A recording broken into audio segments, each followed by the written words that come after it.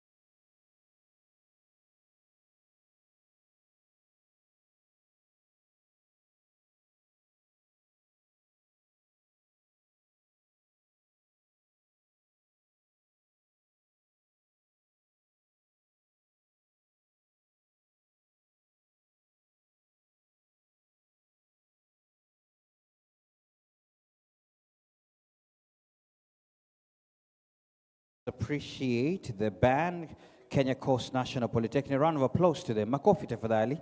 Wacha to appreciate. Asante sana. Good morning. Good morning, ladies and gentlemen. Thank you so much. It's 9 o'clock. We want to start immediately. And I would like to request Anna Gadu from Kitale National Polytechnic to kindly come and start us off with a word of prayer. So Anne, if you don't mind, you could kindly come and start us off with a word of prayer, and then we shall get started for the day. Excellent.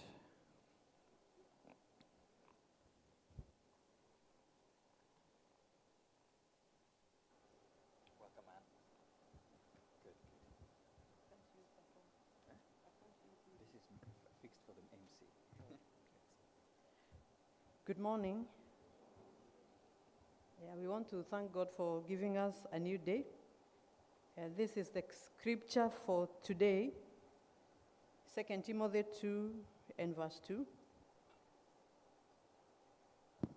And this is to the past. We are here, and the things that you have heard me say among many witnesses, entrust this to faithful men who will be qualified to teach as well, and to cherish today. But as for you, continue in the things you have become convicted of, learned and firmly believed, since you know from whom you have learned. And for the future, guard the treasure entrusted to you with the help of the Holy Spirit who dwells in us. Let us pray. Our Heavenly Father, we come before you this morning because you've given us another day that we have never lived out of your goodness. We thank you because you've taken care of us throughout the night and our families back at home and all our businesses and the many things that we left behind, including our institutions. We pray that you be with us through this day. May you give us knowledge and insight that we are able to do what we need to do meaningfully, knowing that you have entrusted the future of this nation and our children and our old age in our hands today. This we pray, trusting and believing in Jesus Christ, who is our Lord and Savior. Have a great day.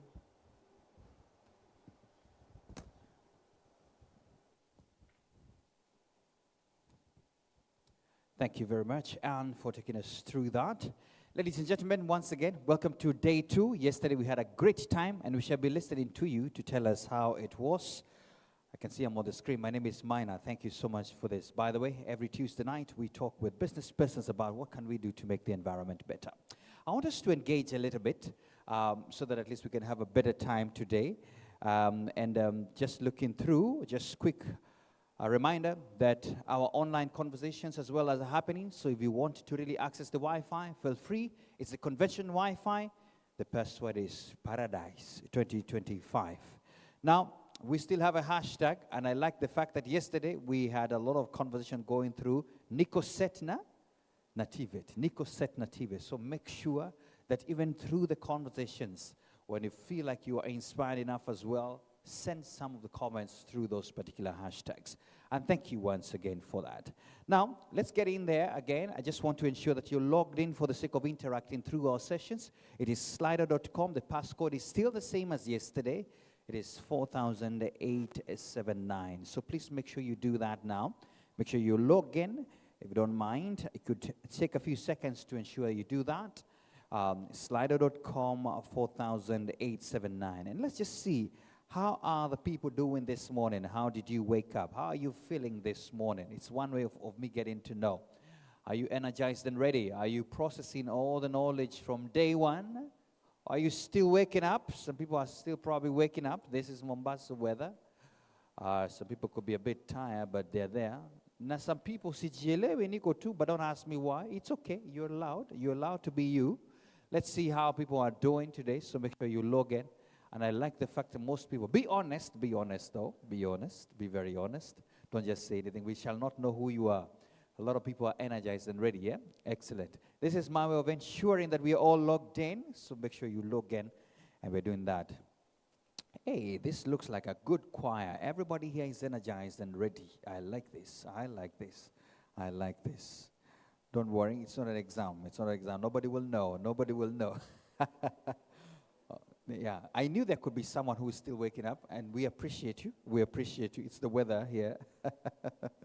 Lovely, lovely, lovely. Because we are quite a number, still remember my sample must hit at least 40. So if your neighbor has not logged in and they're still doing something else, tell them, hey, we're waiting for you. We're waiting for you because we must start. Well done, well done. I love this. A lot of us are energized and ready. A lot of us are energized and ready. Excellent. I knew we cannot miss someone who's just saying Nick or two, and don't ask me why. It's okay. It's okay. It's okay. We'll appreciate you as well. There you go. And just one more person, then we hit our quorum number. The 40 are excellent, excellent, excellent. Thank you so much. Majority of the room, very energized and ready for the day. Thank you so much for that. There was a lot of things happening very closely there. Some people are still also processing all the knowledge from day one. And yeah, some people wako tu. It's okay. Maybe hawa ni wale watu wa KPI. I had to come. Thank you so much for that. Now, looking at it, I think we can as well reflectively look at yesterday. Look at yesterday. What's the one key insight or lesson from day one that stuck with you? Take a moment and let us know, because we also have rapporteurs at the back. They are taking every feedback you are given. What's that particular lesson? Wow, some people are still typing how they're feeling. Don't But yes, let's start with a lesson from day one. What stuck with you yesterday? Yesterday, excellent. At least I can see some of them are mixing up, but it's okay. Industry is key, inspiration and transformational. Good progress, but more to do.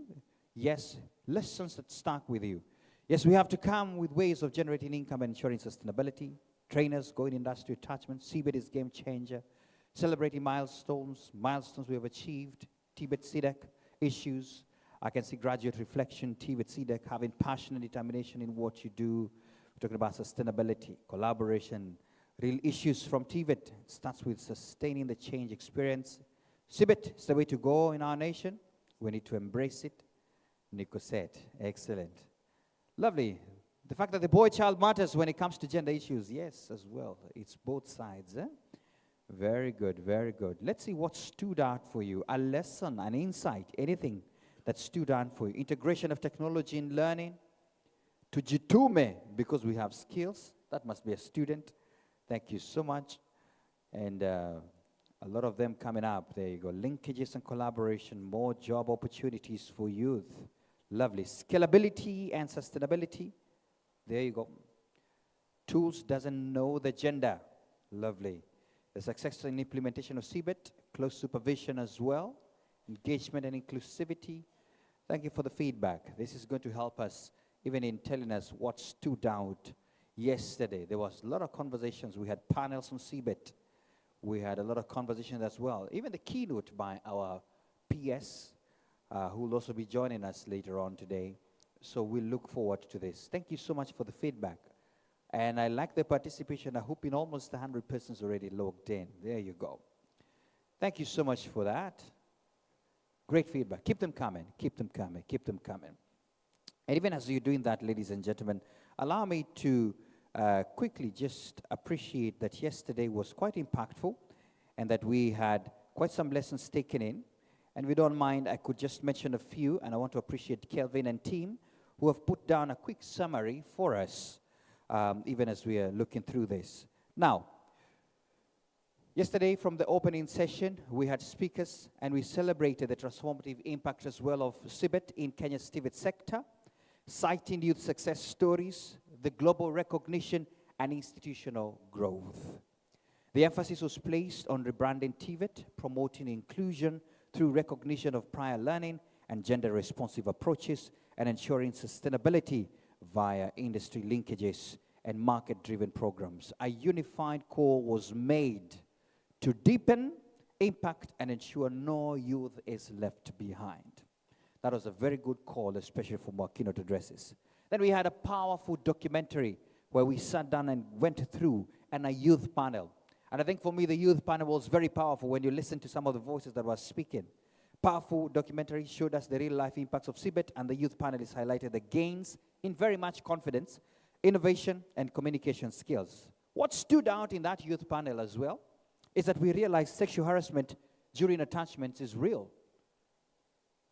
Two persons confessed to that here, how they were facing this. And one of the persons in the audience as well asked whether also the male, and I think I've seen the question delay there. We also saw delays in CBET certification come out from that panel, limited access to post-training equipment, and these insights underscore the need for safe, inclusive, and responsive TVET systems. Then we went on to have a chat after tea on the future of TVET, the reflections government partners, stakeholders outlined a forward-looking vision. Number one, the PS noted ongoing reforms addressing outdated curricular equipment gaps and weak industrial linkages. We also had MasterCard Foundation as well, and CICAN reaffirmed commitment to youth targeting 30 million by 2030, which is powerful, with focus on women and, of course, persons with disabilities. And emphasis as well on institutionalizing sustainability, industry engagement, and digital job linkages. Finally, we had the CBET implementation panel, an amazing one, and we had some key progress and challenges that were shared yesterday. One of it is that 98% of trainers are CBET competent, which is very good. This is good progress, 98% of them.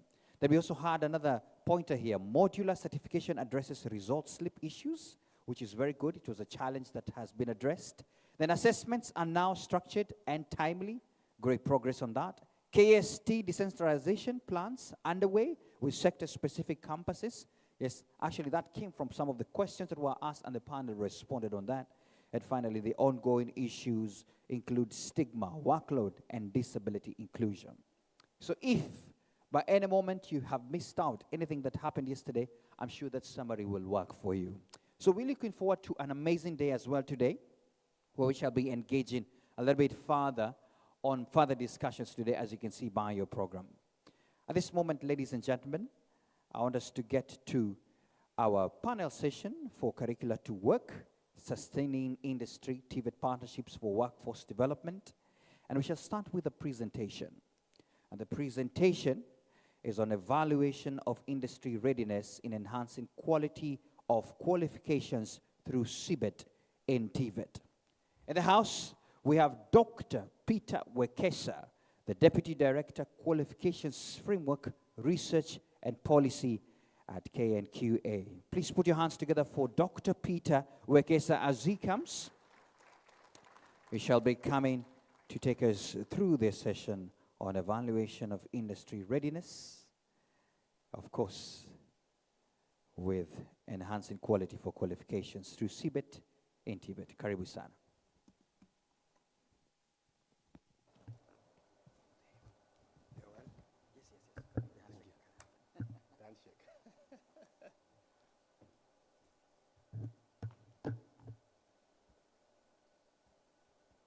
Let's appreciate him.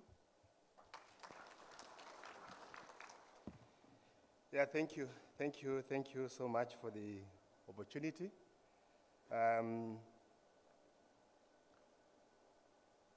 Curriculum, from curriculum to work.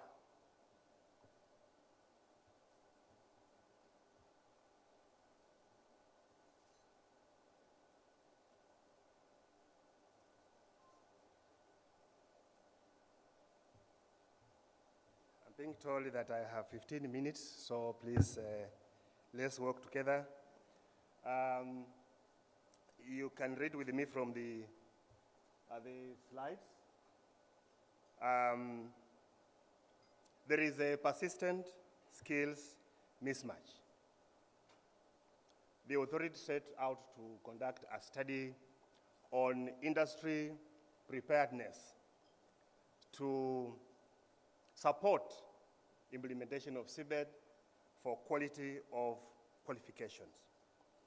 And with the establishment of a qualification framework, that is the Kenya National Qualification Framework, and the impactful initiatives such as the Young African Works program, there is persistent skills mismatch in labor markets, as highlighted by the Federation of Kenya's Employer 2022 report. And this underscores, therefore, the gap between policy intention and on the ground outcomes. And so therefore, the study focused on evaluating how ready the industry is to actively support and integrate competence-based education and training. And here readiness goes beyond willingness. It includes capacity, alignment, and sustained engagement in both curriculum development and policy delivery. The study aimed at pointing where the breakdowns occur in the partnership between industry and TVET institutions, whether it is in curriculum co-creation, barriers to participation, or misalignment between what graduates are trained to do and what employers actually need. Now, you look at the sampling, we had to focus on industry advisory committee members, an initiative by Young Africa Works through SAICAN, and heads of department from TVET institutions in programs supported by SAICAN. So we had the population, and we had the sampled, target sample for the study. So the next slide provides the support that the industry provided to institutions. And we see divergence in priorities here, practical versus strategic support. TVET prioritized industry involvement in areas that directly impact student learning outcomes. That is TVET. Responses from heads of department about industry participation. Areas like curriculum development, where we had 64.4%, 7% respondents emphasizing involvement of the industry in curriculum development, and also a structured partnership. In contrast, industry advisory committee members are more focused on tangible and strategic contributions such as equipment donation. That is 42% of them say, yes, we want to provide equipment to institutions. And also trainer capacity building. They are focusing on building the capacities of trainers more. And you can see that this divergence suggests a need to align expectations for stronger collaborations. However, there is a shared commitment from the study. Both sides recognize the value of aligning training with industry needs, the strong engagement in curriculum development and research. Innovation indicates mutual interest in ensuring that graduates are workforce ready with up-to-date competence. Now, there's a quote, and our report will be published online in our website so that you can access the full detailed report and very many quotations that came from respondents. One respondent, that is from an industry advisory committee member from renewable energy sector, noted that the CBET model works well because it focuses on real-world competencies. We have seen our citations directly integrated. So this therefore then highlights how industry feedback is influencing real curriculum changes and helping those close the skills gap. I'm very sure today, if FKE conducted a similar study, thank you, Madam Pierce.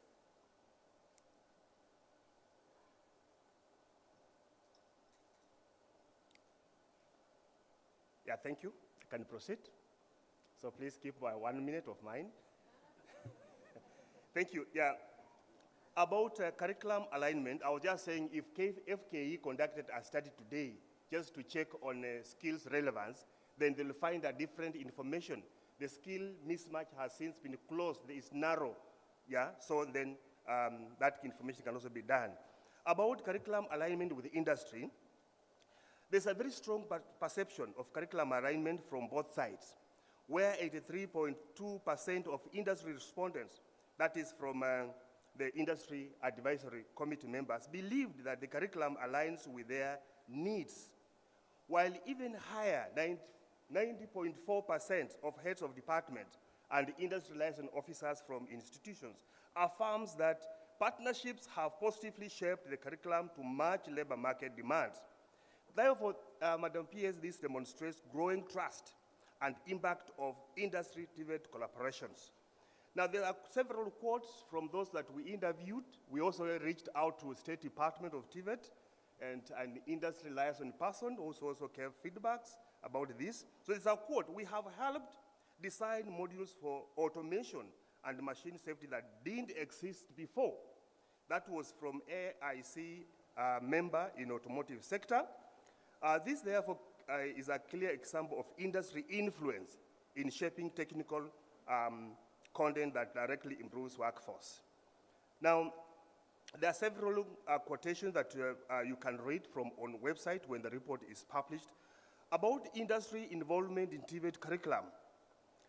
This is a hands-on contributions, and they are so valued. So the study found that TVET value direct involvement in curriculum delivery.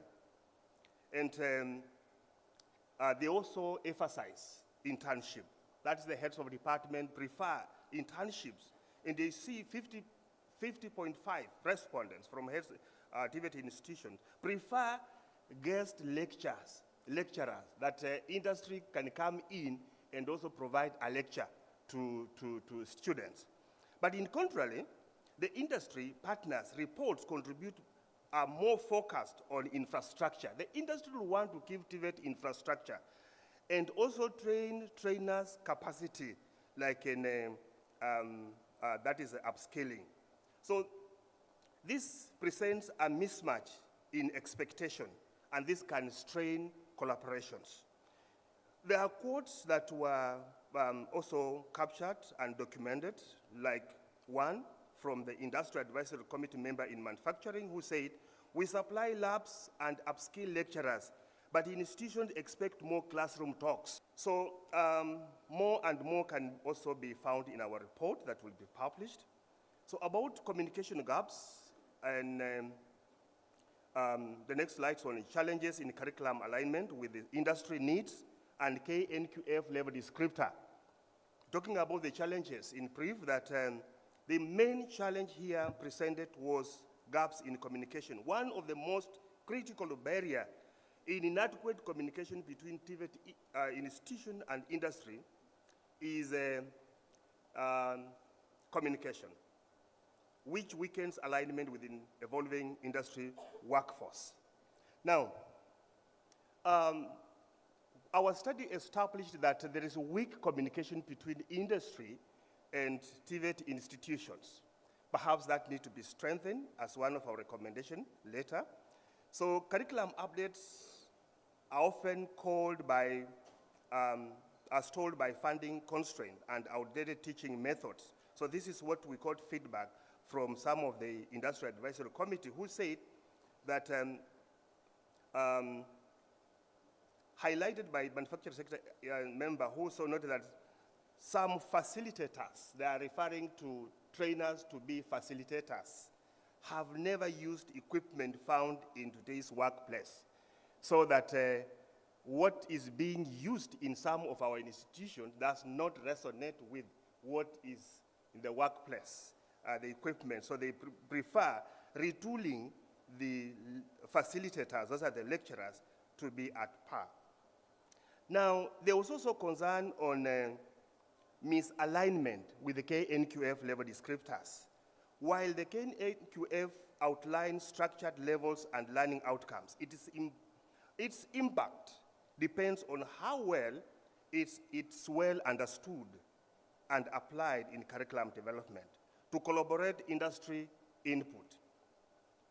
Now, Madam P.S. about opportunities for curriculum improvement. One, the respondents, 73%, prefer an enhanced industry consultations so that there is increased industry consultation. The top opportunity is identified, is regular engagement with industry stakeholders. This consultation allow institutions to stay updated on shifting skills demand and to refine curriculum based on real-time feedback.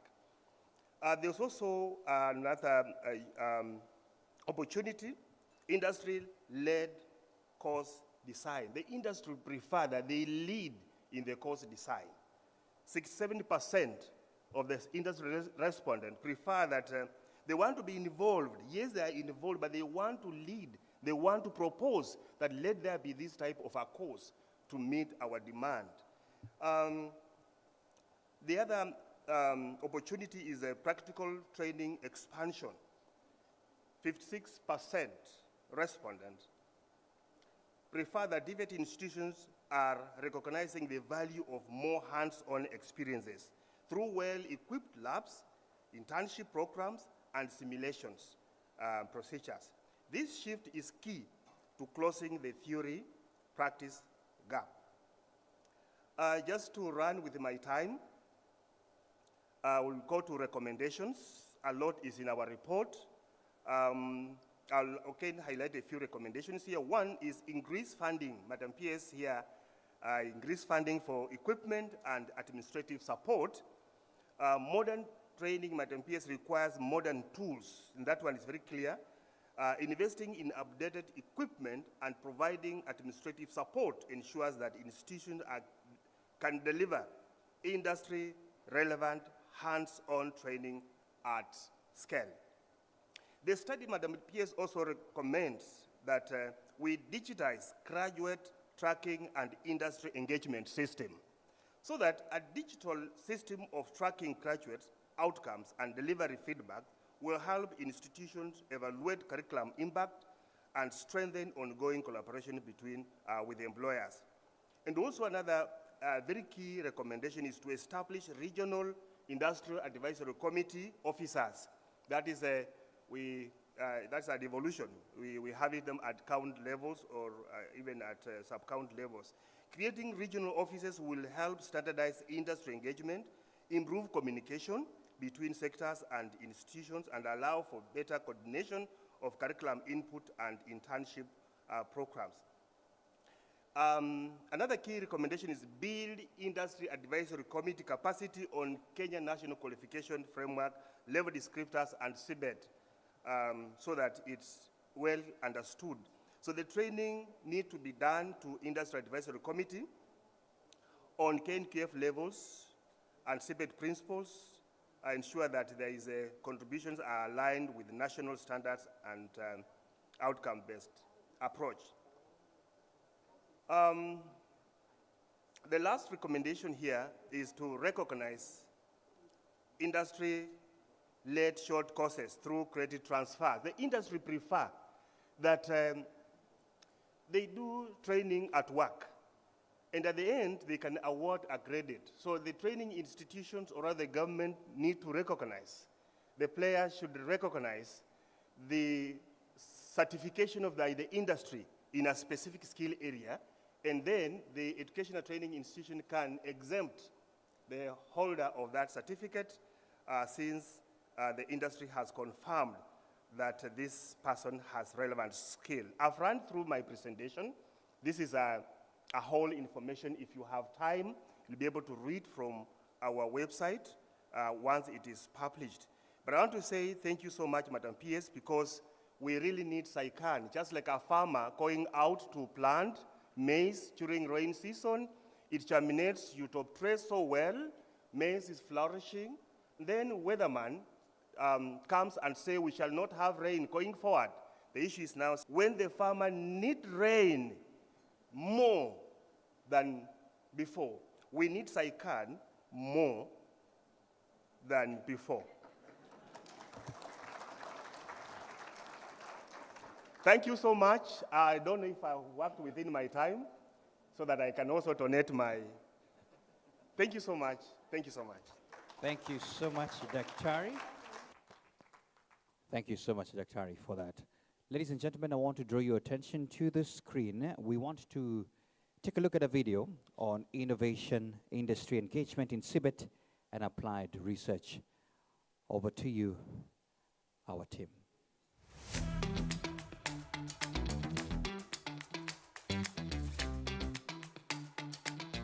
Formal education programs often lag behind the dynamic job market, which changes rapidly as technology develops, markets evolve, and customers become more discerning. Today, employers and industry leaders are shaping the future of training, ensuring graduates are equipped to solve real-world challenges. Through the Young Africa Works in Kenya TVET program, TVET institutions and industry partners are working together to ensure technical and vocational courses align with market needs, making trainees relevant and job ready. These partnerships help students understand the realities of life once they graduate, and the industry gets the skills needed for current and future needs. These partnerships are not only unlocking skills, they are opening doors to real-world opportunities. For this country to get industrialized, the industries coming in need 4 M's. They need money, they already have it. They need machines, they already have it. They need market, they already have it. But the most important of them all is the man. We establish industry advisory committees. Industry advisory committees are companies, but we have people who represent those companies in these committees. Right now we have over 53 industry advisory committees in our 25 TVET institutions. The industry advisory committee, they come up with their occupational standards. They know what is required in the industry, the needs of the industry. Then together we discuss and look at the curriculum, the one to be implemented.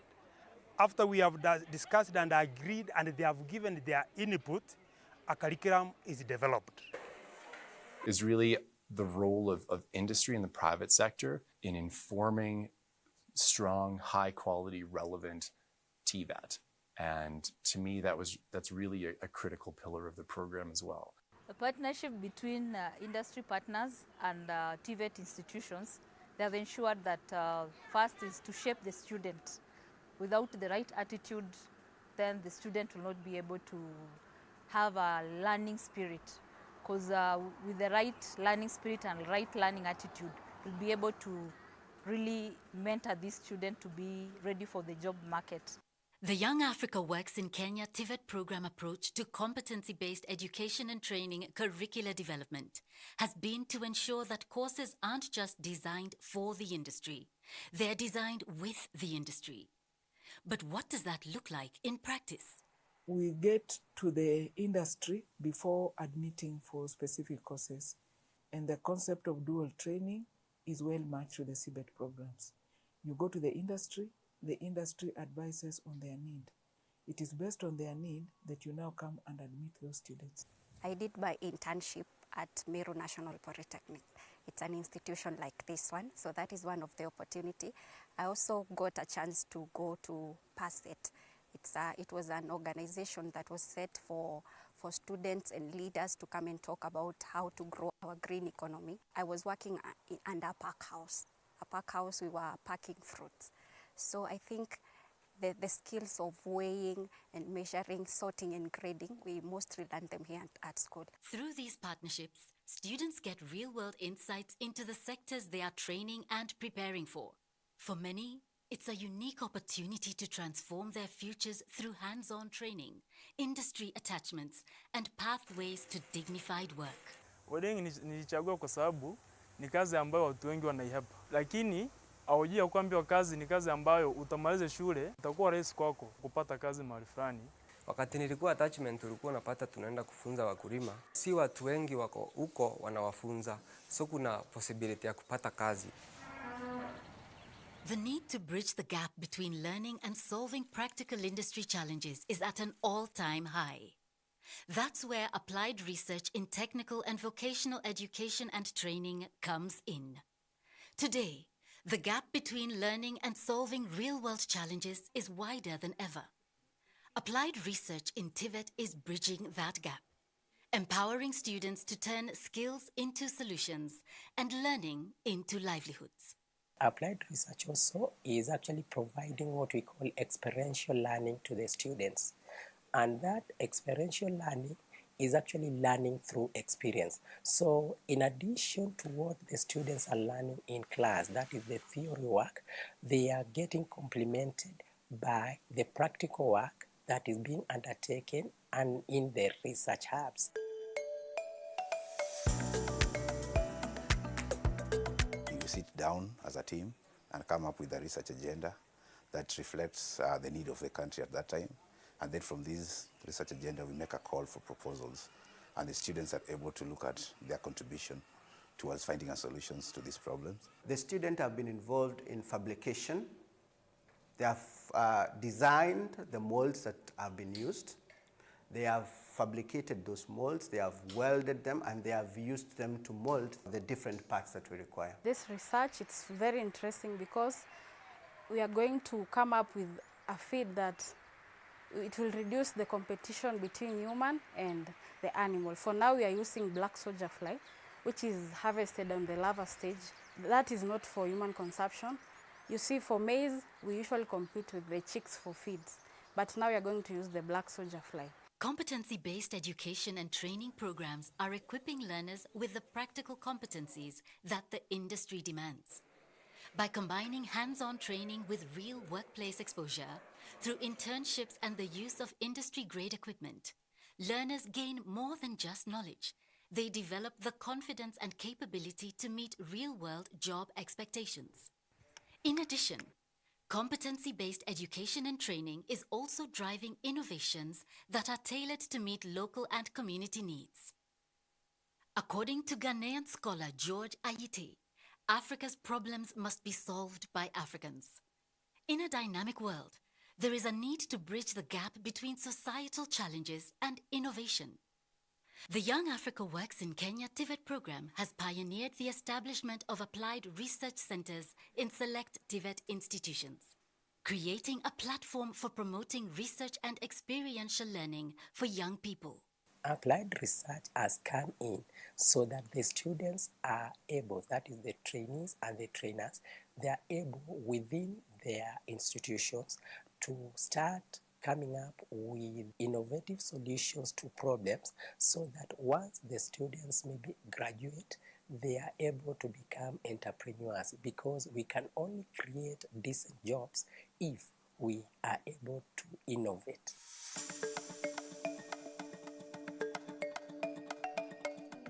The project which we have currently basically is an applied research project that CICAND opened for a competitive research program for us to be able to compete with other institutions under the program. And we did compete for a water treatment project. We won about 7 million shillings to be able to do that project. We used the students to be able to in the implementation of the project. And so you've been able to see all the works that you've seen. We not only for the purpose of doing the work, but also to be able to give them skills and experience. We have established a smart farm for hydroponics, where we are growing vegetables and fruits, which is generating income for the institutions. We got the sponsorship of 7 million from Mastercard Foundation through Young Africa Works. So first of all, we were trained on financial management so that we would be able to utilize the funds that were given to us so that we would achieve our objective of the project. Secondly, we were able to do a benchmarking with a similar organization in Nyeri County, which is doing the same banana flour, but on a small scale. We have a team of champions from all the departments. We have 11 departments in this institution. So for us to mainstream research and innovations, then we have champions from all the departments. And also we have the students from these departments, and we also organize the students through a research club. SEICAN has been able to actually equip the institutions with the latest and state-of-the-art equipment. And for the students to benefit from those equipment, they need also to have a reason maybe to utilize the machinery. It is the only program that has infused issues of applied research within the implementation, where we give the opportunity to young people to innovate and scale their innovations alongside training with their trainers. Applied research and industry engagement in TVET institutions make learning practical, unlocking a culture of research that drives innovation and evidence-based decision-making. This discipline will prepare our learners and future leaders to solve problems in their careers and beyond the community and broader societal challenges.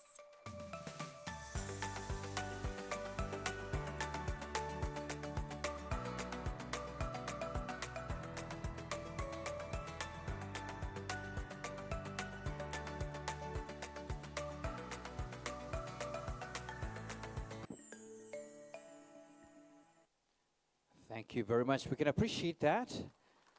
Miles and progress. Miles and progress. We are transitioning right now, and the amazing atmosphere team is going to help me put up this place in order. We're going on to our panel discussion. But so far, you can see some of the milestones that have been achieved and what we are celebrating today and what we are asking, and really to appreciate the people who have done and put this in place. Our session on our panel session, From Curricula to Work, Sustaining Industry TVET Partnerships for Workforce Development. We are privileged to have the panelists in the house, and I'll be calling them right away. We're going to start by appreciating in the house Thomas Kaudia. He's the Director, Special Foods International Company, Industry Advisory Committee member at Kaimosi Friends National Polytechnic. Let's put our hands together for Thomas as he comes to the stage. He'll be followed by Justin Murangeri Njoki, Managing Director, Murangeri Gems Africa, Industry Advisory Committee member as well at TVET National Polytechnic. Welcome, Justin. Followed closely by Leah Alwoch, Director, Kervelik Limited, Industry Advisory Committee member as well at Bondo Technical Training Institute. Welcome, Leah, as well. Followed closely as well by Stephen Agumbi, Industry Liaison Officer, and also from Bondo Technical Institute, Training Institute. Welcome, Stephen, as well. And finally, we will have Ruben Pasaka Ochieng, Trainee, Kaimosi Friends National Polytechnic. Please come by as well, Ruben. And our session moderator, session chair as well, is Ann Polikithinji, Program Officer, Industry Linkages at Colleges and Institute Canada. Please put your hands together for Ann as well as she takes the stage. Let's get in. From Curriculum to Work, Sustaining Industry TVET Partnerships for Workforce Development. Over to you, Ann. Thank you. The PS, Esther Moria, the directors in the room, the principals in the room, the industry directors and managers, and the TVET institutions partners, and everyone in the room, ladies and gentlemen, good morning. Yeah, today we have the people from the demand side. We've been listening from the people from the supply side since yesterday, and that is what we've been hearing. So today we are privileged to have them to tell us what they need from us. In the program Young Africa Works in Kenya TVET, implemented by SIECAN and supported by MasterCard Foundation, we have established industry advisory committees. You have heard about the story, and the story continues. So these people here, all directors of their companies and all chairs of their industry advisory committees are representing the 57 industry advisory committees that we've established in the 25 TVET partner institutions. And these 57 have over 550 companies represented in those committees. So they are presenting all those people. We couldn't have invited all of them, but we have 25 of them in the room. Probably they can just stand very quickly just to recognize them, the 25 industry partners in the room. Please stand and let's see you. Thank you very much. Have a seat. And I want also to appreciate the principals for supporting the ILOs, because the ILOs are doing a very good job. Thank you very much. So to start us off, we'll go straight to the questions that we prepared for you. Feel free. Feel free and expect questions, yeah? Yes. So the first goes to the TVET institution. Steve, you're representing all of them.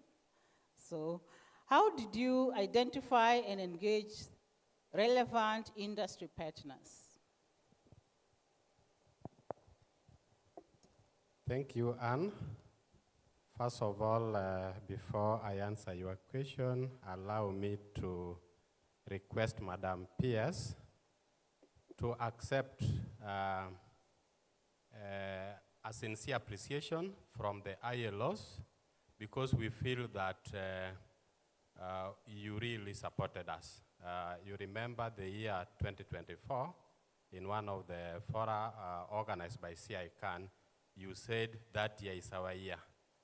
We feel recognized, and we feel that the department has been with us, especially having set up an office just to work with us to support what we do. To go to the question, in the preliminaries, I remember that what CICAN engaged us in first is labor market assessment, which was to help establish the skills gaps so that we identify areas where we can launch CBET courses to bridge the gaps. So after LMA, then we identify courses in various sectors of focus, some blue economy, some agribusiness, some construction, etc. After that, the next step was to know which companies to onboard to help us bridge those skills or to work with. And a number of strategies were employed by various institutions. Traditionally, we had been doing assessments and all that, and therefore we had got lists of companies that had been supporting us with assessments. So that was a low-hanging fruit. We went to the lists of the existing organizations, and we chose those ones which could easily support us with the linkages to help with the on-job trainings. I must also say that institutions have been doing businesses with various organizations.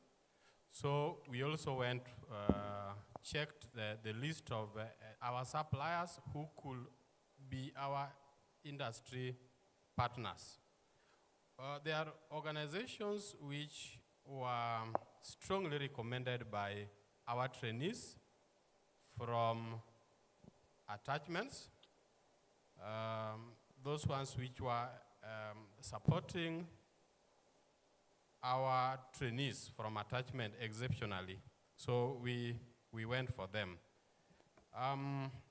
We also got referrals from umbrella bodies like the Kenya Association of Manufacturers, the Kenya Private Sector Alliance, Federation of Kenya Employers,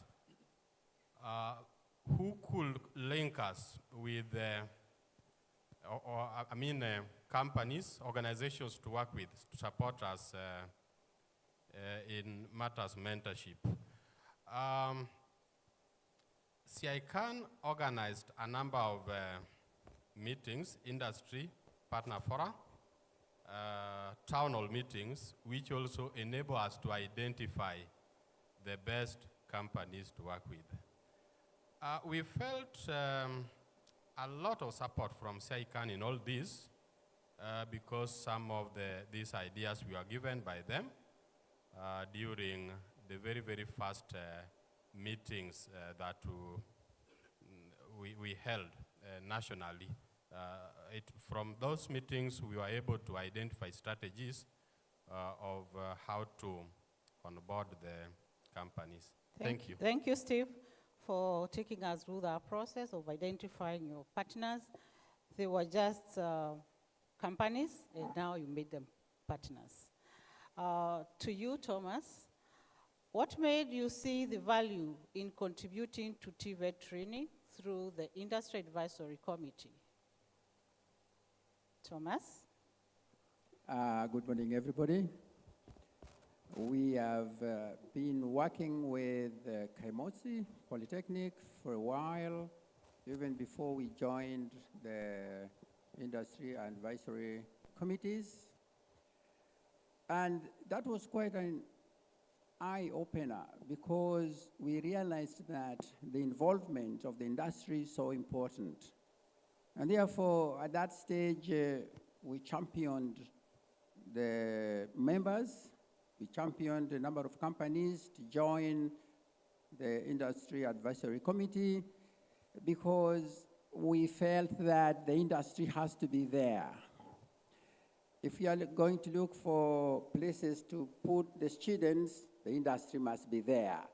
And therefore, our involvement in this exercise has been so fruitful because we have made a point that whoever comes for mentoring with these private sector players would at least, within a span of 3 months, make sure that they do understand what the industry is doing. And when we identify a potential student who can join any of those industries, if it is the first attachment, then we say, we talk to the institution and say, please give us this one back so that we can mentor the person more thoroughly. And through that, a number of those students mentored have been employed. I remember very well that through Special Foods International, we have created jobs for 4, and we are looking forward to creating jobs for many.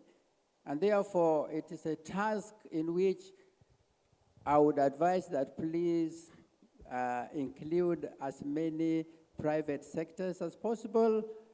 This is the avenue that will provide jobs for the mentees.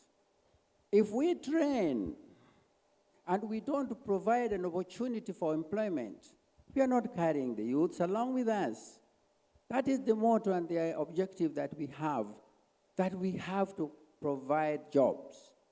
And providing jobs is not very easy, but we are having a strategy at the moment, and that strategy is through franchising, meaning that we would want to take more on particular industries. And for expansion purposes, we want to expand by creating another company, a franchise that will absorb as many as possible. Thank you. Thank you very much, Thomas, for that understanding and creating awareness. So we move to the next part where we want to hear how you've been working jointly for co-developing, co-reviewing, co-delivery of the curriculum, how you maybe participated in any way. So I will start with you, Leah. Which industry-specific trends or gaps drove your advocacy for competencies, and how were these received by the TVET partners? Being a TVET product myself, I identified specific trends and gaps, particularly in areas of technology advancement and skill mismatch. Areas that I particularly noticed and through AIC chairing worked on were rapid technology advancement. The first evaluating technology, particularly in areas like automation, robotics, and digital technologies, created demand for TVET graduates to skillfully align with the training advancement. When it comes to mismatch, a significant mismatch existed between the training that was offered by the TVET programs versus the exact input that was there in the industry. So there was need to bridge this gap. There was also globalization of international standards. These students had to be tailored to match the global requirements. And also there was demand for soft skill because these graduates, the TVET graduates, had to have the technical and professional skills like communication, teamwork, and problem-solving skills so as to blend well in the industry. There was also need for continuous professional development on both sides, both from the industry, that means the trainers, and also from the industry. The ones in the industry, they need to go back to the institution so as to see the kind of equipments that these trainers are using to train the students. And also the trainers, they need to come to the industry so that they see the type of machine, the equipments that the industry are using to train the student. Also on the language used, when these two people come together, visit each other, they develop a common language on which they communicate onto the student, because most of the time you found that the language or the terms that were used at the institution were completely different from the language and the terms that were used in the industry. And also globally, there had to be a standard communication or language that was used. Like one major example in the engineering sector is we don't understand why at the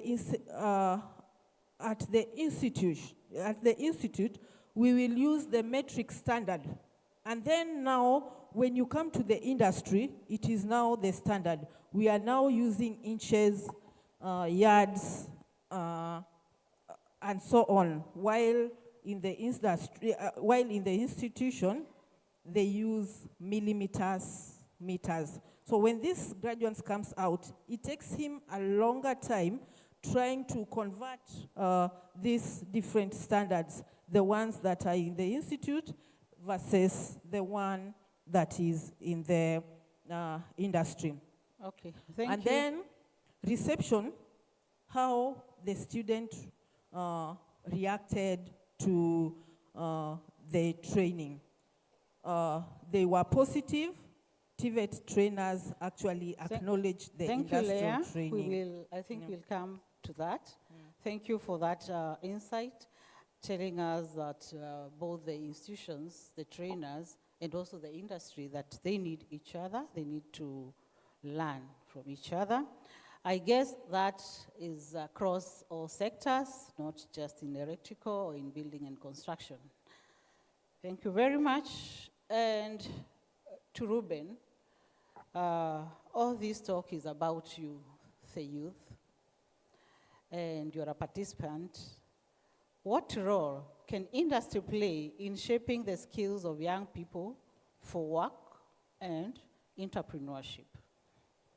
So, the industry, in cooperation with the Industrial Advisory Committee, has been able, first of all, to inform the institutions about the marketing trends and the changes which are taking place in different sectors in the industries. The industries have provided opportunities. In terms of opportunities, the industries have made sure that they give room for the young people, which are the youth, to engage in training so as, firstly, to acquire skill development. We find out that many of the young people acquire more of the skills through the industries. Another thing is through practical training. In the industries, the young people are able to get hands-on experience, whereby they work, and after working, they are able to do it without no disturbances. Another thing is about entrepreneurship.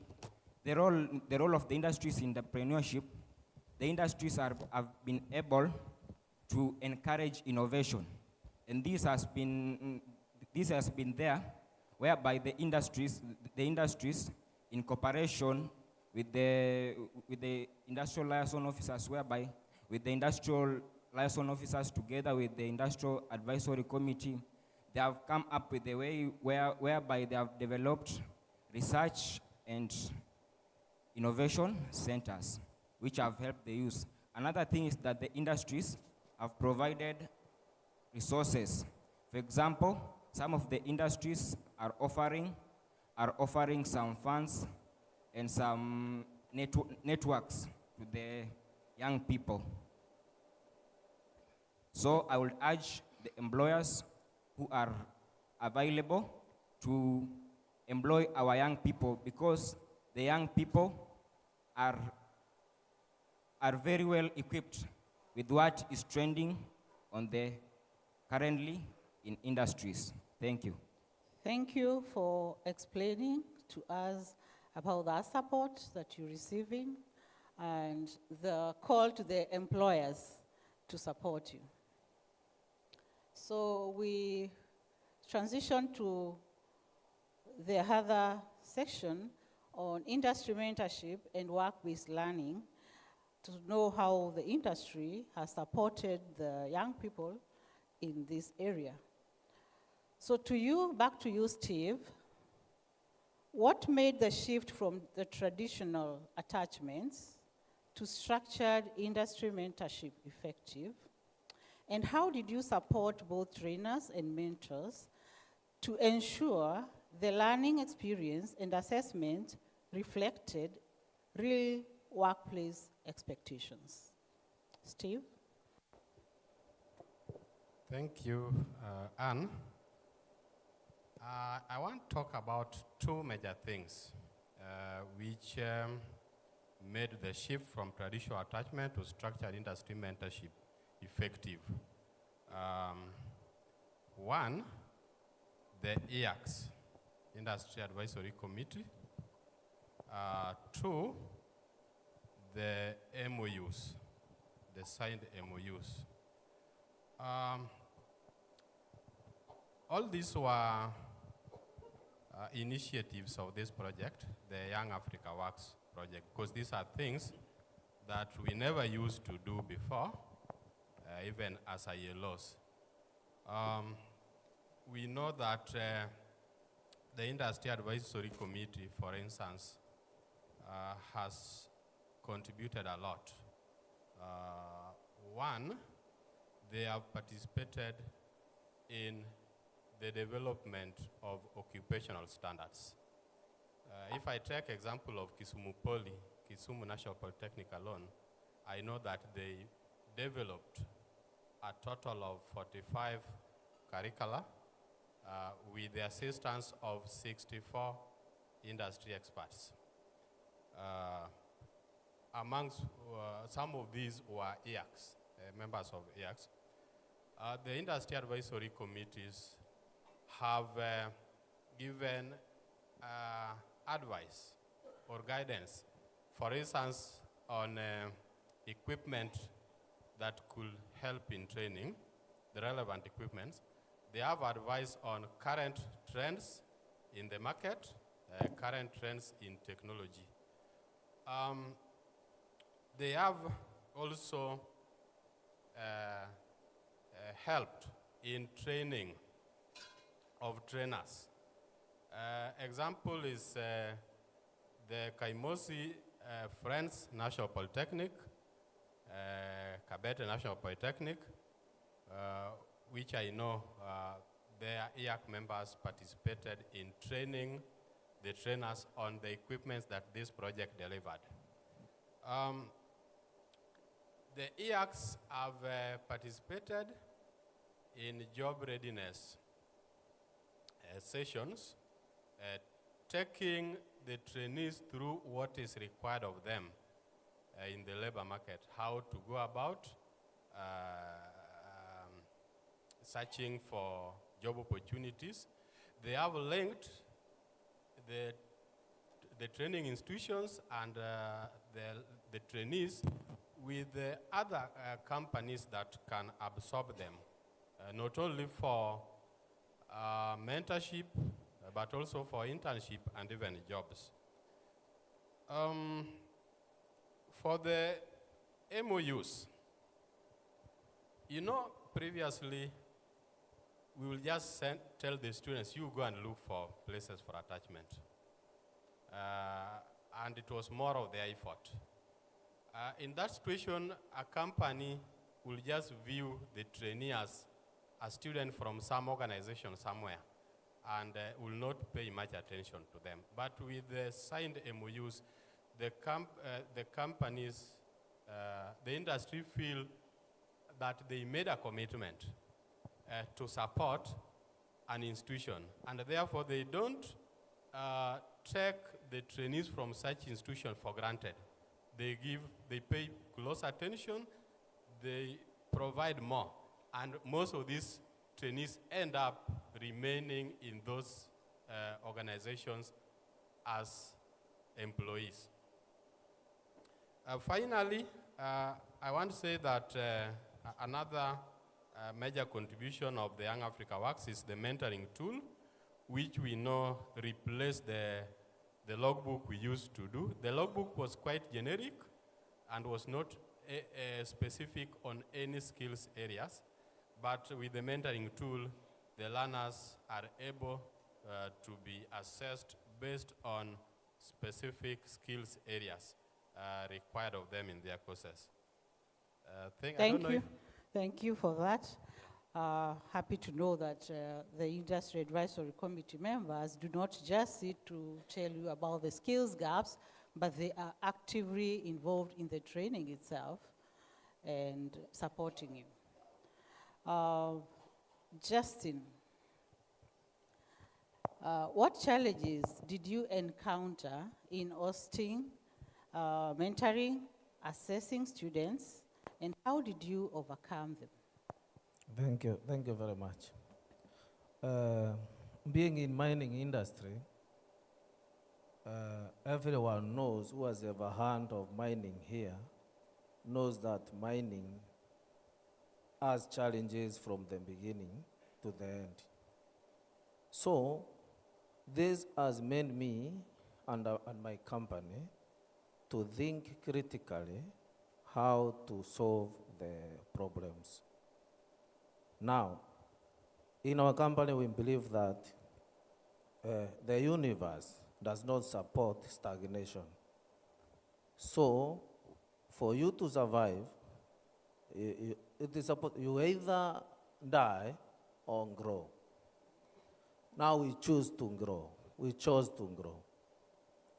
Now, the time that we chose to grow, we started thinking critically how to keep on growing.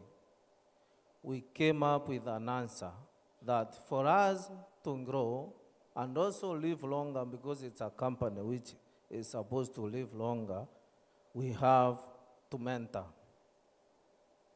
So the time that we received an appointment letter from the Taita Taveta National Polytechnic, we were very happy. Now the happiness itself made us not even, I think it is very difficult to identify the challenges that we have gone through because of the happiness that we have all the way from the time that we received the appointment letter. Now, we believed that now it is a consent, the Young Africa Works, this program, it is consent to assist our company to live longer and also to keep on growing. Now, mentorship was part of us, as you have told you. We had planned to do the mentorship so that we transfer the knowledge that we know, what we know, to the young generation. Because now, if we don't transfer the knowledge to young generation, our company has no life. It is the only way to go. There's a program because it is the only way to produce competent workers. And also, we are not only training people to work, we are trying to change their mindset also, so that they can start thinking of starting their own businesses. Once I keep on telling the youth, here, make sure when we give you the job opportunity, because we are sure that we will give them job opportunities because they are competent. Initially, we were training our own, who are costing us a lot to train and also to employ, and wasting a lot of time. Now that we have our institutions training them to come and work direct, it will save time and also increase the production to our industry, to our companies. Now I tell them, once we give you, and the youth, all the youths who are here, I'm telling you also, because I want to assure you that we will give you job opportunities. But once we give you the job opportunities, please make sure you stay in our companies the shortest time possible.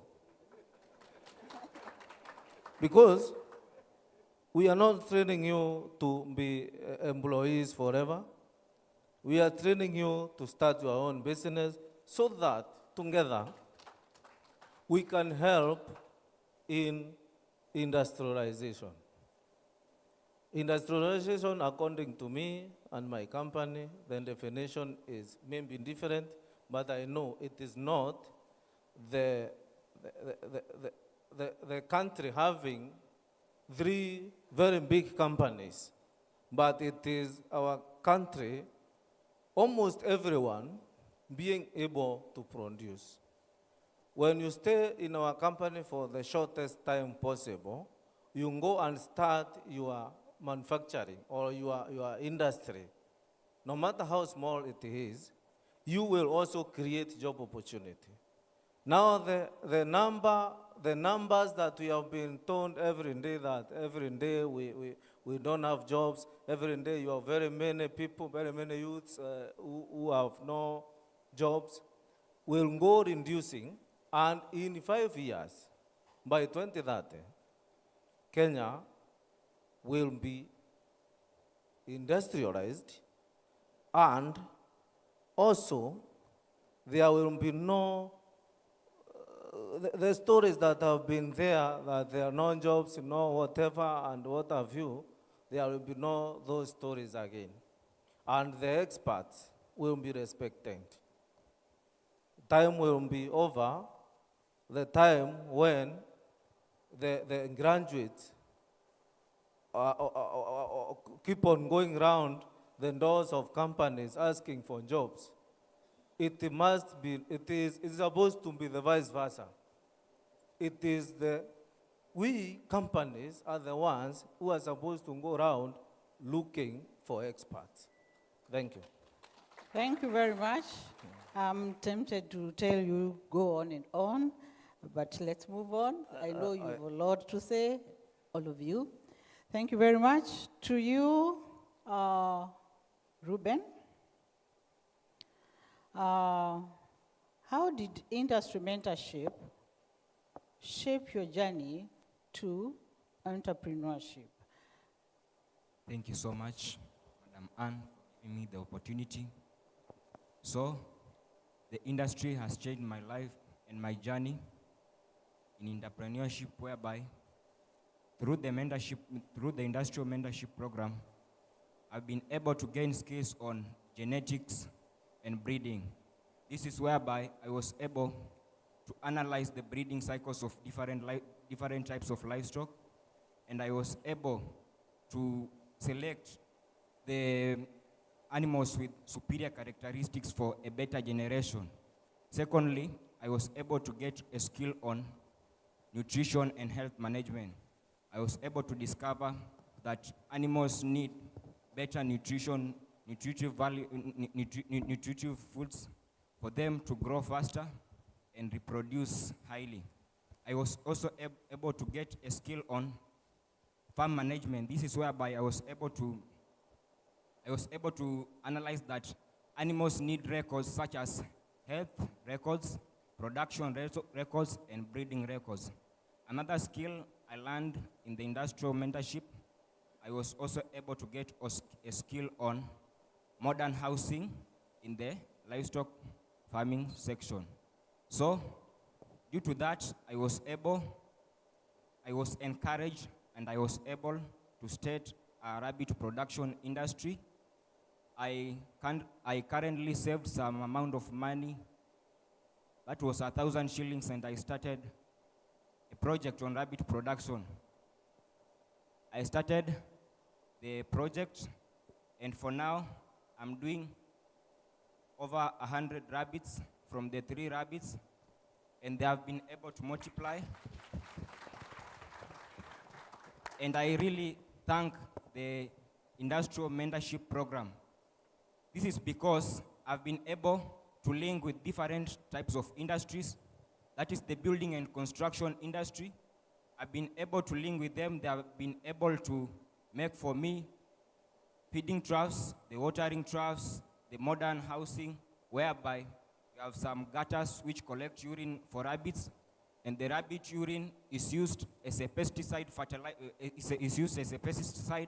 which keeps away pests, and also the manure from rabbits.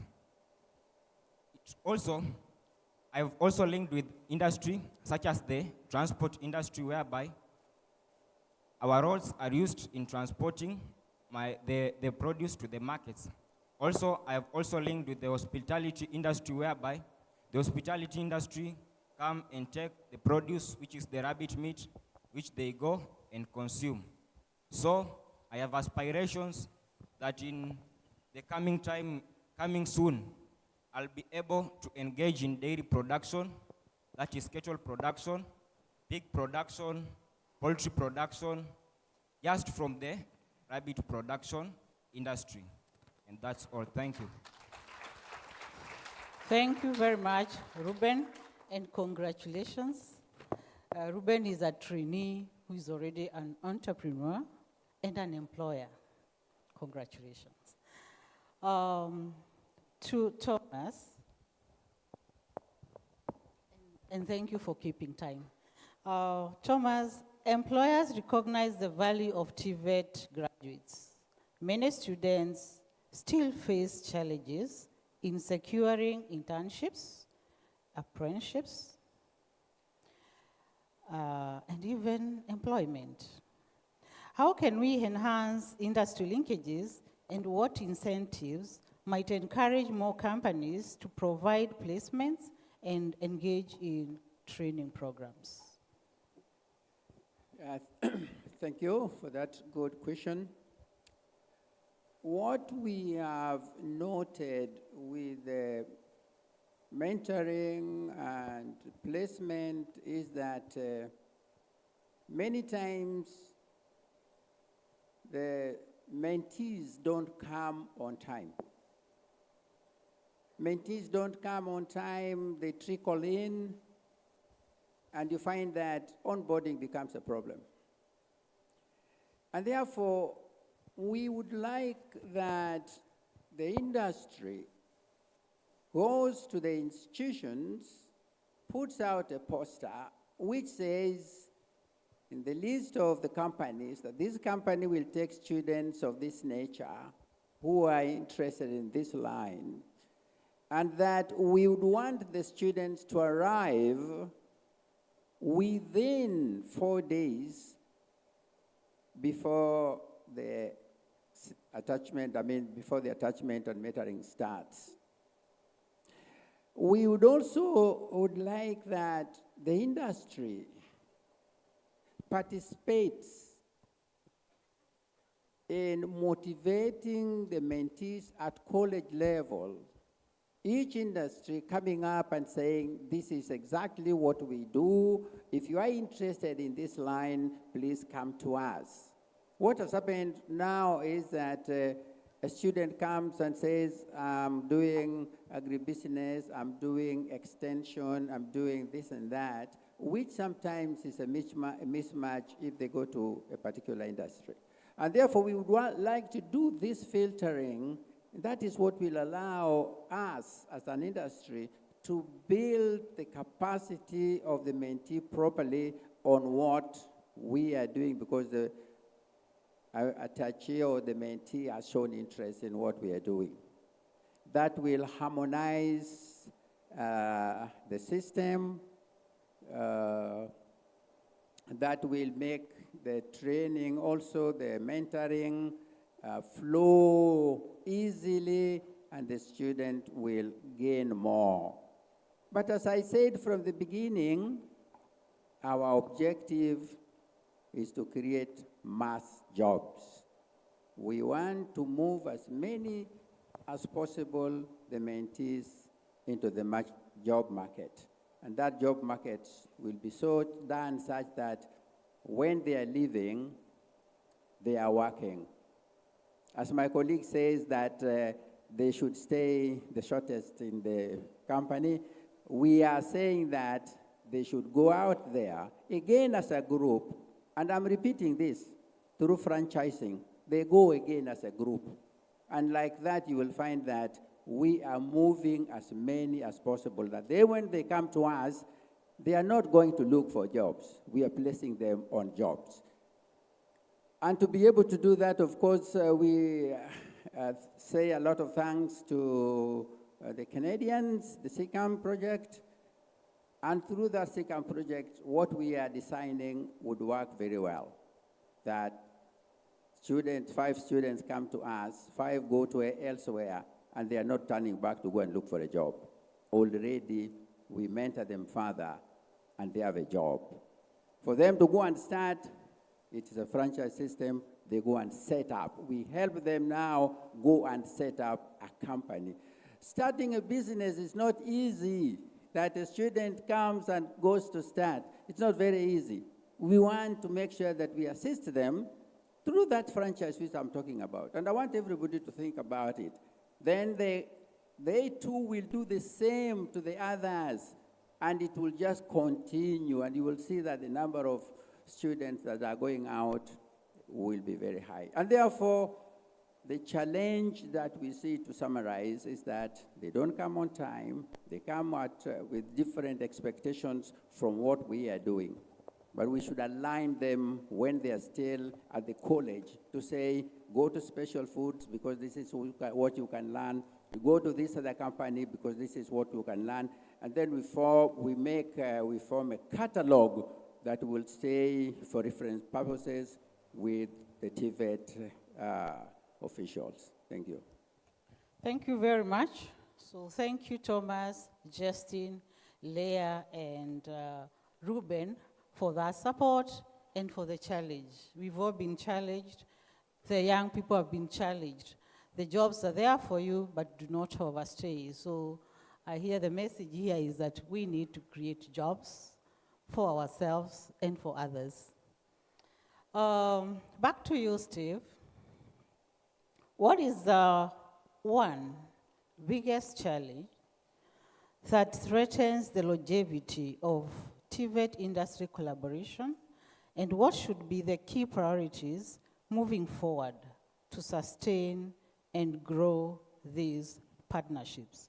we are now talking about sustainability. One big challenge is mindset, especially mindset of the industry. Very few of them think the way the honorable members here are thinking. Because the industry still view institutions and their trainees as just mere help seekers. They don't see institutions as spaces where solutions to their problems are generated. So I think this is a big thing, because if the industry has gotten it and they all become as supportive as the two represented here, I can tell you that even issues of resources we talk about will be not a big challenge. An industry which is very supportive can even donate equipments, can easily place your trainees, can easily give your graduates job opportunities. So that mindset thing is what I think we must collectively work on.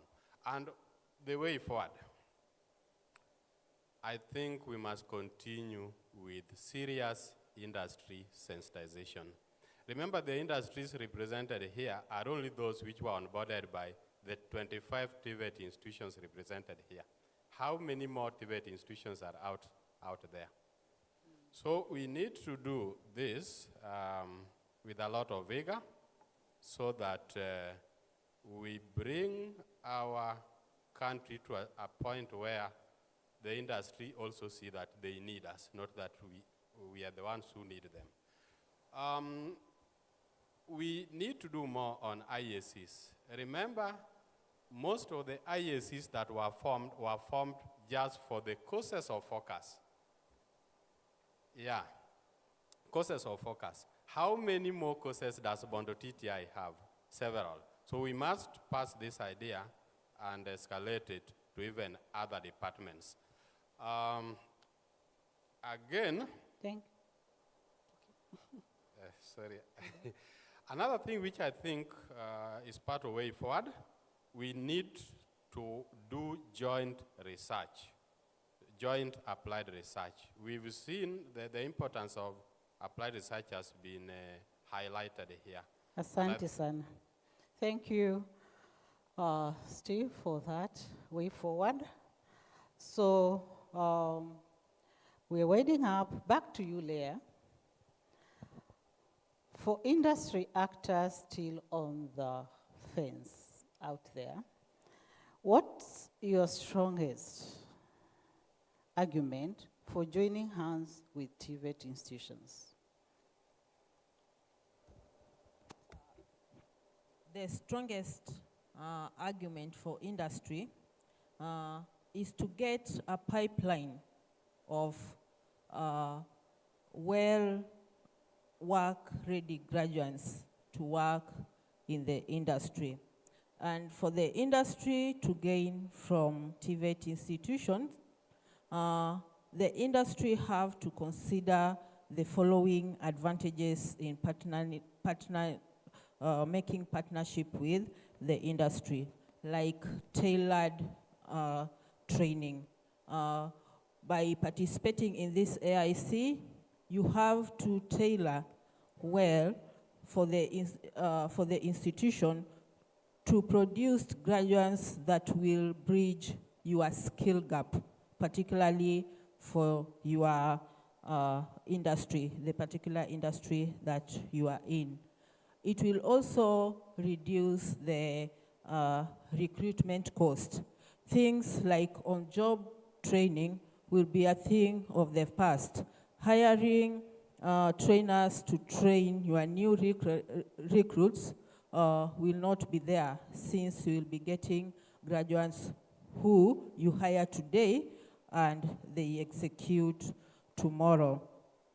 There will also be access to innovation.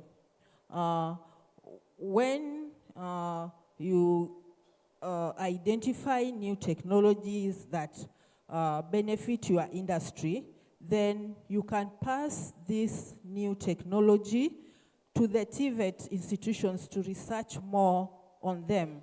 Thus, your industry will benefit. Thank Also, future-proofing and meeting global standards will be ensured. Thank you. Thank you, Leah. And finally, Justin, to close this for us, from your journey, what are actionable lessons that should inform future partnership models? Very briefly. Thank you very much.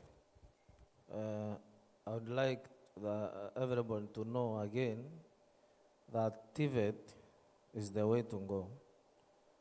So,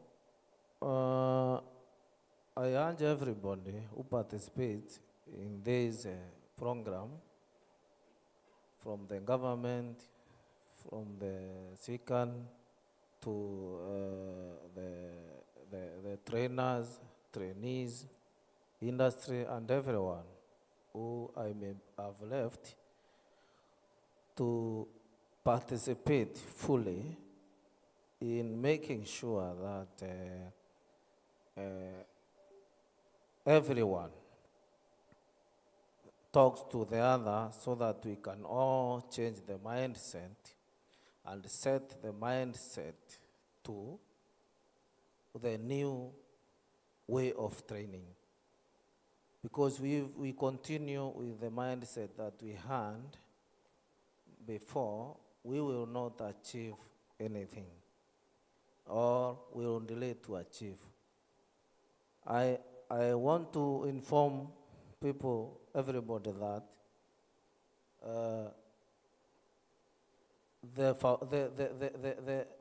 whatever we are fighting, the problem that we are solving has piled for years.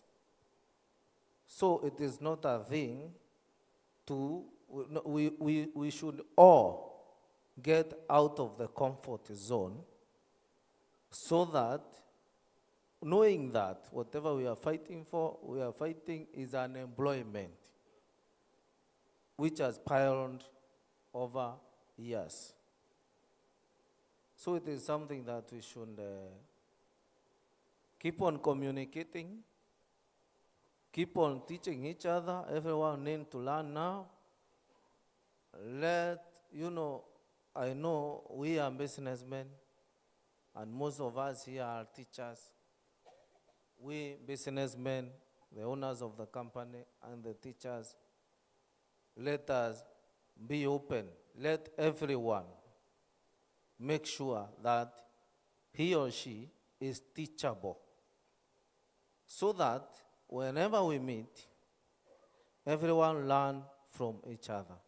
Thank you very much. This will make us go. I want to assure you again, sorry for a few seconds. I want to inform you that also we have already laid the foundation, but we need something called also curing. I don't know whether it's called curing. I'm not in building construction, but it is that process of watering so that it's curing. Yes, thank you. We need curing, so we need to continue a bit with the foundation, so that we can, our building can be strong enough in future. And we will have solved the problems that have piled over years. Thank you very much. Thank you very much for being our ambassadors and for the challenge, and we shall all join hands. Asante sana. So we can now listen to the questions that are in the room. I know there's in so much time, but we try. Yeah. Do not worry, so far so good. So ladies and gentlemen, this has been quite an engaging one, and thank you so much for the many questions, over 15 of them that have come through. But I also want to take note that today I'm a bit generous. I might walk across here for anybody who feels this one is burning, is not typeable, all right? So I will come to you and open the floor for about 3 or 4 questions for that. But let me start with some of them that have been asked here. And I'll start with one that has already been voted. Remember, you can also select some of the questions and say, this one must be asked. So there's a question here, and they're saying this. And Session Chair, you help me because they're quite a number. Thomas Cordia suggested using franchise as a startup entry point, which is a refreshing step beyond internships in TVET industry partnership. I think that was a comment that has been voted a lot. I think people are saying, yes, let's have franchise as a startup entry point. Let me go to the questions now. One of it that has been sent is, just open it up, 1 second. There you go, it's here. For TVET institutions, why is it very difficult for the products they produce to compete on supermarket shelves with those from private sector? That's a good question. Why is it that the products from the TVET institutions, it's quite difficult for them to compete on supermarket shelves with those from the private sector? I think, Session Chair, you can shoot that question to someone. Let me ask the other one. In terms of legal and regulatory framework by national and county governments, how easy is it for skilled youth to establish startups? So in terms of legal and regulatory framework by national and county governments, how easy is it for skilled youth to establish startups? I don't know who's going to answer that question. And then just one more for that round of questions. This one is on agenda focus. What is the industry going to do to address gender bias in jobs and internships? And is there government support for harassment issues? Session Chair, who's going to answer those questions? I see one is ready there. You're ready to answer one. Go ahead. Yes. Hello. Thank you again. I think I want to talk about there's a qualified youth to start up a business, because I'm the one who told them to live in our companies the shortest time possible. I want to teach you, first I want you to know that whatever you know is what we know, because we are the ones who have mentored you. Post that thought there. Just post that thought there, because I could feel it was flowing very well. But the PS as well has a point to make as well. I think he wants to add on something very quick. Madam PS, so it's an honor to have you here. So please. Sorry for that interference. I am actually running between 3 meetings at the moment. So I have to leave because I have to finish a meeting out here, then go to the next one. But I really still wanted to be here. This is where my heart is. But there are 2 others that are waiting for me out here. I want to say that this is a very important conversation for me, and that's why they keep coming for me to go out, and I am resisting. Now, what I want to say is that until we learn to tweak this space here, then we will not be home yet. And I want to signal to, what is your name? Steve. That Steve, we have to get to a space where we are getting from industry exactly what they want, then we come to train for them to take them back there. That is exactly what we have to do. So we are not asking industry, we are not pleading with industry to take over our graduates. We want to go and ask industry exactly what they want. Because the reason he is in industry and he is in business is to grow his industry, all right? And like he has said, to eventually have those who have gone there get out and start their own enterprises, all right? So the mistake we are currently making, and I'm now speaking to those we are in this space with, is assuming that, is not knowing that industry really requires us, all right? So our work, and that is why I formed you as a department, And I have another committee now called the Dual Training Policy Implementation Committee, led by Dr. Kanyi, seated right here. What we need to do is go and ask them, exactly what do you want? What kind of HR do you want? Because if in my clip that I had there, I said that industrialists have the money, they have the market, they have the machines. What they don't have is the man. And that is what we are making for them, okay? We are making the skilled manpower for them because that is what they don't have. So we need to go, and that's why you are in office, and ask this guy, what do you want trained? He will tell you, I need 5 trained in this space, isn't it? I need 2 trained in this space. I need 10 trained in this space, all right? Then we will train with him, okay? We will train with him. So by the time these young people finish training, he is actually ready and has a desk for them. So we are not going to look for employment. He is the one who needs these people that me and you are going to train. True or not true? Yes.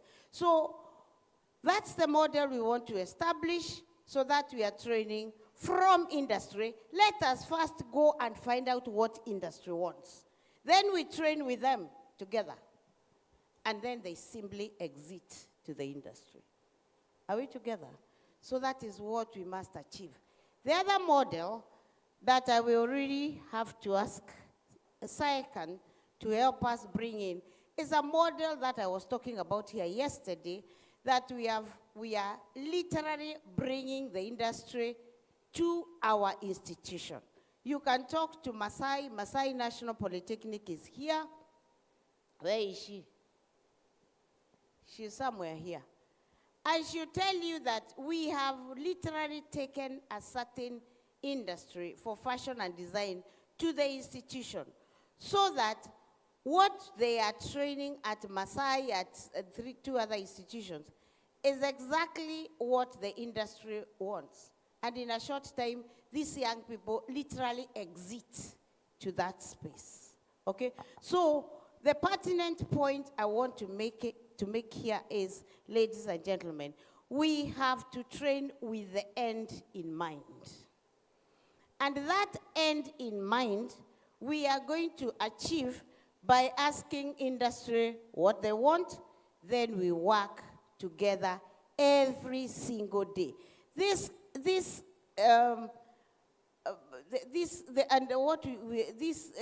phrases we have been having, attachment, what are the others?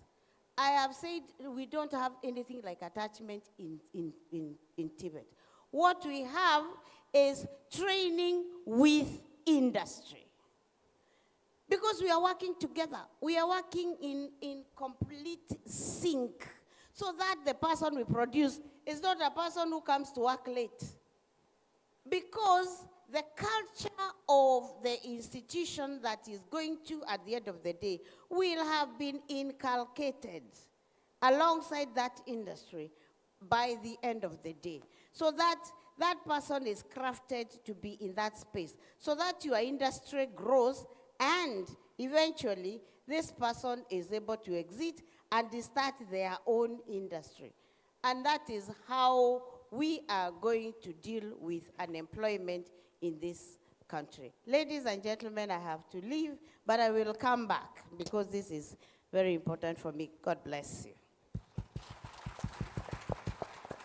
Thank you so much, Madam PS. We appreciate you for that and for that moment as well. Let me come to the plenary, ladies and gentlemen. Now that the PS has opened the plenary, where are you? I have microphones around. Do you have a key burning thing that you want to do? Shoot up your hand so that I can pass the microphone. I'm on this side. Anybody on this side? Excellent. Just going once, going twice. Where are you? Where are you? I'm looking. Is there another one on the other end? My people are looking. Once you have the mic, just start speaking, then I can know that you're there. Anybody with a burning question? Aha. Okay. But just before, as you prepare, I had already asked a question and I cut you short. You still remember it? Please go ahead. Okay. I had already told the youth that whatever they know is what we know, because we are the ones who have mentored them. Now, for you, I can teach the youth how to start their own business in seconds because I have experience. You first seek for unemployment, which now you'll not seek because we'll come for you. We know you are there, so we'll call you. We know when you'll be certified that we are the ones, we are also one of the industry will also certify you, so we will know that you are qualified and you know what you can do. Once you come to us, set the time that you want to work with us. You will be paying salaries, you start saving towards opening your own business. No matter how small it is, don't worry. Number two, you set your mind. You build capacity. We will assist you in building your capacity. And when I say this, I will say it the way it may not be understood by everyone, but you should build capacity to go home happy with the least profit that you can make in this world. You can make 100 shillings today or 50 bob, but you build the capacity of being happy because you know how you made the 100 shillings. It is small, but I also want to remind you that you have time. I won't tell you something that you don't know, because youth goes around telling people that they have nothing. No, you have time and energy. Now that time will assist you to wait until your company will grow. Start with 100, you know why you made 100, you know how to make 200.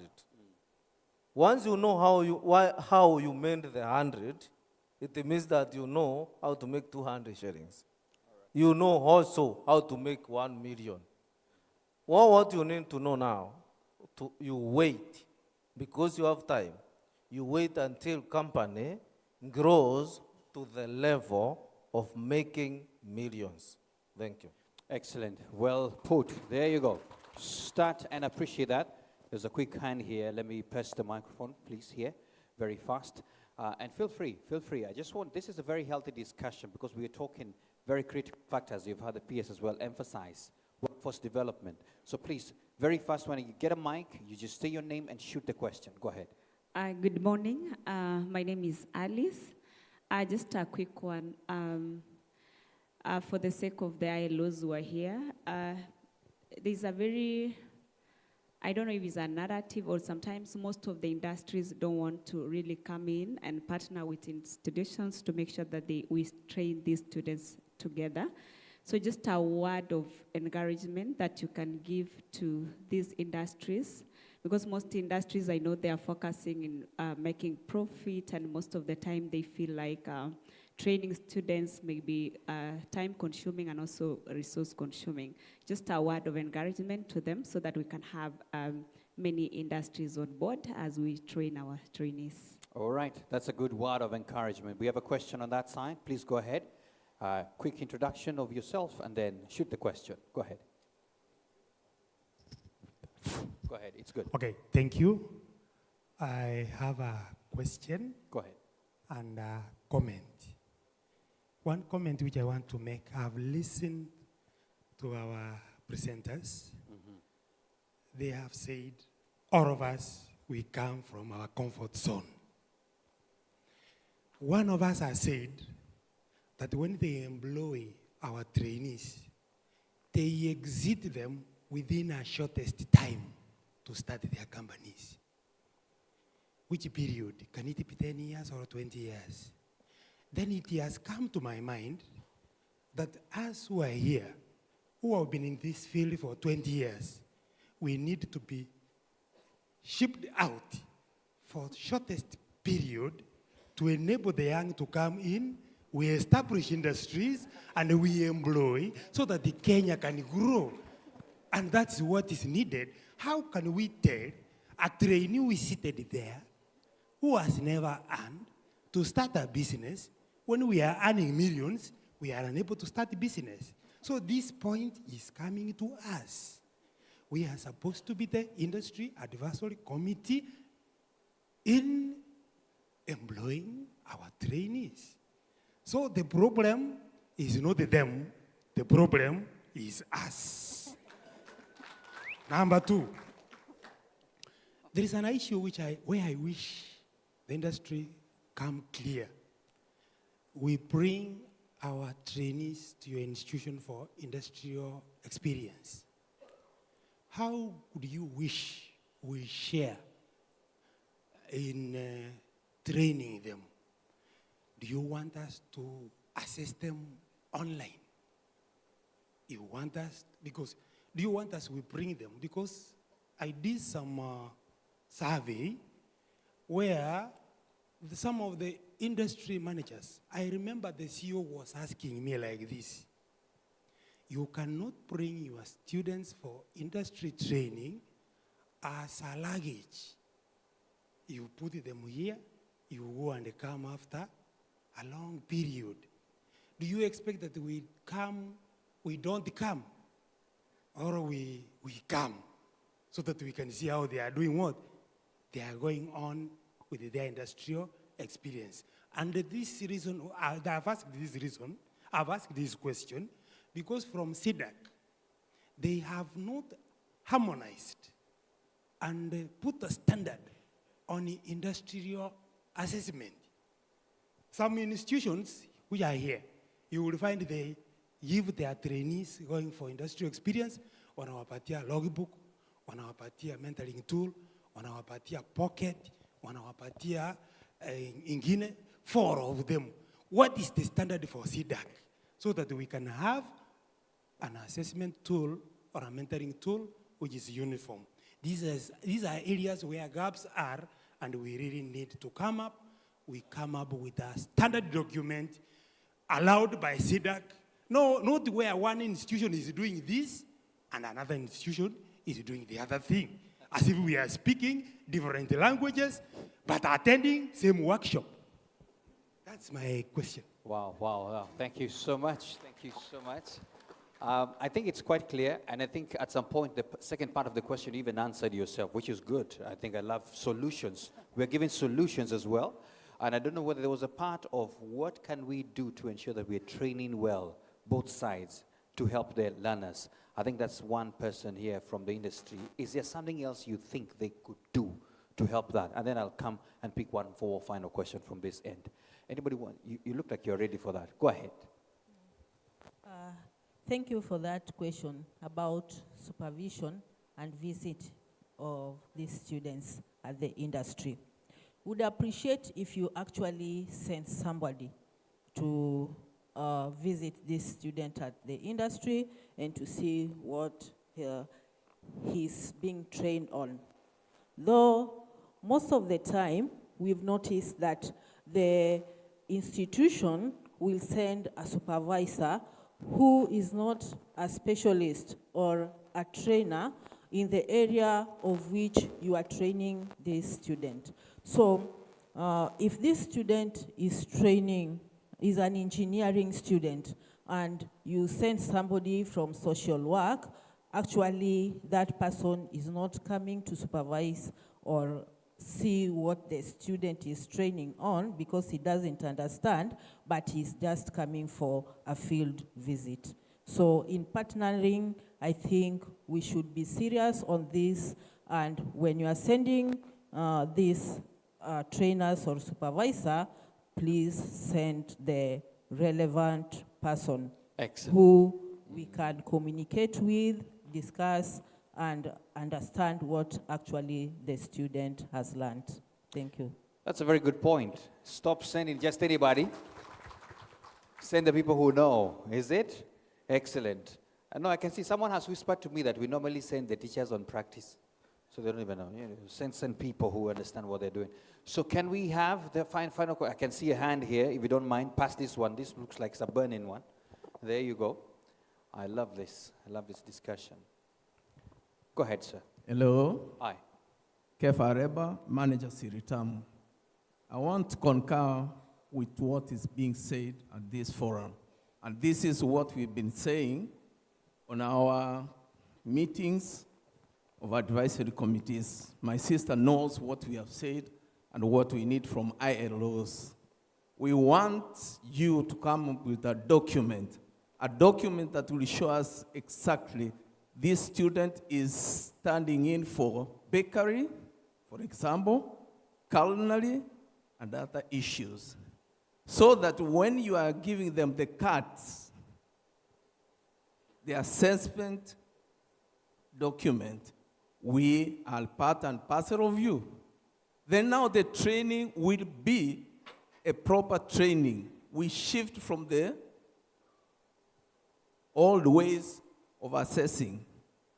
My sister said that you send one teacher to come and assess on different fields. Is that okay? Because if it was hospitality, the student should be assessed by the teacher who is doing that course with the student. Yeah. Because I think the universities we normally are assigned with a certain teacher, doctor, to take you through the course. engagement, the course. Yeah. Now, what are we doing in the TVET? We need such kind of system. Then we in the industry will give you the support on the same, and we'll have the end product that everybody of us will engage and be happy about it. So my comment is very simple, is that let them, the ILOs, let them still engage with us. We'll give them what they want, and let them implement that one. Is what we want, and is what we can be able to give them. We have the machinery, we have the knowledge, we will give them what they want. Thank you. Oh, that's very good. And you're speaking from the industry perspective. Yes, Thank you so much. I am. Excellent. And the teachers and the head teachers are taking note of this. Thank you so much for that. That's a great comment. I don't know whether there's one person I still feel generous here on this side. This side, I know there was some good spirit. Please go ahead. Give the microphone to that gentleman to close for us with that question. That was a good comment, that listen in. They have what it takes. Let's put down a directive that will help us in directing this. Go ahead. Thank you. Yes, sir. I need us to borrow from what we're doing, the dual training. Before we send people to the industry, there's a sit-down between the industry and the institution. And together you develop some sort of a training plan. Because you're taking the people to train, and you're training with the industry. And in the industry, they're not trainers, per se. So once we agree that this is how we've prepared our trainees, and this is where you pick it from, and this is how, or what you expect at the end of it all, then it becomes very easy. And the problem they're speaking about as dumping the students and only going there to assess them will not be there, because actually we've sat down, we've agreed on what is going to be trained, and once they come from the industry, then you're able to pick it up. So that even that continuation in terms of the training. I think that is what is missing, and probably what we need to borrow. I love that. But just to make it straight, are you saying that we need to have a sit down with both sides for us to have this together, like what you're doing with Duo? Yes. Excellent. Lovely. I think that's a very good takeaway as well, that let's have a sit down. I want to come back to the panel now. I can't see any of the burning one. Oh, goodness, they have woken up. Let me just check on the time. Don't worry, I'm on earpiece, so I know why I'm doing this. So let me see, where are the hands? Let me give you, because I can see you're my senior. Let's go ahead. If you don't mind, pass the mic here very fast. Let's agree 30 seconds of shooting the question, and then we answer it. Go ahead. There you go. There is a question here, and this came up yesterday. And the question is, what is the industry doing to address sexual harassment at their workplace, especially the ones subjected to our trainees during attachment? I think this is a very, very important question, and possibly it need be answered in this meeting. I am in industry, and every time a lady trainee comes to my company, I would assemble the team and say this in their hearing. This girl has come to train with us for this period of time. Yeah. I want you, the team leader, and the whole team to take care of this girl. And I tell the girl, if anything came up, you have the freedom to come and talk to me. Because I'm a parent, I have one daughter. I would be very, very disappointed if my daughter came up with a report that she was sexually harassed wherever she's working. I think we need to take this seriously. To allow this lady trainee to have access to the director of the company. If anything happened outside there, you have a right to come to me and tell me this happened while we were working. After all, I'm the father. I believe all those who come to my company, they are as old or younger than my daughter. So I would want them to come back to me, to have an access to me, so that we can arrest the issue of sexual harassment in the industry. It's quite a sad thing to happen. Very good solution proposed there, that let's allow access to the top level for reporting anything that may come. When they feel that freedom, we'll be killing that. There's a lady just behind him there. There's a lady just, we're talking gender matters and balancing, so it's important. Please go ahead, shoot it, and then we can go ahead. Okay, I'm Dorcas from Sigalagala National Polytechnic, the WETED coordinator. I have a question to the industries. We've been having cases where female students do not get designated changing rooms at the industries. This applies to students taking technical courses. For example, those who are proceeding to industrial training for the engineering courses. They will find in most cases, maybe this is a company that is having so many male staffs. And maybe we do not have changing rooms for the ladies, we do not have designated spaces for the ladies. So these female students have maybe to change into their PPEs right in the same space where the male staff do their changing. My question to the industry is that, is it possible you could create a safe space for the female students who are coming to the industry training so that they can find a safe place to do their changing so that they feel comfortable? Good questions. And you know what? Even before we jump to the other, do you have safe spaces now? I have a lot of power here. Do you have safe spaces? Or what are you going to do? Because we need to respond that. Who wants to take that? Sir, let me give it to you. Yeah, thank you. Yes. We have self-contained rooms into which we put the students. Okay.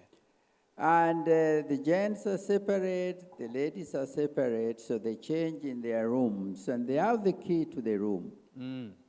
Yes, that is in our case. Thank you so much for that. I picked you because I knew probably you have a very good answer. Now, for anybody in the industry, are we together, sir? Make sure you create safe spaces. That was not just a question, it was a comment from the students that this needs to be done. Allow me to just close on this part as well, because there was a gentleman here who had lifted his hand very high. I'm coming to you, sir. I can tell you I'm coming to you. Please go ahead. The shorter we can ask this question, the better it is, so we can have more time on this. Please go ahead. My name is Professor Hinga. Mine is not a question, but a historical background. Yes, short. For me, yes. I'm happy because what we are doing is we are actually doing what we can say history repeats itself. In early 1960s, 70s, 80s, and the early 90s, the way the training was being done is what today we are talking about. I will give an example of Kenya Power, whereby Kenya Power was taking people for different levels of training after they have done their conventional education. That is Form 4 and the Form 2s who are being trained how? Only to dig holes for the power lines. And this is why at that time you find, because somebody has been trained on the soil sensitivity. And when you are actually digging a hole for a pole, what type of soil do you have? What do you do to make sure that when you have put that pole, it will be there for years? Note that what was happening then and what is happening today, check on the power lines at the hotel. Poor training. Nobody cares about the person who is digging the hole because of training. Same company, were training people for the purposes of transmission and distribution. Somebody goes there after Form 4, he is trained for 3 years, 5 years, and he becomes a distribution engineer. Protection and safety is the same manner. And I think, for me, this is what I have heard today. We are talking about you train somebody who should be able to perfect on what is being done to avoid unnecessary losses, and we have a good economic growth. Thank you. Powerful comment there, Professor. Thank you so much for that. Let me come here, sir, if you don't mind. Pass the mic very fast here. Yes, excellent. I like the brief, straight to the point experiences that we have shared. If you don't mind, pass it quite faster so that we can close on this. Go ahead. Okay, thank you. So there is the issue of a safe place for trainees, and that includes sexual harassment and other harassments. But we also have to look at the reality on the ground. For a small company, it is possible to talk to the top, but big organizations are complex, they are highly structured, and the trainee might be there and not even meet the head of department. So when we are saying that there should be a reporting system where somebody has to report to the top when harassed, for sure it won't work. There is already an existing law in Kenya on harassment and also treatment of trainees. It is up to not just individual institutions, but a forum like this one to institutionalize those laws that they apply in the industry. You cannot go as one unit to talk to, say, let's say BAT, if it's, for example, and tell them we want our students to be treated this way. They want to go there and fit. And for them to fit, law must apply, which can be solicited at the top and say, we need this law to apply because we fear these are the feedbacks, and done confidentially, and then allow the students to survive. Then find other mechanisms of getting feedback on what is happening on the ground, but not reporting on top. It won't happen. Very good. Thank you so much for that. Let's appreciate him. Asante sana.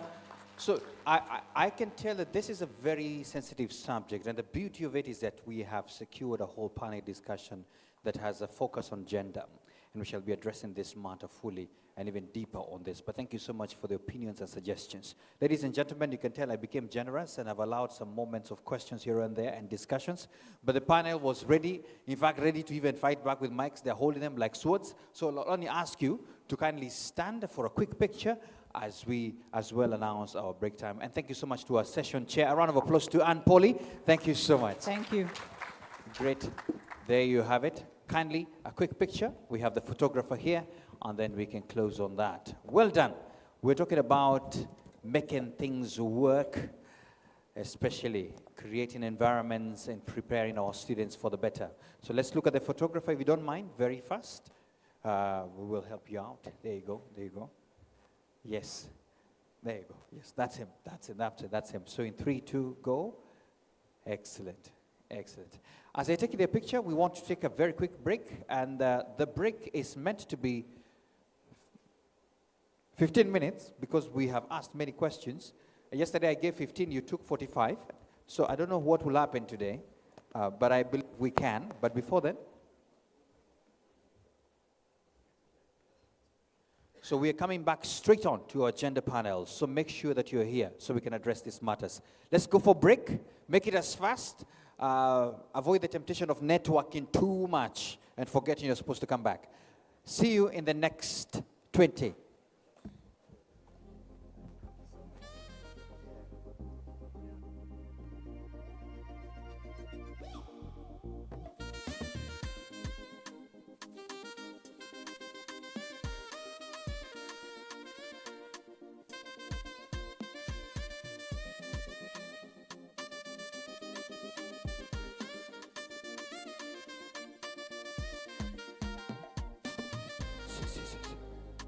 see you at 11:30. 11:30.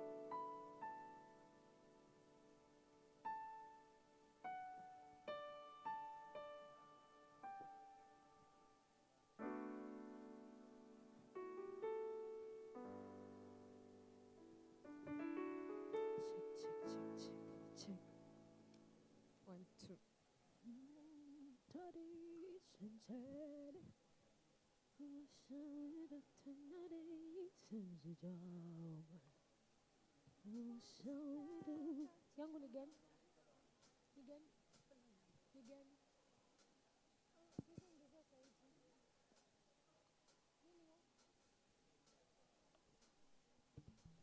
After love, after love.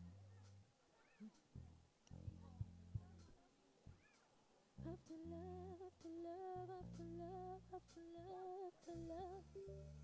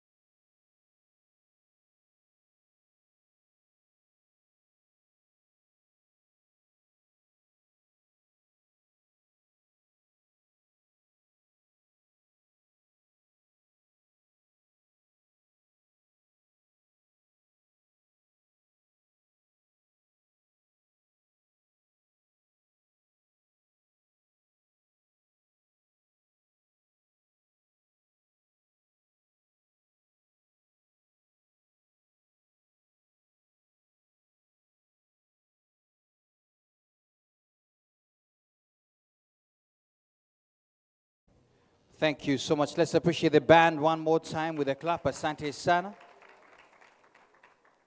Thank you. Welcome back to the after tea session. Thank you for trying to ensure that you don't take a lot of time in it. Ladies and gentlemen, we want to move on to our next session. I can see people are settling in. I think I can give you 60 seconds to settle in. What can I do with my 60 seconds? Sometimes one of my hobbies is to collect jokes. Just listen to this one. I collected somewhere. Listen to this one. Those people who drink tea with no milk and no sugar, why don't you just chew the tube at the tea bag? It's just a joke anyway. So, welcome back. Now, we want to move on to our session, and the panel session is on Skilling Without Limits, Gender Equality in TVET. Gender Equality on TVET. And we will have the first being a keynote address on advancing gender equality and sustainability in TVET. That will be our session on advancing gender equality and sustainability. And just before I call in our speaker, just to remind us that we can always interact with the sessions that we have here, and by even giving your comments and your addresses as well.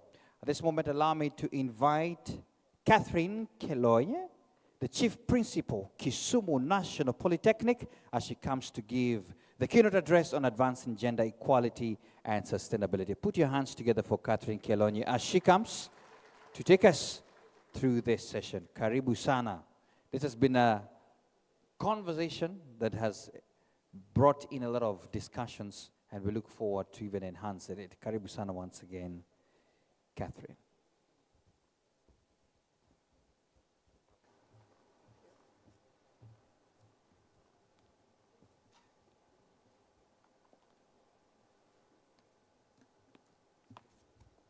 The chief guest, PS State Department for TVET, Dr. Esther Thara More, and all protocol observed. Good morning. Thank you. Presenting on advancing gender equality and sustainability in TVET with a case in viewpoint of the Kisumu National Polytechnic.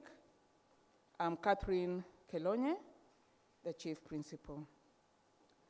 Our experience on gender equality, we take note that gender equality is a fundamental principle and not just a goal. Gender equality enables the society to grow as we aspire to progress. It determines our future. It shapes how inclusive, resilient, and innovative we become as a society.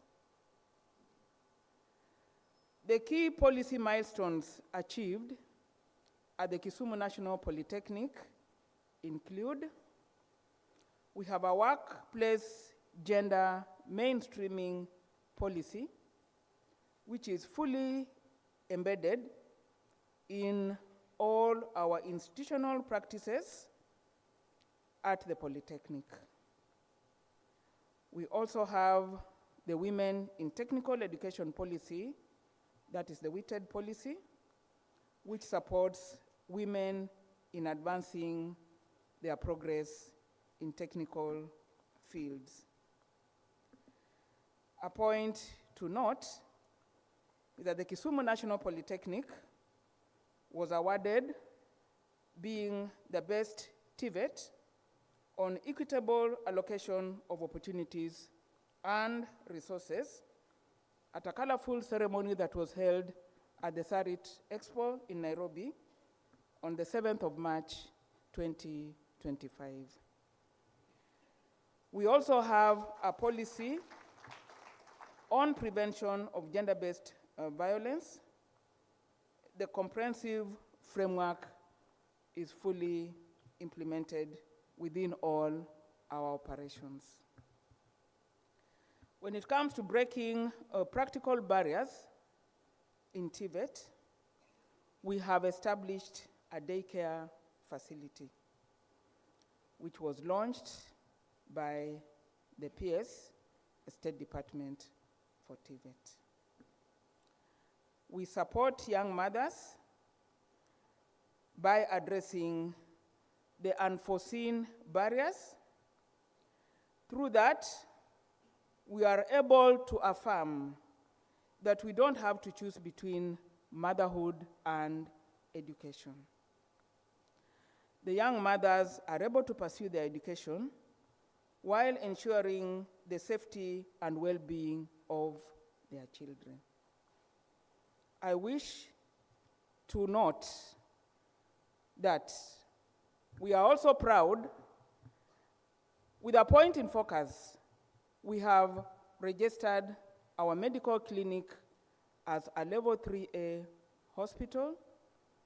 And last week, on Friday, we conducted our first successful delivery of a bouncing baby boy,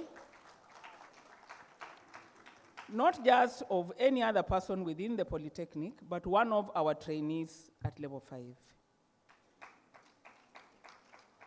This girl sat her morning paper and completed successfully, then walked out to the clinic. Because of the confidence she has in us, she walked to the clinic. She actually almost delivered on the corridor.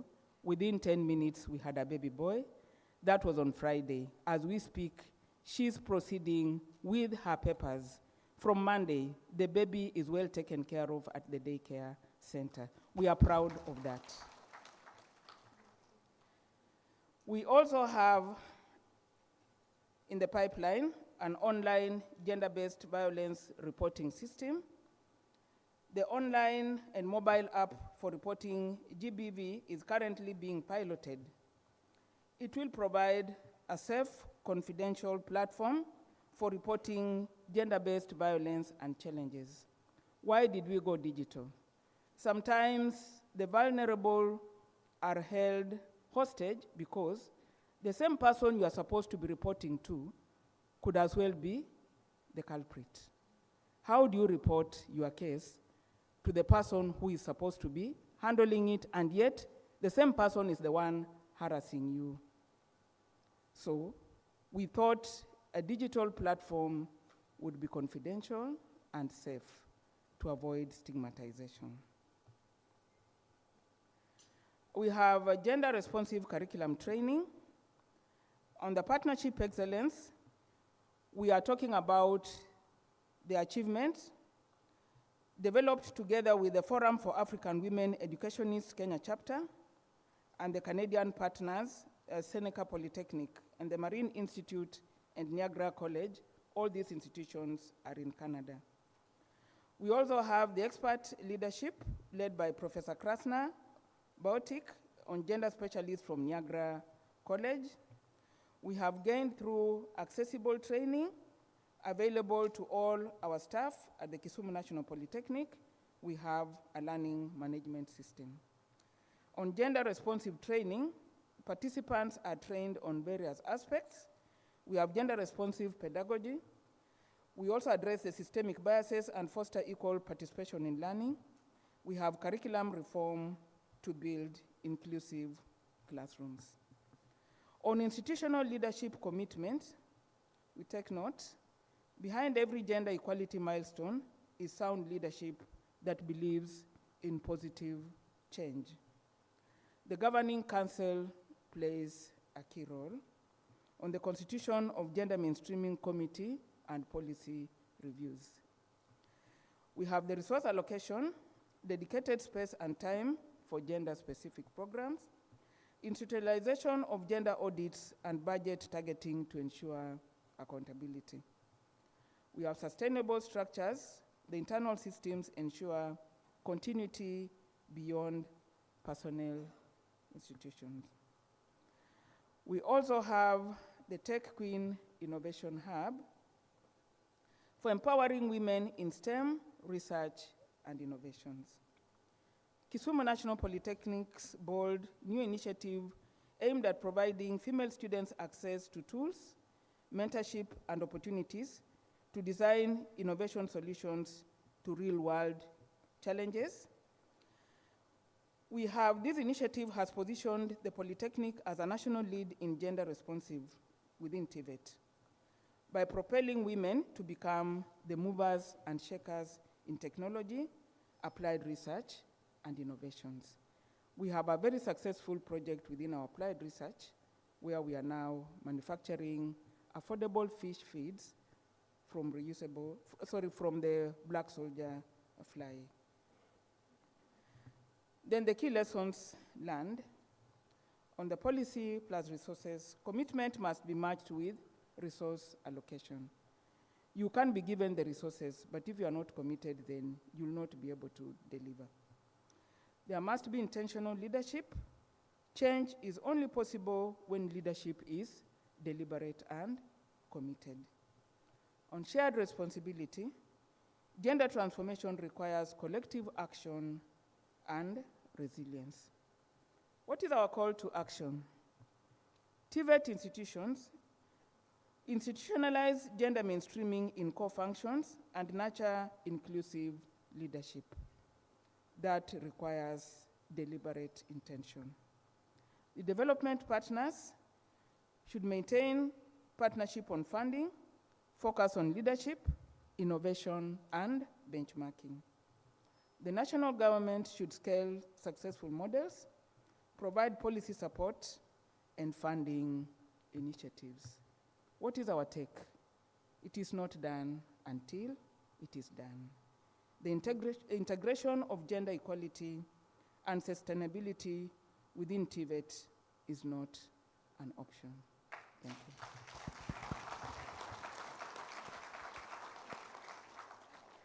Thank you very much. Wow, what a statement. It's what? It's not done until it's done. Thank you so much for that. Let's appreciate her one more time. Asante sana, Catherine, for those statements. Chief Principal, Kisumu National Polytechnic. I want to invite us now just to set the stage on gender mainstreaming. We have a documentary that we're going to screen right away. Over to you. Where youth unemployment hits hard, young women face a double challenge, fighting stereotypes while chasing their dreams. But change is brewing. The Kenyan Constitution promises equality, yet the gap persists. So how do we turn promise into progress? This is the story of how technical and vocational education, powered by the Young Africa Works in Kenya TVET program, is dismantling barriers one skill at a time. Because when women thrive, economies rise, and Kenya's future is being built by hands that refuse to be held back. It's been quite a journey, creating a lot of awareness, working together with the institutions to ensure that they do a lot of community awareness to see that we increase the enrollment of young women. We have seen institutions where we had zero numbers in terms of girls' enrollment in STEM to a level where we have quite a significant number of enrollment of girls. Being a lady doing electrical, you know, as we walk outside there and to tell someone that I'm doing electrical, someone just asks, why, guy, a lady doing electrical? And I feel great. As I leave Bondo TTI, I leave at least 5 to 10 ladies following me, so that as I grow, I go higher, I mentor them, so that they become like me.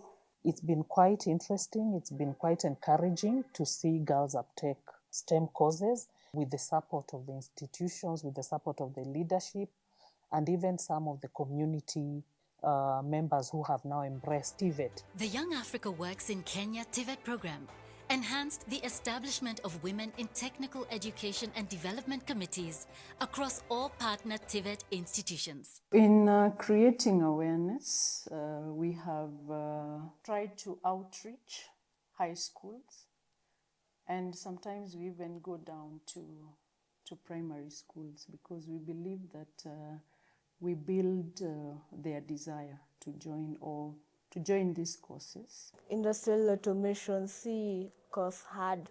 It's just like kama electrical engineering and other courses. So ni venye tu watu hugopa juu ya machines, but mtu who learn pole na anashika, si ngumu. We have already broken the bias, whereby initially people used to think that the same courses are meant for gentlemen only. These days, even a lady, wherever she is, she can join any STEM course, and it is a course like any other. To increase women's economic participation, the Young Africa Works in Kenya TVET program, through a partner-driven participatory approach, has built the capacity of TVET institutions to develop and deliver gender-responsive training to reduce the gaps in the TVET sector. A lot of capacity building has gone into this. We built capacity of the gender mainstreaming committees. We helped them establish 2 gender mainstreaming committees. One was just called Gender Mainstreaming Committee, while the other one is Women in Technical Education and Development Committee, which oversees the implementation of strategies to encourage young women into TVET, but also in STEM. We are happy today to state that the policy has been working for us in the area of making sure that gender-responsive training is being done, especially to the CBET classes, and also to make sure that they get the relevant skills which are gender-responsive for the trainees to transit into the employment or entrepreneurship. Since we started the program up to now, we have had several trainings with Hamba College. They have trained our trainers. They have also capacity building. Through those trainings, it has helped us as a committee to first review our gender mainstreaming policy. We have also developed 2 more policies, that is the sexual and gender-based violence policy. We have also developed the Women in Technical Education and Development policy. For many young mothers, pursuing an education comes with an impossible choice: chasing their dreams or caring for their children. Through gender sensitization from the program, partner TVET institutions made progressive accommodations to enable mothers to participate fully in competency-based education and training programs.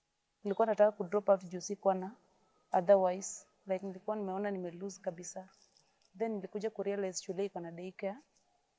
Nikaamua kuleta mtoto huku. Hiyo mind ya kuacha shule ikatokanga hiyo. Hii daycare imesaidia wanafunzi sana. Kwanza wakati wa mtihani, wakitaka kufanya mtihani, wanarauka, wakileta watoto.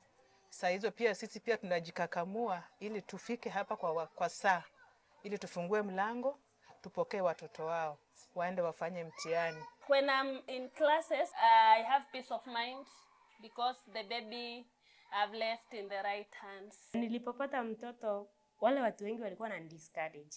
But ile wakati nilikuja, nikajua kuna vitu kama mtoto nitakuwa na pa kumwacha niende class.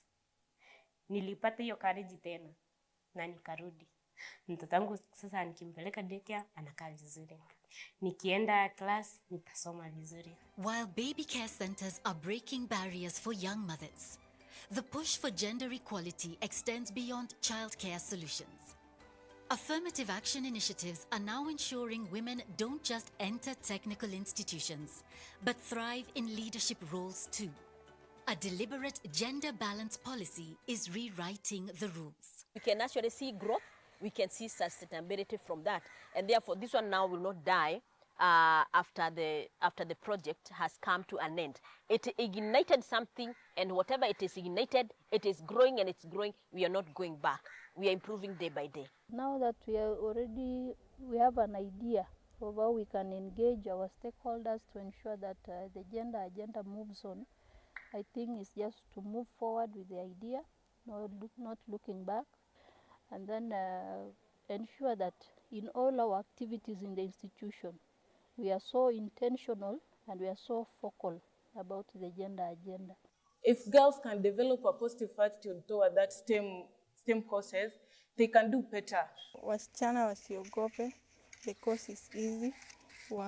Na huko nje, the job opportunities iko on demand for ladies mostly. The groundwork has been set, but the mission isn't over. The Young Africa Works in Kenya TVET program has opened doors for everyone. Educators, employers, policymakers, and development partners need to keep the momentum going. Because when a woman gains skills, she doesn't just change her own future, she transforms the community. Institutions have really embraced gender equality and addressing those gender barriers. By the time we were starting this program, there was no budgetary allocation for gender mainstreaming activities. But to this end, you find institutions allocating gender responsive budgets so that they are able to address some of those challenges that emerge as a result of gender related barriers. That transformation for me is my legacy. And even post Young Africa Works, I still feel that the structures like gender mainstreaming committees will continue with the journey of mainstreaming gender across all levels within the institutions. Through gender-responsive training, inclusive policies, and unwavering support, Kenya's technical and vocational education and training institutions are proving that opportunity knows no gender barriers. When women thrive, communities do too.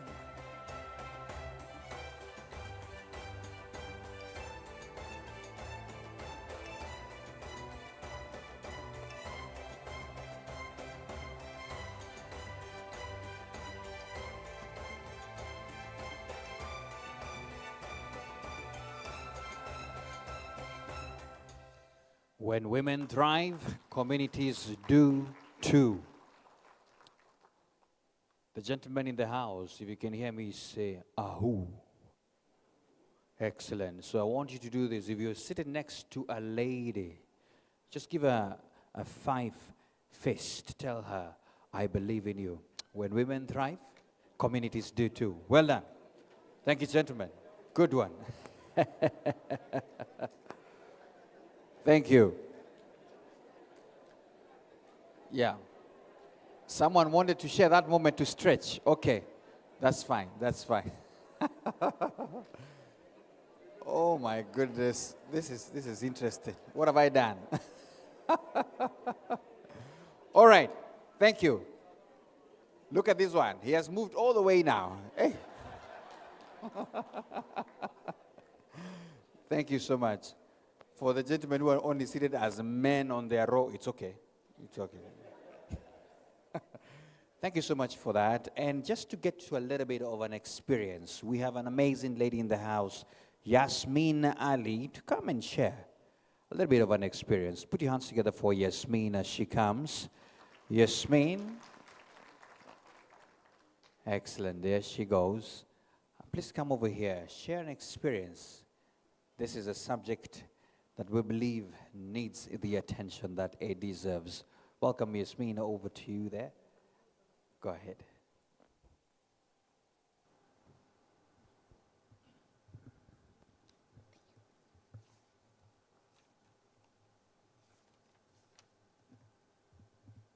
Honorable guests, CEOs, principals, deputies, register councils, ladies and gentlemen, good afternoon. My name is Yasmin Abdi Ali.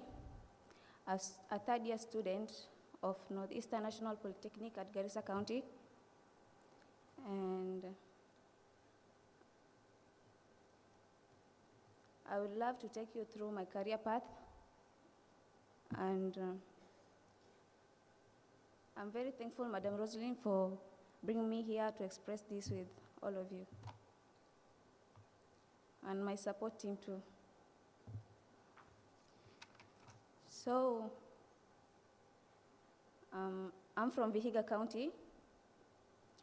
I was born there, and we moved to Kisumu. I studied there, and I used to love math, by the way. I don't know if it was the fish, I don't know. I used to love math very much, and sciences, okay? Then, my mom was a business lady. My dad was out of the country.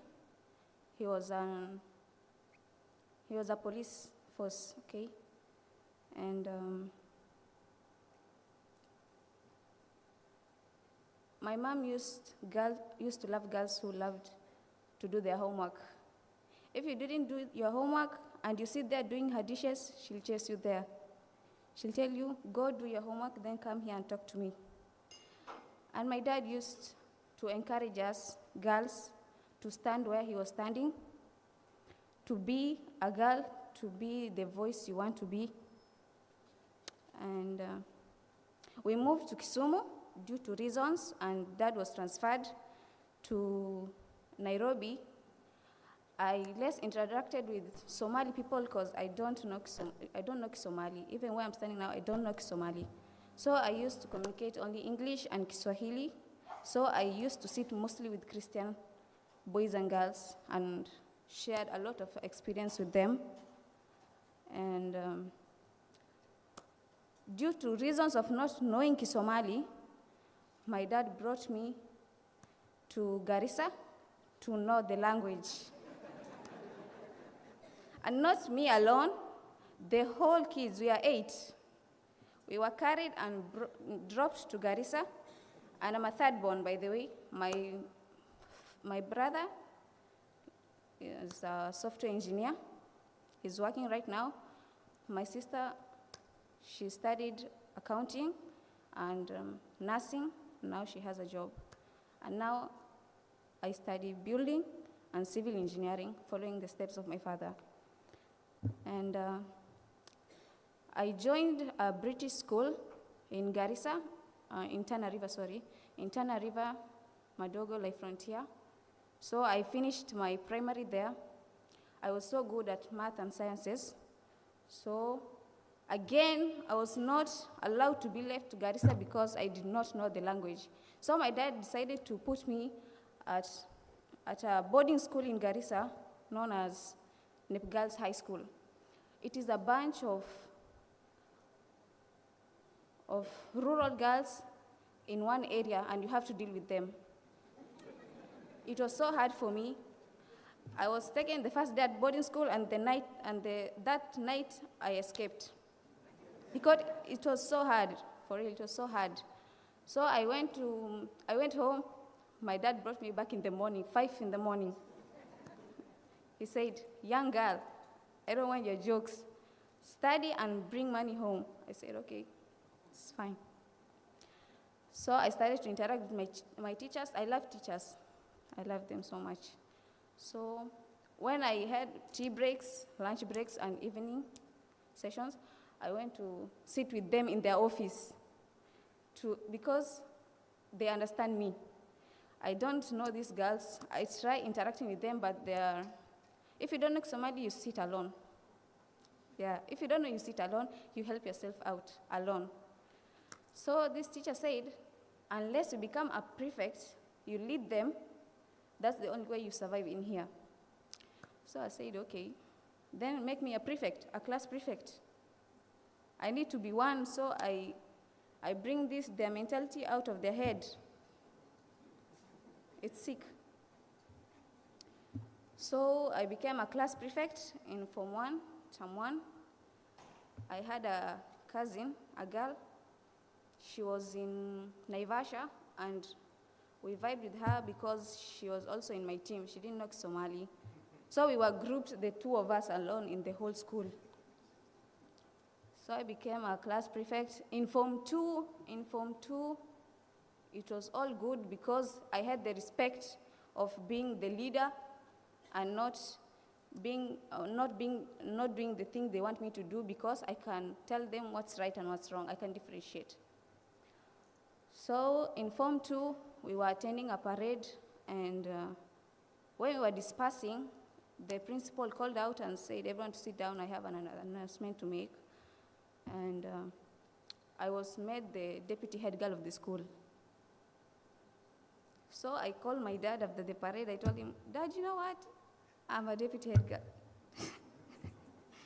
So he said, oh, that's nice, that's nice. Then lead. I said, okay.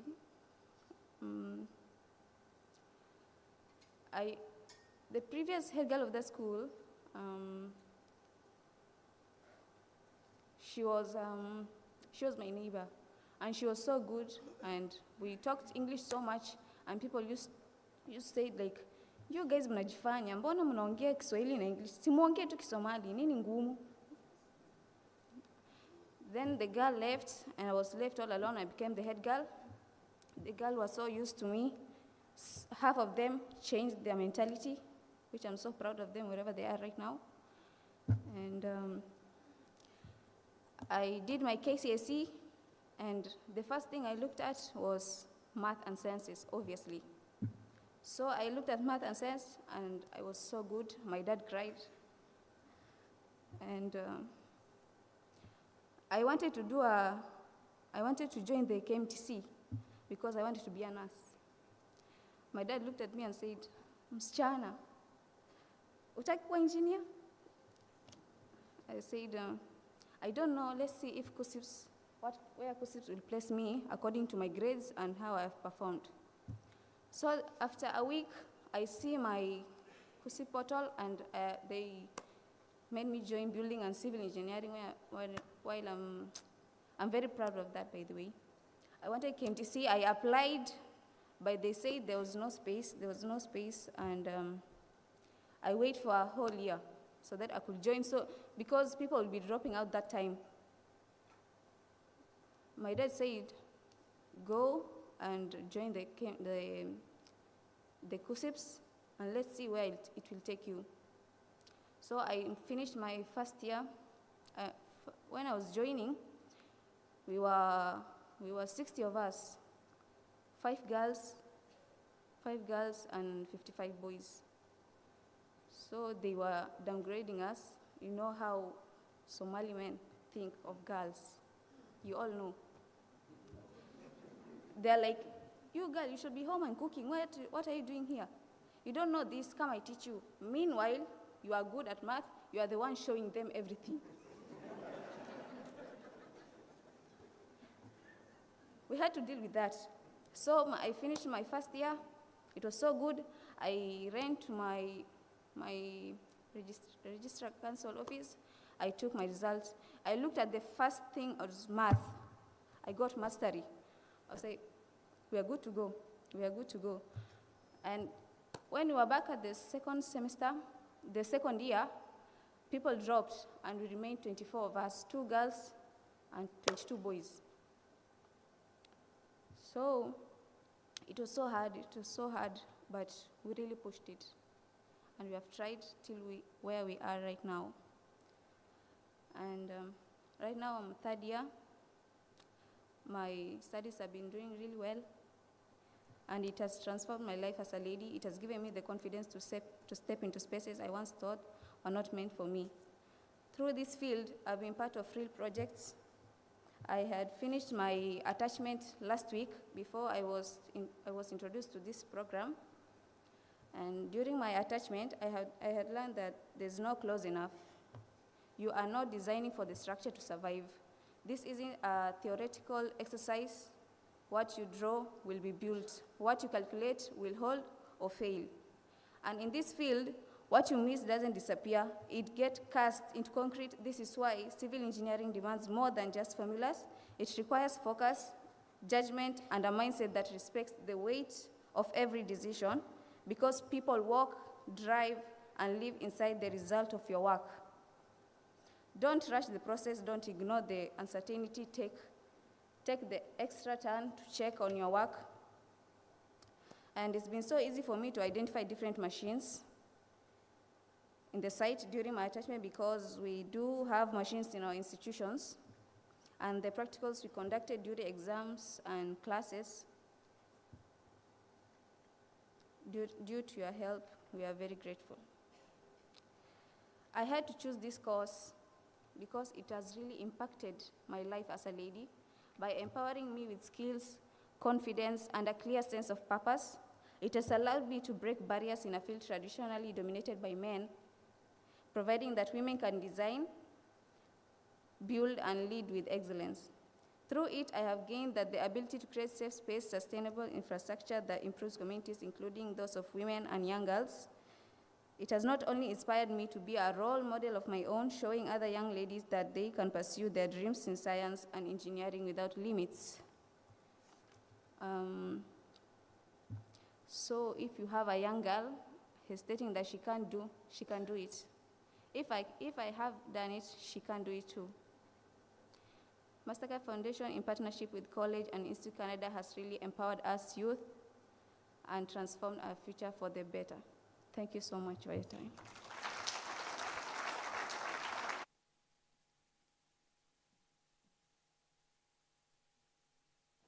Thank you so much, Yasmin, for that. Let's appreciate her one more time. Keep moving.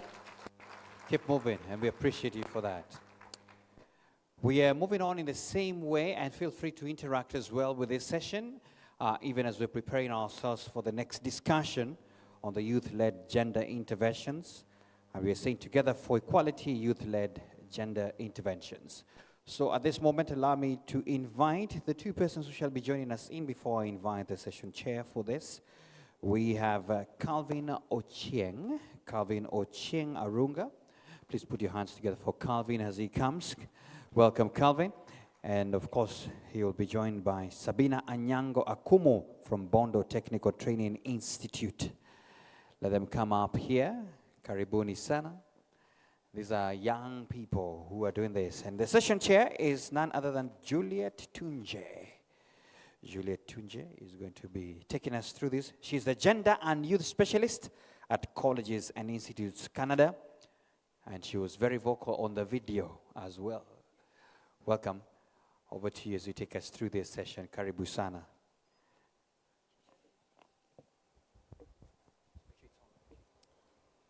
Thank you. Yeah, the chief guest, PS State Department of TVET, Dr. Esther Mori in absentia.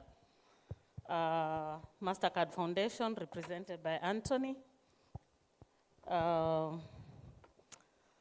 Saikan, Caroline Meist and Moritz.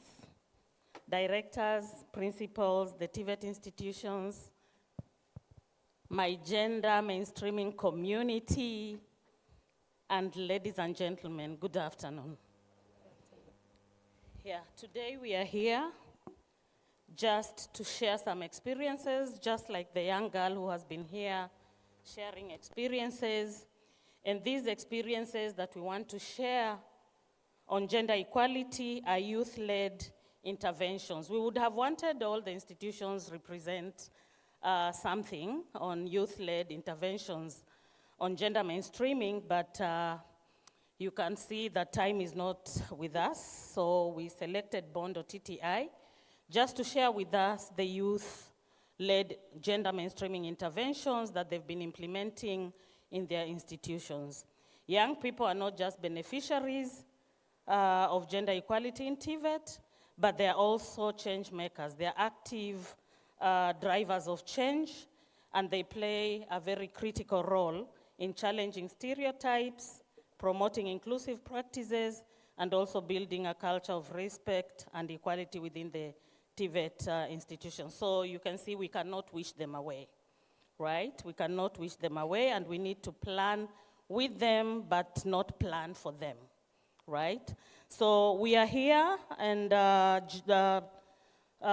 Bondo TTI has been having some interventions that the young people have been at the forefront of implementing these interventions just to promote gender equality.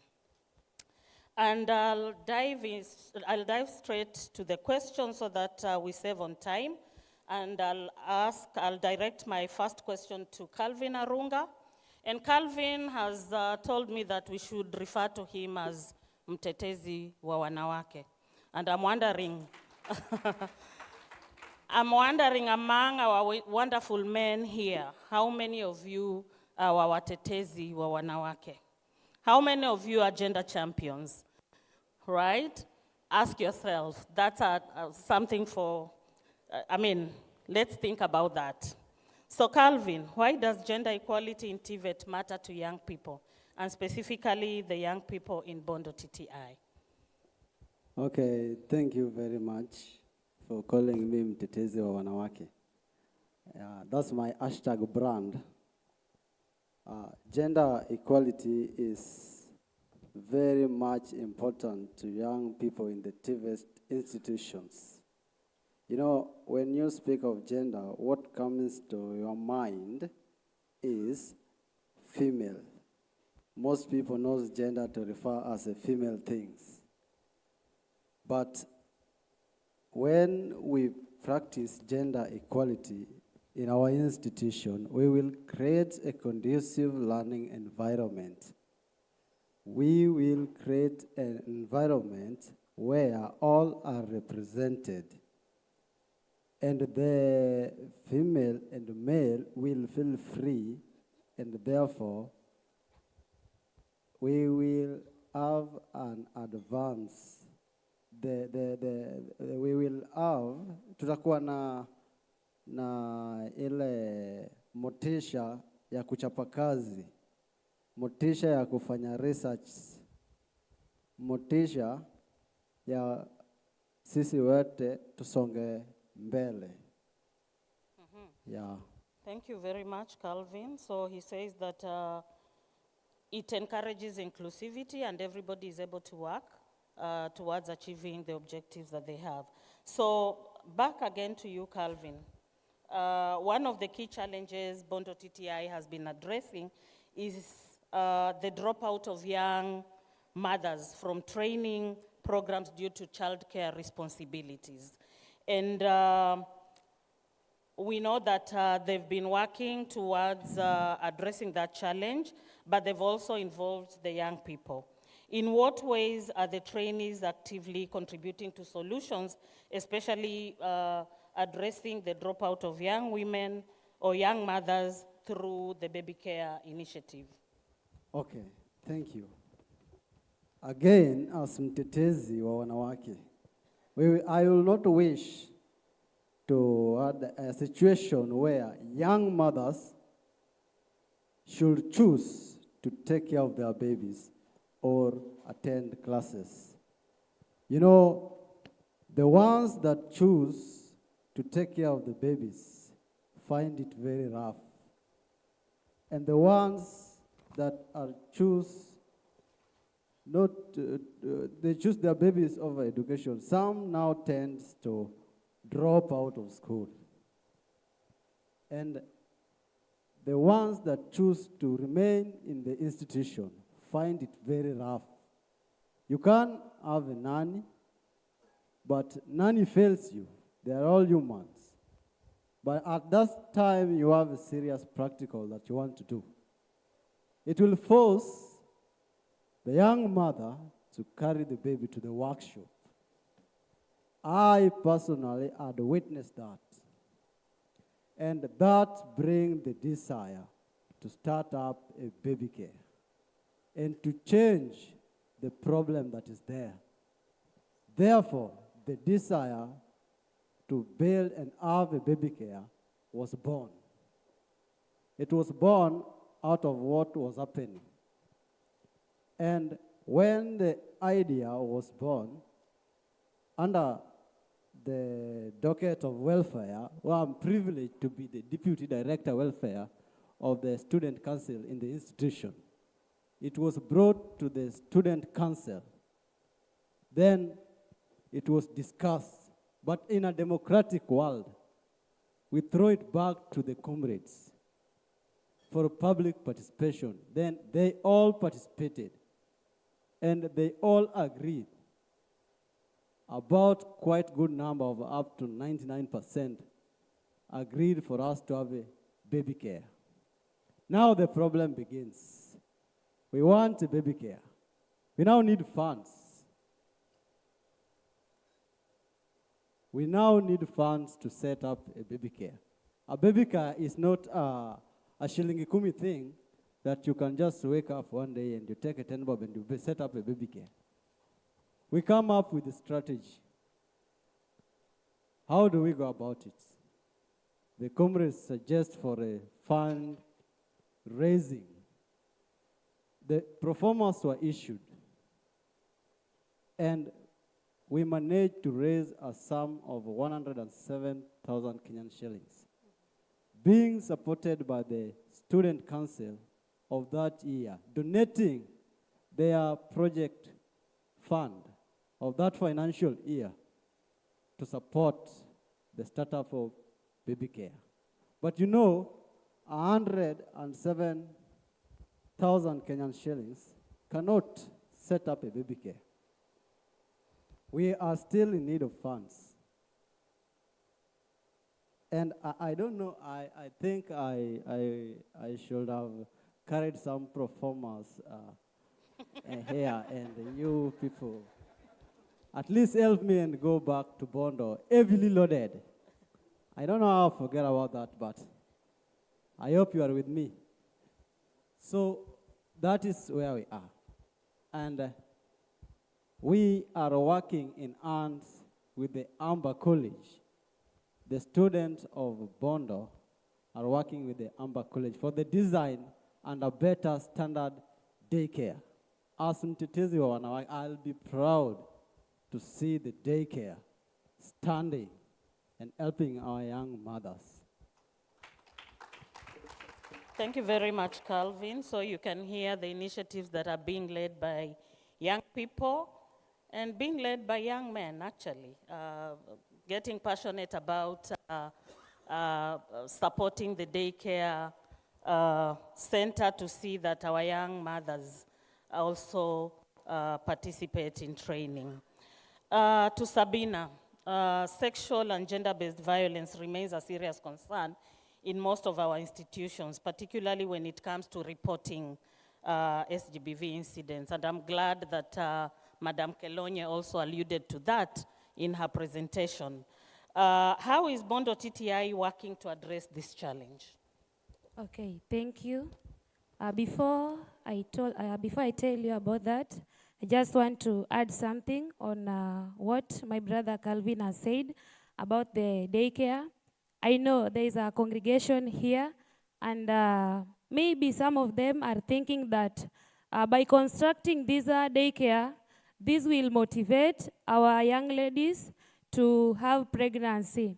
I want to tell you that at Bondo TTI, we are doing sensitizations, and we are also teaching our trainees on the importance of that daycare.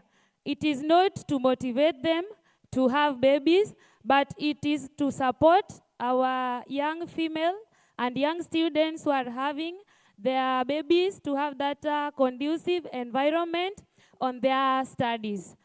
If I come back to your question, madam, SGBV has been a problem, not only, I can say it has been a problem worldwide. Not only Bondo institution is affected, but I think you all know about that. So in Bondo TTI, I can say that I'm also a victim of SGBV. Early this year, I was working at a company, and I found myself when it reaches a point, nilifaa kupewa salary yangu. Then the manager said, I have to engage with him is when he can pay me the salary. That made me to lose my job, and that's when I moved from there and went to Bondo TTI. I want to say that I'm very happy because at Bondo TTI, the trainers and even the trained trainees are there to support this issue of SGBV. I was we have two trainees, two trainers, Madam Violet and Madam Mercy. I talked to them and I told them about my story. They talked to me and they made me know the importance of having control over my feelings. So I came to understand that this thing is normal, and we can do sensitizations. We can also teach our, like my fellow trainees, on how to overcome them. Also, I want to say that in Bondo TTI, we have created safe spaces. Like we have the 2 WhatsApp groups for male and for the female, of which, because you may find that maybe mtu ako na shida fulani, amekosewa, lakini hana hiyo courage ya kwenda kuambia mwalimu, because maybe anaweza ogopa nikienda na niambie mwalimu, maybe anaweza share. But I don't mean that our trainers are like that. Hiyo ni feeling yenye mtu anaweza kuwa nayo. So because of that, we have those two WhatsApp groups where somebody can share his story and we can learn from each other. Yeah.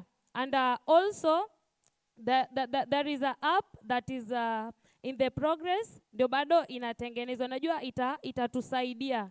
Na hapo pia unapata ya kwamba we have the trained trainees, Gloria Zanel and Oscar Lawrence, of which they're working with the Shofco, and this has helped us as a Bondo TTI, because if there is any case of SGBV, we are able to handle them through the Shofco and even in school, because we have already been taught. I'm very happy about that, because I just joined the school this year, May, and by now, I can stand strong and handle such cases also. Thank you, Madam. Yes. We have a misconception that when we establish the baby care centers, we are encouraging girls' pregnancies. And you can hear from the young people themselves that it's not about that. It's about providing opportunities for our young mothers to also participate in the TVET space. Back to you again, Sabina. I would like you to walk us through the motivation behind your beekeeping project at Bondo TTI as an income-generating and economic empowerment initiative aimed at supporting female trainees. How did it start, and how is it supporting young girls in the institution? Okay, thank you, Madam. Just the way I've told you that I just joined the school May this year, and when I joined the school, I found that there is a beekeeping project. There were so many clubs. In fact, I am a footballer, but the way they were doing it, I was just interested in it. Because you find that in high school, we were doing agriculture, where there was a topic of apiculture. We were doing this, but there was no practicals. And when I came at Bondo TTI, I found that they were doing it practically. Yeah, and this motivated me. I wanted to know more about it. How can I do it? And I thank God, because under the trainees that were trained, Gloria and Lawrence, they have been taking us through and teaching us on how to handle the bees. And I want to tell you that even now, if I can be given even the beehives, hata mimi naweza fuga bees zangu, because I have that skills. Okay, the project started at last year, 21st, this September, and we have been moving well. By that time, I was not in school. But by now, I want to say the main reason why it was started was because from that beekeeping, we come out with honey, and this honey, we sell it, and the money that we get from there, we use to support our ladies who are vulnerable and cannot pay their school fees. And I want to say that from the first harvest, we managed to harvest 10 kgs of honey, and for the second harvest, we harvested only 1 kg. That was due to the season. There was drought, and you know, the bees need nectar so that they can, it can support them on their working periods. And also the third harvest, which we did currently, we had 9 kgs of honey. And I want to tell you that this project has really motivated me because even the exams that we did this month, it helped us when we were doing hands-on practicals because kufuga bees pia unapata tunapanda sunflowers because these sunflowers ndio bees wanatoa nini? Wanatoa nectar. And out from that sunflower we were to extract na tutoe mafuta kwa hiyo sunflower. So ilitusaidia kufanya practical yetu ya CDAC. Not only si ya kwamba hii project ni ya wasichana tu peke yao. Hapana, kwa sababu we are being led, as I told you before, we are being led by Oscar and Gloria and wengine pia kuna wako. So like by now we have 12 students that has benefited from the project. Me being the first beneficiary, because I told you before, I have the experience and I have the skills. I can make my own apiary na nifuge bizangu na hata mimi nianze kupata pesa. Na hata kuna wenye tulijoin na wao already wako na beehives nyumbani, bees zimesha ingia hapo na wameanza process yao. Thank you very much, Sabina. Yeah. You can see, though the project is still young, but already it's benefiting a number of our young girls to remain in school. Calvin, do you have anything to add to that, to the beekeeping project, before we move to the next? What I have to add is just to congratulate my former principal, Mr. Sawanda. Mr. Sawanda, where are you? And my current principal, Mr. Maricus, for having allowed the project to take place in the institution. Yeah, and whatever my colleagues say, I am in agreement with her. Thank you. Thank you so much. At Bondo TTI, there's a lot of male engagement, and especially from the young people.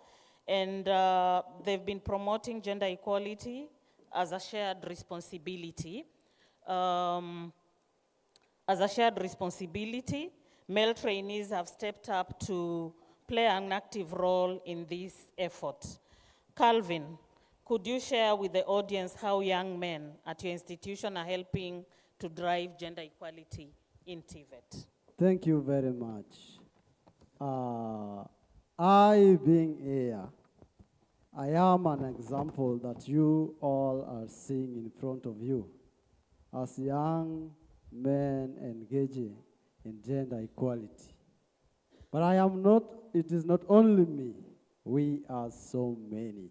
And I want to tell you that even our school chair, the current school chair of the student council is part of this. And the other time, when they were extracting honey, when they were doing the harvest, aliweza kuumwa na nyuki kidogo. Mdomo ya prezo ilikuwa imefura sana. So you see, men are engaged in this. We have Oscar, who is a trained peer counselor. And of course me, I am also a trained peer counselor. And so we are many and sensitizing men to join us in this team, to change the narrative that the gender thing is for the women. It is for ladies, it is for female. If gender thing is for female, why is it when you are given a form, you sign on male and you sign for female? So it is not for only female, but it is for male. That is what we do. And even during the hygiene menstrual day, I had to participate strongly and to show my fellow young men there how to put a sanitary towel on a panty. If we had got a panty here in the sanitary towel, I would have shown the young men, the men that are in the house, how to do it. I know a good number doesn't know to do it. Tumesikia hiyo? Sijui kama tumesikia. Ebu repeat. Just repeat that. Yeah, I'm saying that, you know, to be a good father and a good brother, like me, future father, and the current now a brother, I have to learn how to put on a sanitary towel on a panty. Yeah, to assist my younger sisters who are in need of it. So if we had a panty here, I will have demonstrate to you how you people are doing it, and you see. If you think it's just a story, you can follow my TikTok page. You will find it posted there. Yeah. Thank you very much, Calvin, for sharing that. Have you faced any challenges being a gender champion? Yeah, challenges are there. First of all, they are saying that you are involved in women thing. Gender is for women thing. And now, as a trained peer counselor and as a gender champion, I see that I try to sensitize my fellow young men.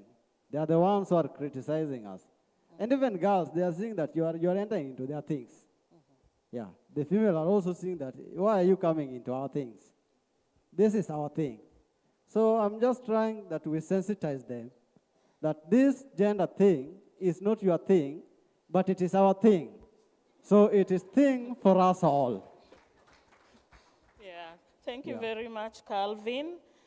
Just to comment that all these interventions were informed by agenda research that was conducted by Bondo TTI, where they tried to identify the needs of young people, young men, young girls within the institution through the support of the research coordinator and the gender lead at Bondo TTI.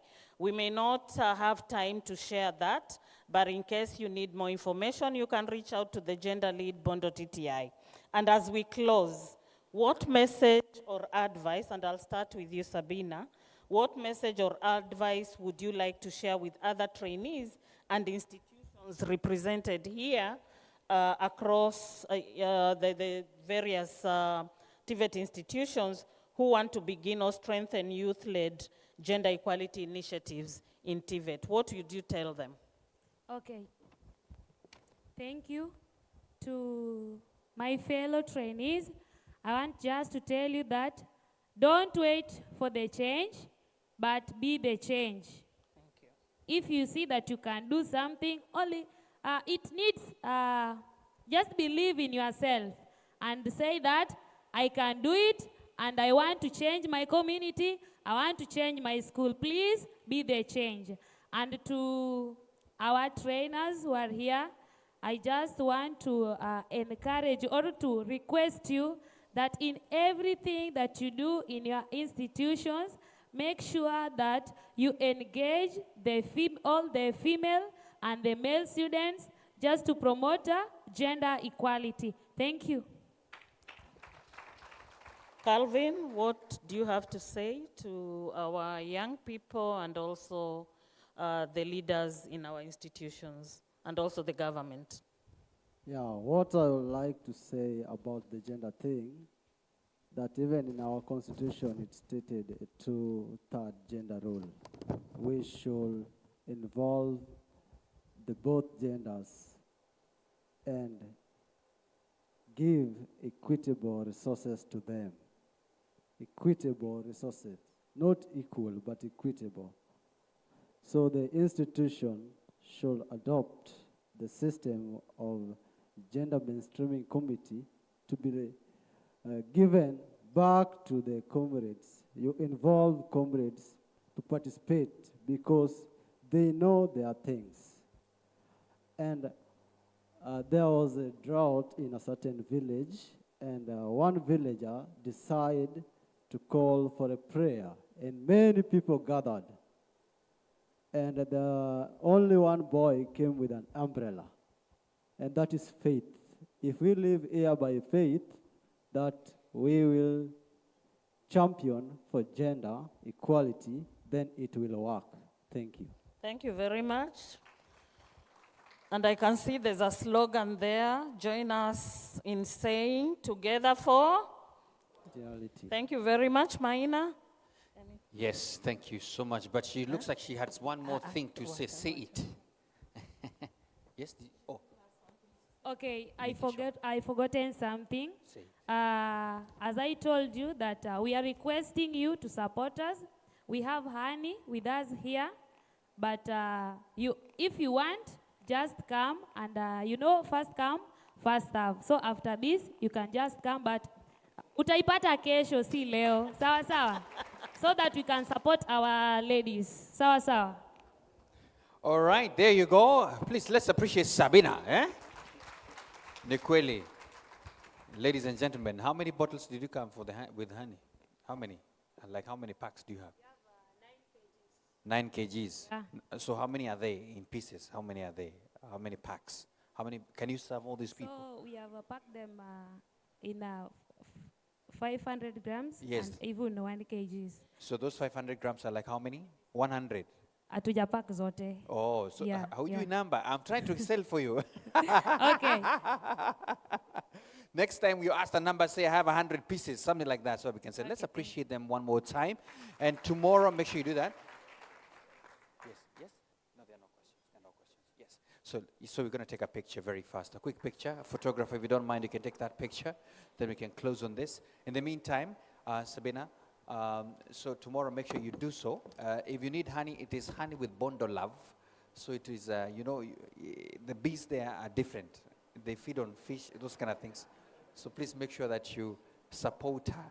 She has said it, and it's important that we support her so that she can be able to continue on with that. I like people who take opportunities, She has stood there and said, listen, all of you guys look like you need honey. So it is important. There you go. And it's so good to take sugar, Honey is better. Just trying to market her. Are we good? Excellent. Thank you so much, ladies and gentlemen. Let's appreciate the panel one more time.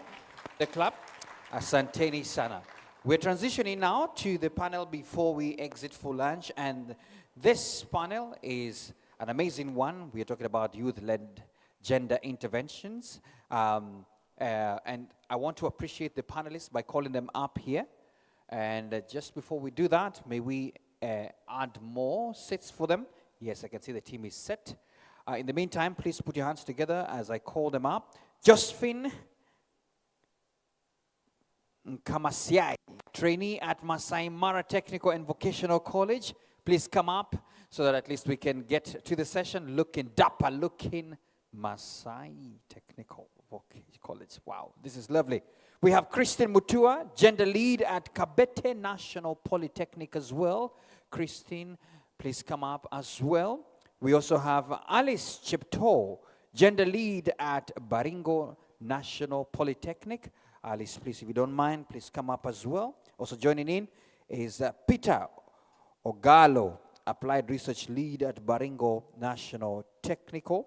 Please come up here. And our session chair is Lynette Tanui. She's right here, gender specialist at Colleges and Institutes Canada. Lynette has over 15 years experience in advanced and inclusive development in Kenya with expertise in gender, disability, and equity, and has led transformative interventions in agriculture, education, energy, health, climate, resilience, and the blue economy. And as the table is being set for you with the water, allow me to also say that her work focuses on dismantling systemic barriers and empowering women, youth, persons with disabilities, refugees, and other marginalized groups. Over to you, Lynette, for this session. Okay, I understand Selena Wanyonyi as well. Please put your hands together for Selena Wanyonyi. She's right here. Please put your hands together for her as she comes as well. Thank you so much, Selena. Thank you. Beautiful. All the way from Mathenge Technical Training Institute. Karibu sana. Yeah, thank you so much, Mashara, for that. Yeah, so this session is a rejoinder to the many sessions, and we've also watched the documentary on gender equality. So we want to make sense of the data we've been seeing. You remember the data that was shared by my colleague Eric yesterday? Maybe I need to remind us.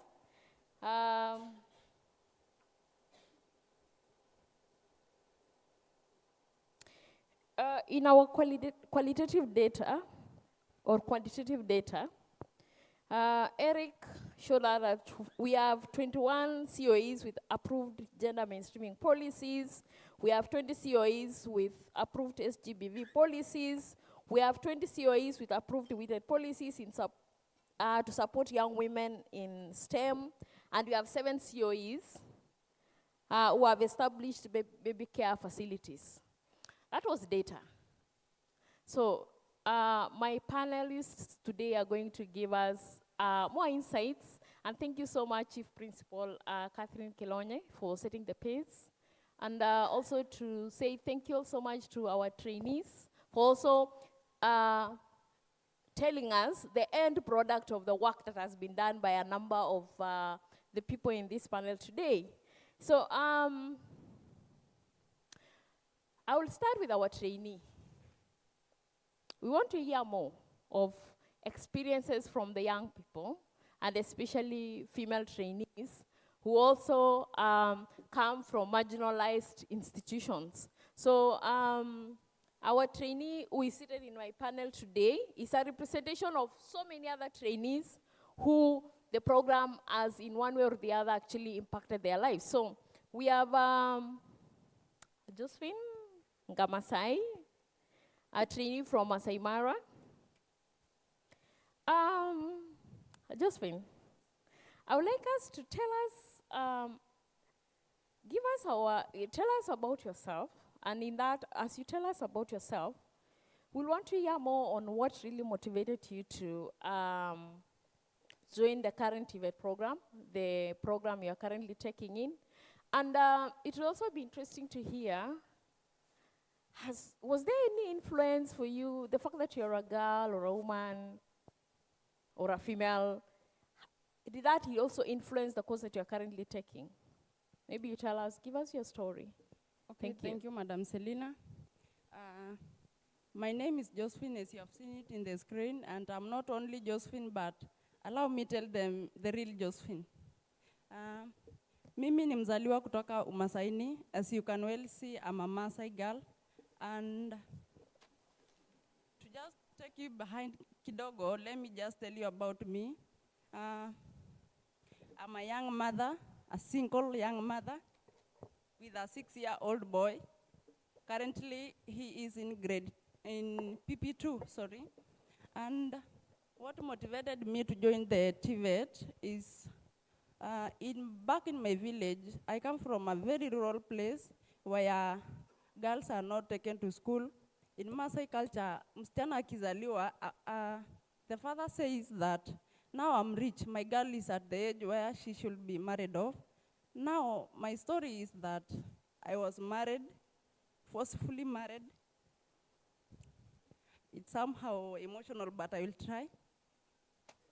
I was forcefully married wiki tatu, 3 weeks, but by the help of my village chief and a person known as Kaputa Joshua, Peace Ambassador Naro, I was rescued from the marriage, and I went back to school. And currently, I'm an activist of early marriages and gender-based violence. As you can see, I have a badge. You can see I have a badge. My voice, my power, my voice. The Canadians came, I don't know what's the good thing about these white people. Actually, you're just that good.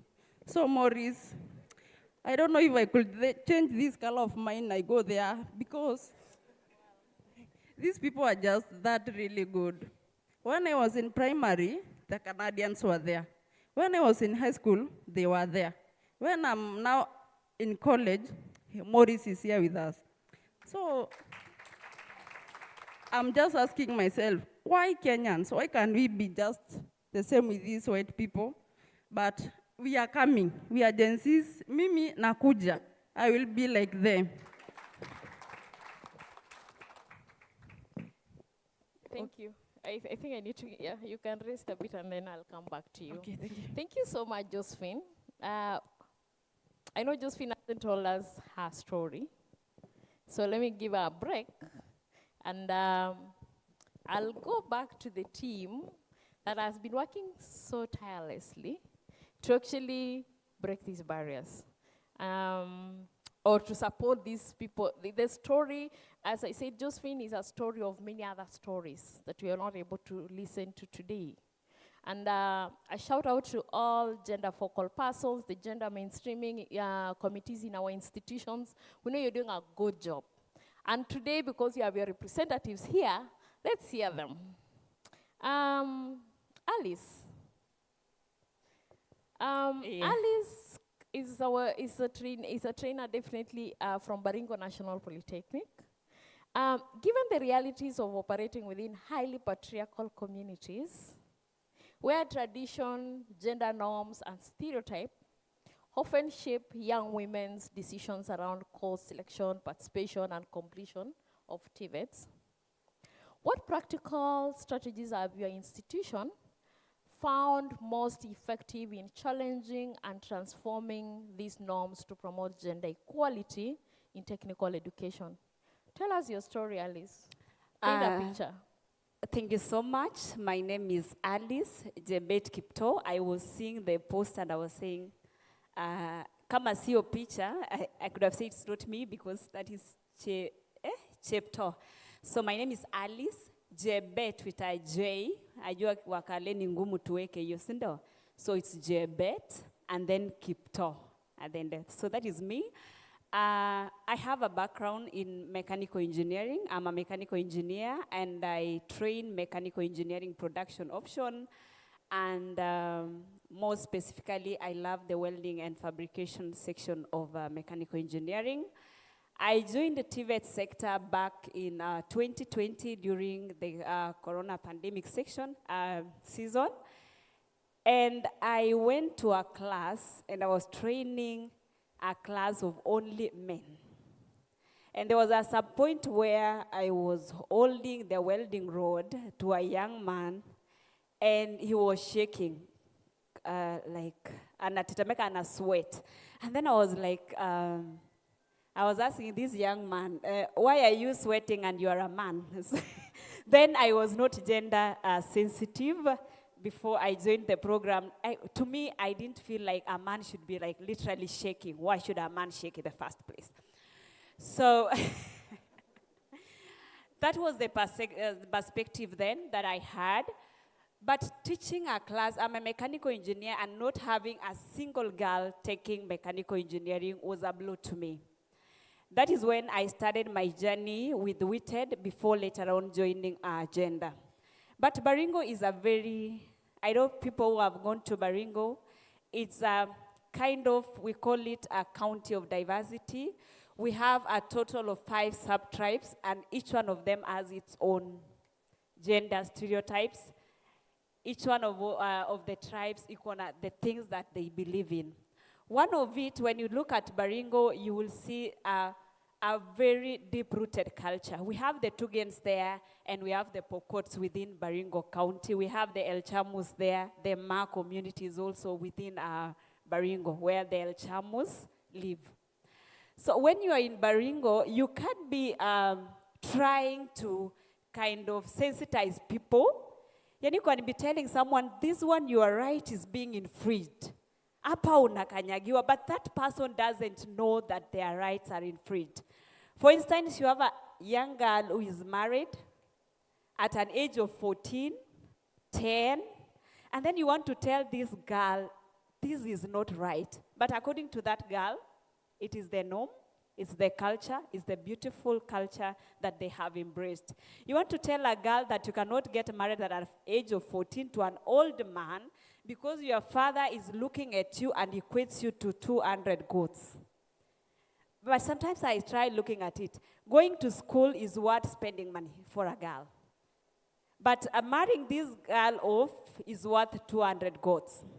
So you leave the men choosing. Should this one go to school or I get the 200?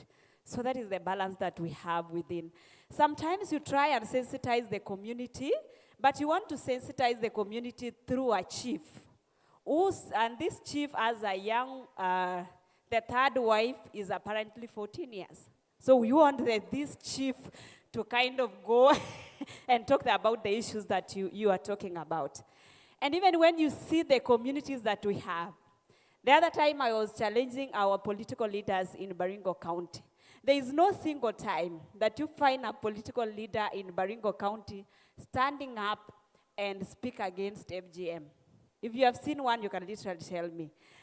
And sometimes I ask, what is this? What is so beautiful about this culture that even our politicians fear talking about it?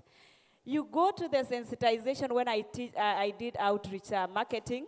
Unafika mahali as a woman, you are not even supposed to stand and speak. Who are you speaking to? So I'm all dressed, I have my suit, I have polished my speech.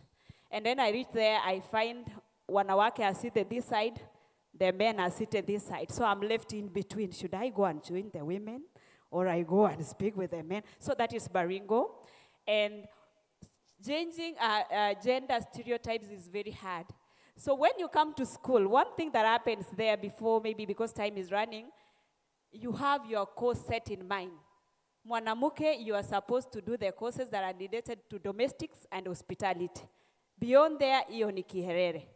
And then the men, when you come there, you are supposed to choose the courses that are related to men. And I like to sharing a story about a man who came and did beauty therapy. The next time I went to the classicum part, I was like, where did this gentleman go? Alice. Then they told me the story. Alice. Yes. I know you have so many stories. Because they are listening.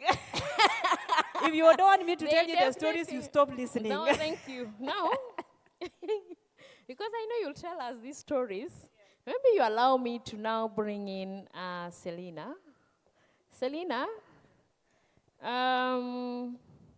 we've tried to paint a picture of, I'll give you a chance. I'll allow, I know Alice. So,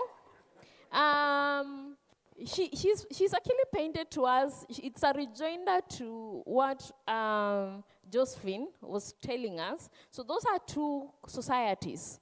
And our institutions are not actually operating in we are not in our own world, right? So I know we want numbers, but unfortunately for those numbers to be seen, these are the stories behind the numbers. So anytime you ask me how many, tell me, how did you get it? So we were telling you actually how. It is now that we're telling you how. Selina, now, I know your realities are almost similar or different, but now, take us to your institution, Madenge. Madenge, with your realities, but with these realities that have been shared, in what ways has your institution integrated gender mainstreaming into its training, like in all the operations, as you work towards alleviating or removing the barriers that we've had from our two presenters? Karibu. Thank you, Lynette. Wow, good afternoon. My name is Selina Wanyonyi from Madenge Technical Training Institute, and I'm very glad to be in this panel, and I want to thank you, CICAN, because you've made us to be in this particular place and particular space. And one, Madenge gender cannot exist without CICAN. Before we started this journey with CICAN, we only had drafted gender policies that were beautifully packed in the shelves. And now I want to tell you that currently we are implementing these policies. We do not have draft policies, but we have approved policies. And these policies are now enabling us to be able to take the next course of action amongst our students in teaching and training. Number one, you know that all organizations cannot go forward without having the policies in place. And these policies help us to come up with gender action plans. And these gender action plans are, because we were clever enough to put even the principals as the committee members, therefore decision making has been very easy for us, and therefore every action that we plan, they are able to be executed because we have a small budget. That's just a secret for those who maybe have not started. That we are using our principals as member of our committees so that we are able to make decisions together, and therefore it becomes very easy for us to be able to execute these plans. So far, since after we did our policies, Lynette, we were able to do a situation analysis plan after the training that we had in Nairobi. And this informed a lot of the things that we are doing currently in Madenge, because now we are able to balance gender. We have issues, we realize that gender does not only stop at a man or a woman. Men have their own needs. Women have their own needs. So how do we get into the root cause of their problems? And this is now where we came up with informed decisions, even in our recruitment in our PSC jobs. Like now currently in non-traditional courses, we have male trainers training in those disciplines like hospitality. We also have women now training in electrical department where we did not have anybody doing that before. So we want to thank you, the CICAN, so much for this journey of helping us realizing how to wear gender lenses in all our policy design, implementation. Thank you, Lynette. Thank you so much, Madam Selina. That was perfect on time. Madam Christine, you've been here with us for long. I think you are the emeritus. You've been here with us for long. And I know you've seen it all. Seen it all in terms of you've seen our programs. You've participated in many of our programs. Now, in addition to what our chief principal mentioned in our presentation, if you listened in, can you add a voice and tell us what key lessons or recommendations would you share with other institutions? Because I know we're in different levels on issues of gender mainstreaming, seeking to follow the footsteps of the institutions that are doing well, like Bondo TTI and many others. What are you telling us? What are we taking? What should we be doing going forward? Thank you. Thank you, Madam Lynette. Good afternoon, audience. I'm really here very, very thankful to our partners, the CICAN Kenya team, the Canadian partners, specific TVET 14, TVET 24, for what they have done to all the gender mainstreaming committee chairs and the committees as well. They have trained us. And after training us, we have, at Kabete National Polytechnic, we have also implemented the policies that other institutions have, the WITED, the SGBV, and also the gender mainstreaming. And I hear your question, Madam Lynette. But maybe before I answer that, allow me to also mention an initiative or two that we have taken as a result of guidance and also support from our partners. And one of them is coming up with an affirmative action plan, affirmative action to enhance inclusion. For example, we have had to strictly include gender in our when we are employing, whether it's public service or at even council level, we have had to bring on board women in STEM and also men in other areas like even social studies, social liberal department, and hospitality where they were not there. We also have initiatives where we are taking care of the needy trainees. We have created safe spaces with the help of and guidance of our partners. We have a guidance and counseling office that is manned by a specialized or rather trained counselors, and therefore we are able to assess trainees' challenges and also handle them adequately to enable them achieve their academic goals. That department also is where we host the gender desk. We have a gender desk where issues of gender are also mainstreamed, or rather they are reported.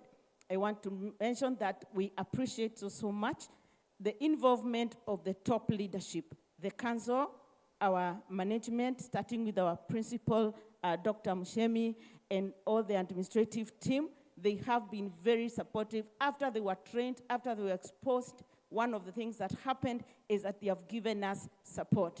And one of the lessons we've picked up from that is, if you want to mainstream gender, start at the top. Yani, wacha nitumie Kiswahili. Ukitaka ku-mainstream gender kwa institution, anzia juu na management, alafu teremke chini kwa komiti na wale wengine. Ukikosa hapo, utangoja kiasi.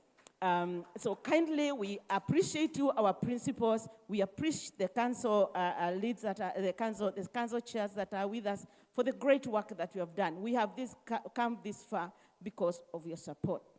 Going forward, we are saying we look forward to, we also are requesting our leadership, and particularly the ministry, to ensure that gender mainstreaming is part of the performance contracting.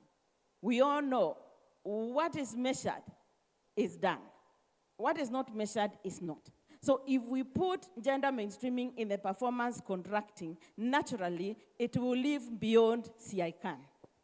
But if we do not mainstream it, we don't put it in the performance contracting, with all the issues of resources, it may, all the gains that you have gained may just not go far. So our kind request. The other thing we are requesting and going forward is that the gender mainstreaming cannot be taken as a natural thing that happens. It is technical. Those of us who know the work we've done of training is technical, and therefore we are saying, is it possible to reach out to the other institutions that were not in this program?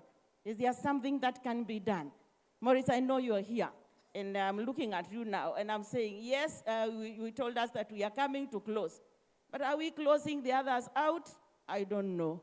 If it is possible and we are able to have something done in further institutions where they were not trained, because as we tell them implement, to be very honest, we would not have done it well if we were not fully capacity built and supported and guided on what to do. So what do we do about the other TVETs? Thank you.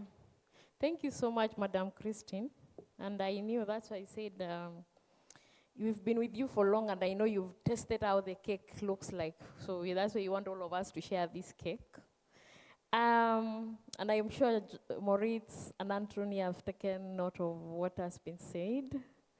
At this moment, I know we didn't listen to you, we didn't finish your story, but maybe at this point, tell us, because our work has been so much on systemic change. We've been trying to really make sure that the systems in the institutions are working, and now you have gotten into that institution. What is that one thing that you will want to tell these people that when you go back, they should be doing so that they make sure that someone like you can thrive in that institution and be what they want to be? Okay, thank you. Just to mention a few, wacha tu nimalizie kidogo juu. Let me just say whatever I was to say. Okay, fine. Now, the time I was rescued from the marriage, my dad chased me away from home. I went to Narok town. My talent is beading. This whole thing I'm wearing, this is the work of my hands. So, nilienda town, Narok town, with my kid, hata hakuwa amejaza 1 year. Nika hustle. I did beading. Now, when my son was 1 year old, I decided to take him back home so that I can work to my level best. Mtoto asiteseke. Venye nilimchukua home, now the route from Narok to Suswa, because I come from Suswa, I just see this Masai Mara technical beside the road. I say, one day, I will be here inside. Nilichukua bronchua 2022. Na nilijoin shule 2023, so you can guess the faith I had. Venye nilijoin, now nobody was paying my school fees. A very big problem came in now. Just by the grace, a guy from Canada, the same Canada where Maurice come from, and the guy is a Luo, by the way. His name is Osea Ojua. He decided to pay my school fees to wherever I wish to go. Actually, I'm not a trainee, I'm a graduate. Oh yeah, I'm sorry, she's a graduate. I'm an electrical engineering installation graduate. Now, I saw I can do more than this. I decided to go back to Masai Mara. I talked with my sponsor because I call him a dad, away dad. You are India na mimi niko Kenya. I told him I want to continue with my studies. He told me, then go ahead. And I just want to recognize the presence of my HOD because that guy has just become a father to me. Mr. Monta, just stand, they see the father and my mother besides you. I have a mother and a father. That is my HOD. Madam Emily, she's my gender. Now, saa zingine I visit her, ananiambia just go ahead. Mr. Monda there again is a father, actually a father. I go and ask him, Mwalimu, I have no money for lunch. He asked me, only that, go and eat. Now you see, I feel that, hata kama my dad alini reject, I still have fathers. So, I decided to continue with my studies. I'm doing now electrical installation level 5, and I will terminate it by next year, March 2026. And I'm looking forward to continue with my level 6. And now that the school fees is not there, I know, Maurice, if there is money left, just...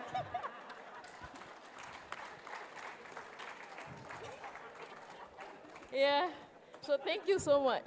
Let me finish. If there is some money left, just write Josephine Ngamasi, a Maasai lady, with 2 missing teeth, want to continue with level 6 electrical. Thank you. You done? Yeah, thank you so. Now, you've taken note of that. Yeah, she needs school fees to finish her level, to finish and go to level 6. That's very inspiring, and thank you for sharing your story. Thank you for telling us. It takes a lot of courage for someone to really share their story. And I also hear so many trainers who we don't actually clap for you many times. I know that you're the ones who actually get this first bullet every time you're the, so just feel appreciated for today. I think we need to clap for those trainers. Can we clap for the trainers in the house and outside? Because they go up and beyond what they are supposed to be doing, right? Yeah, thank you so much. We feel you, we see you, and recognize the work you do. As we continue, I know these stories are many, right? Maybe I just need to ask, Alice, I know you didn't finish your story. In 2 minutes, can you? I don't know where to pick from after she spoke. Sometimes these stories touch us differently because we have interacted with them. I was talking about a gentleman because we're saying the gender issues is about male and female. It's about male and female. So sometimes we say even men are allowed to cry. Men in the house, hi. How many times do we cry?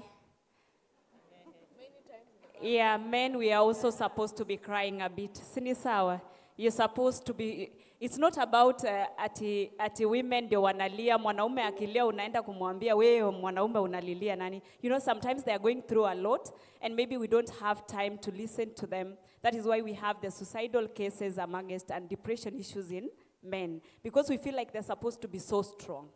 So this man goes to beauty therapy class for the first term.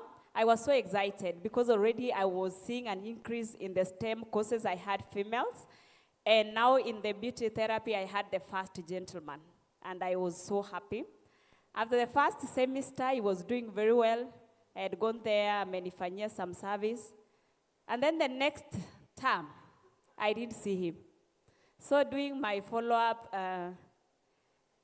I was told, I don't know how to put this word. It's only Kale that would understand. I was told there are some gentlemen, the bagule. You know these people? The people from the same age set. Those who went through that process together. So when he went for holiday, akatafutwa. And then he was beaten properly. And then he was told, you are doing this course of plating, so you want to embarrass us, you will be plating your own mother-in-law. And so, and he actually dropped their course and took a different route and took a different course that was not termed as a women course. So I think that's the end of the story. Okay, that's a very sad end of the story. Yeah. Don't you feel bad that someone can be punished for the choice as they choose? And that's how bad culture, that's how terrible cultural norms can really affect even the choices that people make as they advance in their careers. They look simple, but the many people we are seeing outside there actually, you may be wondering why we have so many young people, they are not in school and they are not in any training, but it is because of all these cultural norms and practices. So, ladies, yeah, I got a chance today to speak to ladies, almost said and a gentleman. So ladies, what is your parting shot? What are you telling these people who are seated here today? In one sentence. Let's start with Selena. What is your parting shot? Gender parity is key if you want a very equitable institution, full of justice and full of fairness.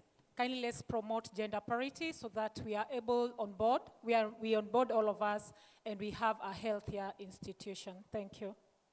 Thank you. Madam Christine? Change of mindsets and change of mindsets and perception is a process that requires patience and inclusion of everyone. When we do that, it will be easy for us to mainstream gender in all processes and procedures in our institutions. Thank you. Thank you so much, Madam Christine. Madam Alice, almost saying Alicia. You know, when you tell me one sentence, I start thinking because I know gender can never be reduced to one sentence, Lynette. Okay, 2 sentences. 2 sentences. So gender issues is like something that you should internalize and come from you. If you don't have the lens to see, you might never see it. That's why I'm inviting all of us. You know, you can be seeing something as a normal thing if you are not gender sensitive. But if you have to internalize what gender is and look at the issues as issues, we will all eradicate the barriers, even without involving authorities, even without investing a lot of resources, if all of us can just change and have the gender lens. If you look at me, I have my extra lens. Probably this could be my gender lens. Thank you. That could be your gender lens. Thank you so much. Yes, Josephine, unaambia nini watu? Now that I'm the youngest, just add me 2 to 3 sentences. Okay, 3 sentences. Because if a child is not satisfied, she'll go to the mother and say, add me more. Okay. To me, first, back in my school, there is a very big problem. In my class, you find that I'm the only lady. Since level 4, I was the only lady with men. Currently, in level 5, I'm the only lady. To make the matter worse, the whole department has only 1 female teacher. Whole electrical department. So I wish if Madam CS was here, because that is really a problem to me, because if that teacher is not there, and I have now that I'm a lady, maybe I want sanitary towels. I go to the office, I see only men. How should I start that? So the next of kin of Madam CS, just tell her that Masai Mara Technical.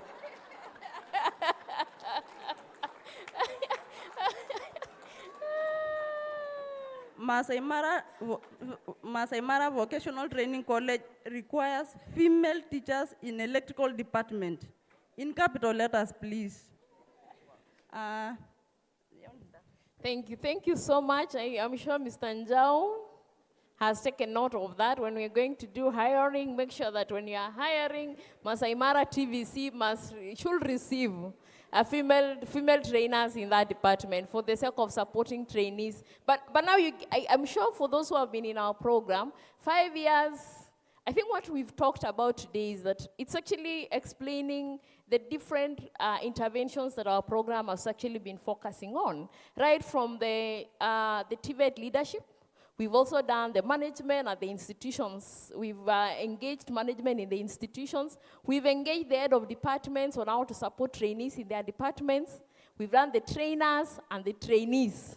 And not to mention that we've also done community. I know we haven't talked about this very much, but I know tomorrow in our communication and community piece, it will come out also on how the program has also been proactive in shifting norms, practices, and perceptions at the community level. Because we realize that a human being is not just a one, like we are made of all these facets. I think we are supposed to be taking questions. And maybe before we take up questions, I will say that in a sentence, like addressing gender barriers requires a multifaceted approach that tackles inequalities at all levels. This includes challenging personal biases, promoting gender-inclusive community norms, reforming institutional structures, and advocating for policies that promote gender equality. Thank you so much. I think I'll give it back to the MC to take up questions. Absolutely. Thank you so much. Let's appreciate the panel one more time. That was great. Great interaction. Great stories as well. Excellent. Excellent. I don't know if there's anybody who wants to shoot a quick question. I've not seen any on our online platform, so I just want to open the platform. I can see one. Please pass a mic there. Very fast. Shoot the question very fast. If it's to any specific person, you can say it, but go ahead. To anyone? If you don't mind, you could stand so that the camera persons don't have trouble trying to look for you. Go ahead. Okay, my name is Fanis. Yes, Fanis. From Asaimara Technical and Vocational College. So my question is, what support is there for girls and women who have already undergone FGM? And the last question is, what happens to girls who escaped from FGM but forced to drop out of school, and who helps them? Thank you. Great question there. I think there's another one just at the back there, just there, just walk back there. Let's hear that. Go ahead. Good afternoon. Yeah. My name is Sumaya Said Hanshi from Northeastern National Polytechnic. I would like to ask a question to our industrial leaders. How would you prioritize the safety and well-being of employees in attachment or temporary position who may be more susceptible to sexual harassment? And what support system will you put in place to address these issues as we young ladies are going through? Thank you. Wow, I think they're very clear. Do you want to tackle those two very fast first? Yeah, thank you so much. I think the first question I'll ask, she's actually FGM survivor and she can tell us more. Go ahead. Thank you once again. Thanks God she's from my school. I'm an activist because I'm a survivor of FGM, a survivor of early marriages, a survivor of almost everything. Yeah.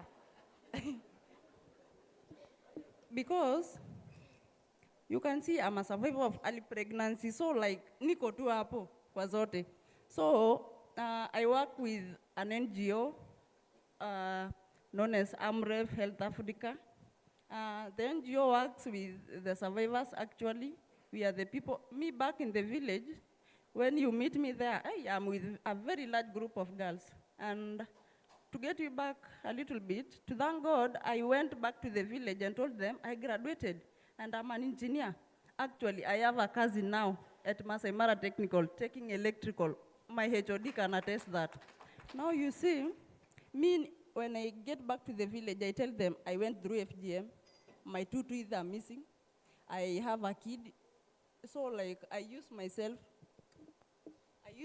as an example. And when I give them my story, they feel encouraged. They feel they are brought in together, like tunatambulika. For example, me kukaa hapa kuongea na very many people na with very big majina kubwa kubwa. I feel like kumbe hata mimi nafaa. So my sister there, what we tell those people is just accept whatever you went through because it was not your fault, and Like, ni kama tu, panguza mdomo, endelea, accept tu. Only that. And we have the safe spaces. Actually, in Suswa, we report to the chiefs, the pastors, and wakikukataa nyumbani, iko children's home. You don't mind about it. Thank you. Yeah, thank you so much, Josephine. Yeah, there are some stories that break me, and I'm sorry for that.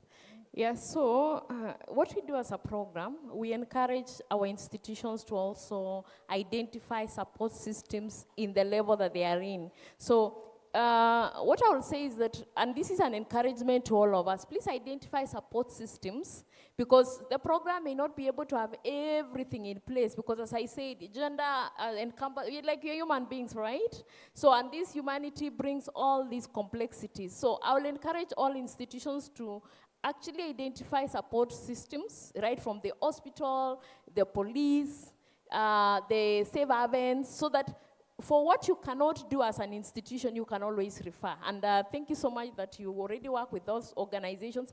Please share this information in your institutions. Then there is a second question from a lady from NENAP, Northeastern. What I'll say what the program does, and this is something that we pray that will replicate all over.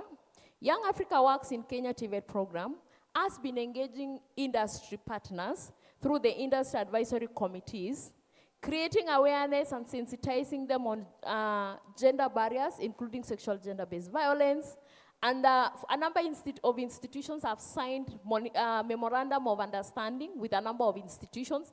And one of the clauses is that we expect you, if you are our partner, to ensure that you are adhering to providing safeguarding mechanisms for our trainees, and especially female trainees, because of susceptibility, the susceptibility that women and girls are susceptible, especially as they now engage in trades that previously were meant for men, boys, it was not a girl space. So that is what we're doing. But then we're also calling to all of us that, especially for those who can be able to speak, and whenever you have an opportunity to speak in places that we don't sit in, please advance the conversation that all of us, because all of us, we are employers and employees, we request that we need to have a mechanism in Kenya that every employer has a safeguarding mechanism for everyone, and especially the interns, because we all know those girls or boys who come in at the entry level, they are being predated on. Not by us, but at least by those people who are outside this space, right? So you are safe, you are good people. So at least those bad people who are not, the bad people who are not in this space, we need to have those policies. And also not just policies, we need to actually change our mindset. So we need to shift our mindset on how we perceive each other as men, women, because I know it's more of attitude change, because it's another thing to have a policy, but it's another thing to really act on those policies. So we need to shift our attitude towards how we look at each other. Excellent. Thank you so much, Session Chair. I just wanted to see, I have only 1 minute. Do I have anybody else with a very burning one? Yes, I think just this one, so we can have that. Then we close. Just give it to her. Go ahead. Thank you. Yes. Mine is not a question. Okay, I'm Engineer Betty Oganda from the Kisumu National Polytechnic. Actually, the conductor to Madam Catherine Kuleonye, gender lead. So I just want to say that we want to appreciate CICAN on their initiative for gender equality in TVET. And we've seen significant influence in leadership positions. And that's why you can see in this forum here, we have a gender parity kind of forum. We can see ladies and gentlemen. Otherwise, 5 years back, you'd find such a forum for leadership only attended by 90% of male. But now, because of you, we can see a number of ladies are here representing the leaders of TVET and Kenya as a whole. Thank you so much, CICAN. Thank you so much for that comment. Please press, where are you? Yes, this amazing lady with a beautiful coastal look. Excellent. Please, there you go. Yes. Okay, thank you. I'm Jane Karaoke from Kenya Coast National Polytechnic. I have one question, and I've listened to the question the young trainee has asked, and the kind of response Josephine has given. And at the same time, I've reflected on something that I saw in social media that can be taken to be a joke, but matters are only jokes if they are said by the minority, and at the same time, those who don't have the power to change things. That article that was in social media, it was a gathering, and there was one lady advocating against FGM, and what she said was this. I think it's somebody, it's a lady, I think in Barigo or something, that this has become too much, and nobody bother about our well-being or even supporting us, that if one of your finger is cut, you are declared person with disability, and you're given the rights of all persons with disability, including being exempted from taxation. And therefore, they were asking, we were forcibly cut, and we were denied part of our bodies that are very important. Can we therefore be declared persons with disability? And therefore, in this congregation, I'm wondering who can take that forward. It will be discussed, and then they be given support, even if it means being exempted from taxation. All those girls and women who have undergone FGM because they do not have a voice. We are their voice. Thank you. Thank you so much. That's a discussion. That's a big discussion. Session Chair, do you want to say something? But I see Christine wants. Christine. Yeah. So. Oh, just check it.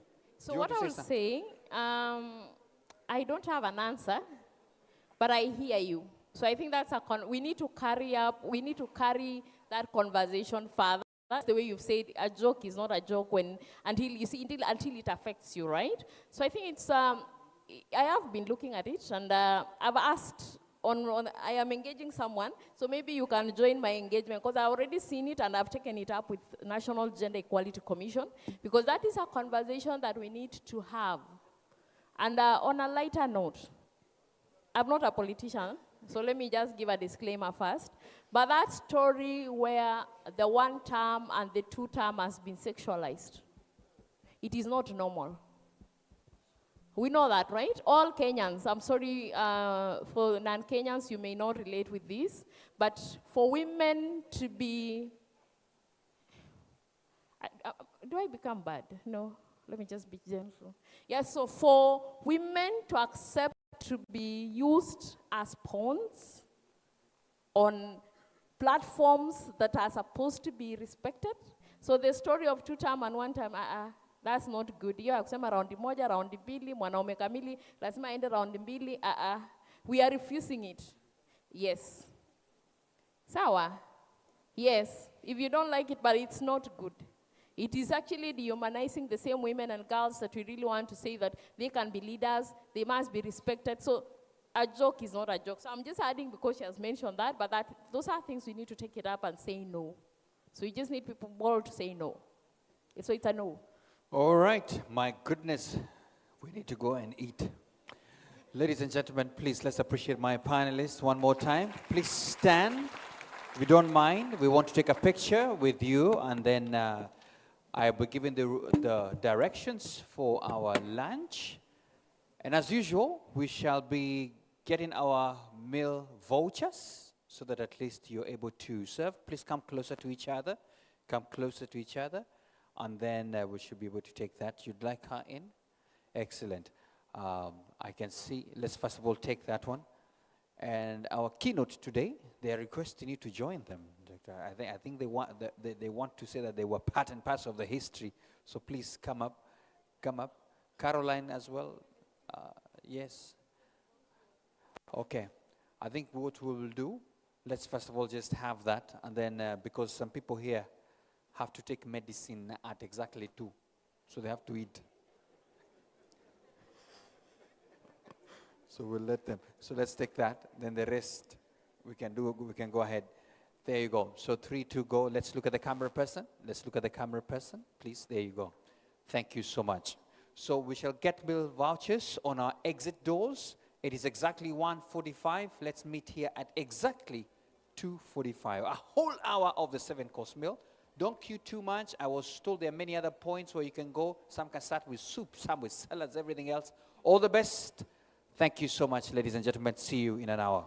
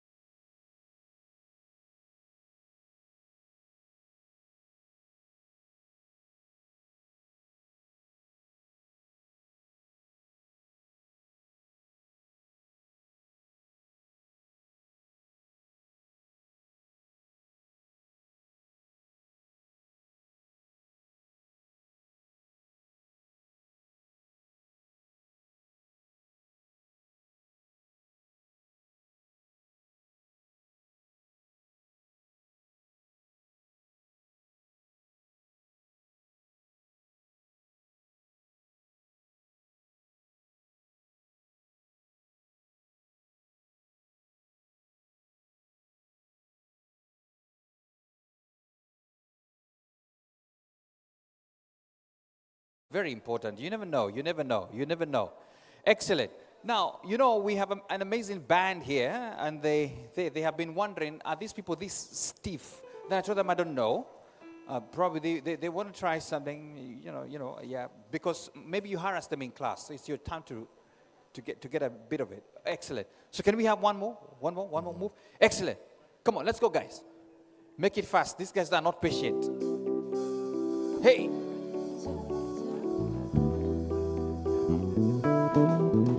Let's go. Everybody.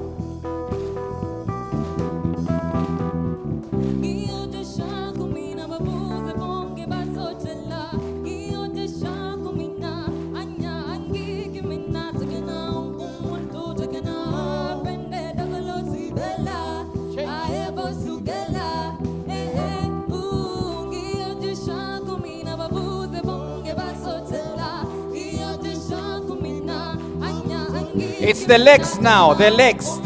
Hey.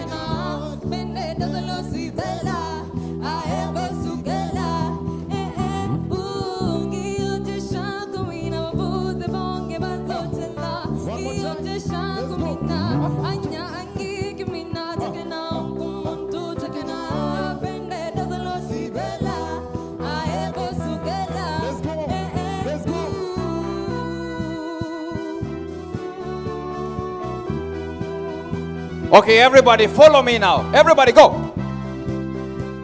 Up. Down. Then up.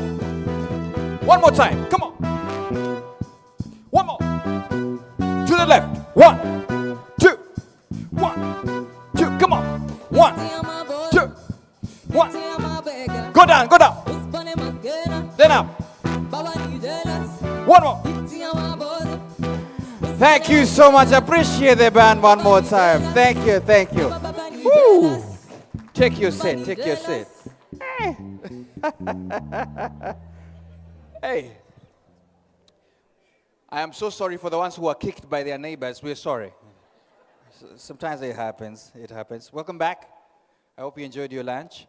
And we have an amazing last session of the day. So we want to get started to it.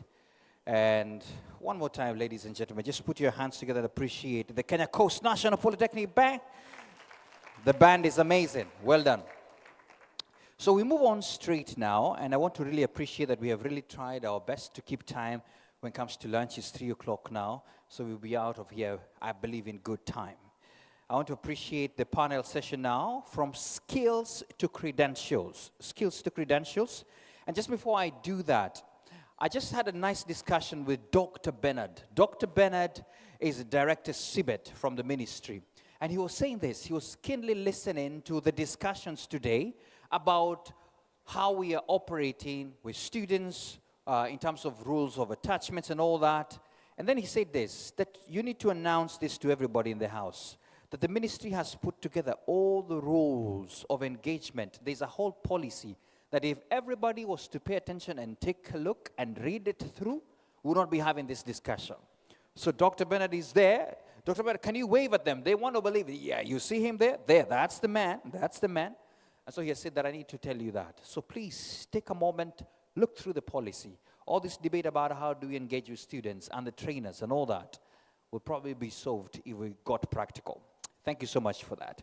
So we move on now to the session from skills to credentials, the recognition of prior learning, or RPL, promise. So the presentation will be based on tracing the outcome of RPL graduates, and I want to invite Dr. Peter Wekesa, the Deputy Director, Qualifications Framework, Research and Policy at KNQA. Please put your hands together for Dr. Peter as he comes to take us through this session.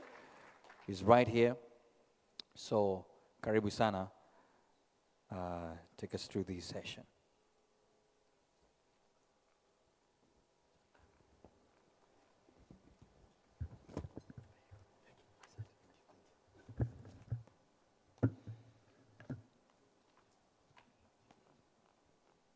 Amjambo. Good afternoon. Thank you, our PS in absentia, and thank you for this opportunity. I present to you the research finding on tracing how the graduates of RPL are doing out there. This study was done between September and November 2024. So that I proceed with a brief introduction. RPL, as we all know, validates skills acquired outside formal education, either through work experience, community service, and self-learning or informal training. Therefore, it offers a second chance to individuals whose skills were previously invisible or unrecognized by the formal system. RPL provides a bridge between competencies people have and the formal qualifications required for employment or further education. And you all remember that Kenya launched its recognition of prior learning policy framework in 2024. That was last year. And therefore, it positioned itself as a regional leader in skills recognition.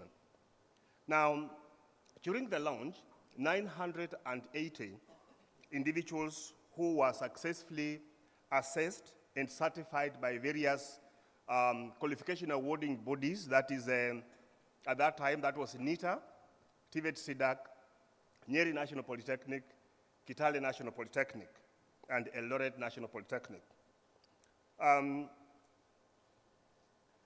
Now, those 980 who graduated during the launch, the authority felt that without an in-depth research on the long-term impact on the outcomes of those beneficiaries, the country may not understand the effect of RPL on its beneficiaries.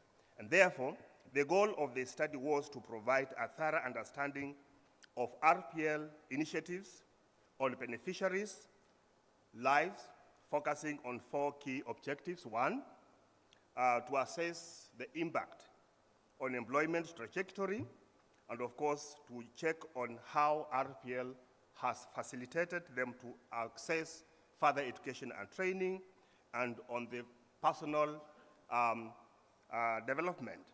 And also, we set to find out if there were any challenges and provide further recommendations in the study. Now, the study used a mixed method approach, where out of 980, the graduate, that's our population, a sample of 221 formed our respondents, and that gives a confidence level of 95%, therefore informing that the findings are valid and credible. Now, the question is, who are these? Who are they? Who are these beneficiaries? As snapshots of participants, we have categorized them in gender. That is at 84, those were female. At 107 were male. That formed our response. And by nationality, you can see we have at 80.1%, those were Kenyans. We also had RPL benefiting people outside Kenya, more so refugees. We have Burundi, Central Africa, Democratic Republic of Congo, Ethiopia, Southern Sudan, and you can see the percentages there. Now, first objective was in career enhancement and economic growth. The findings are there. Also, those we interviewed from the qualitative data, one beneficiary in Nairobi said that RPL validated my skills and gave me the confidence to apply for a promotion. And actually, that beneficiary got a promotion with a certificate awarded through RPL process. Yes, the certificate does not read RPL, just like any other certificate. But because we were interested to see how it has benefited the beneficiary here said yes, and this one works with a security firm, that is the Wells Fargo, and was able to move from a supervisor role to a managerial role. Now you can see also that there are key findings here. At 63%, beneficiaries reported significant enhancement in jobs. Those who had applied for jobs, there were those who were waiting for feedback, and there were those who had accessed for employment. A good example are those who were assessed in firefighting in camp from Nyeri National Polytechnic. A good number had been employed by the government of Kiambu. 69% reported a positive impact on career advancement, and at 73% believed RPL qualifications are recognized by employers. And at this point, I want to mention that if you look at the reporting here, is that 73 believe.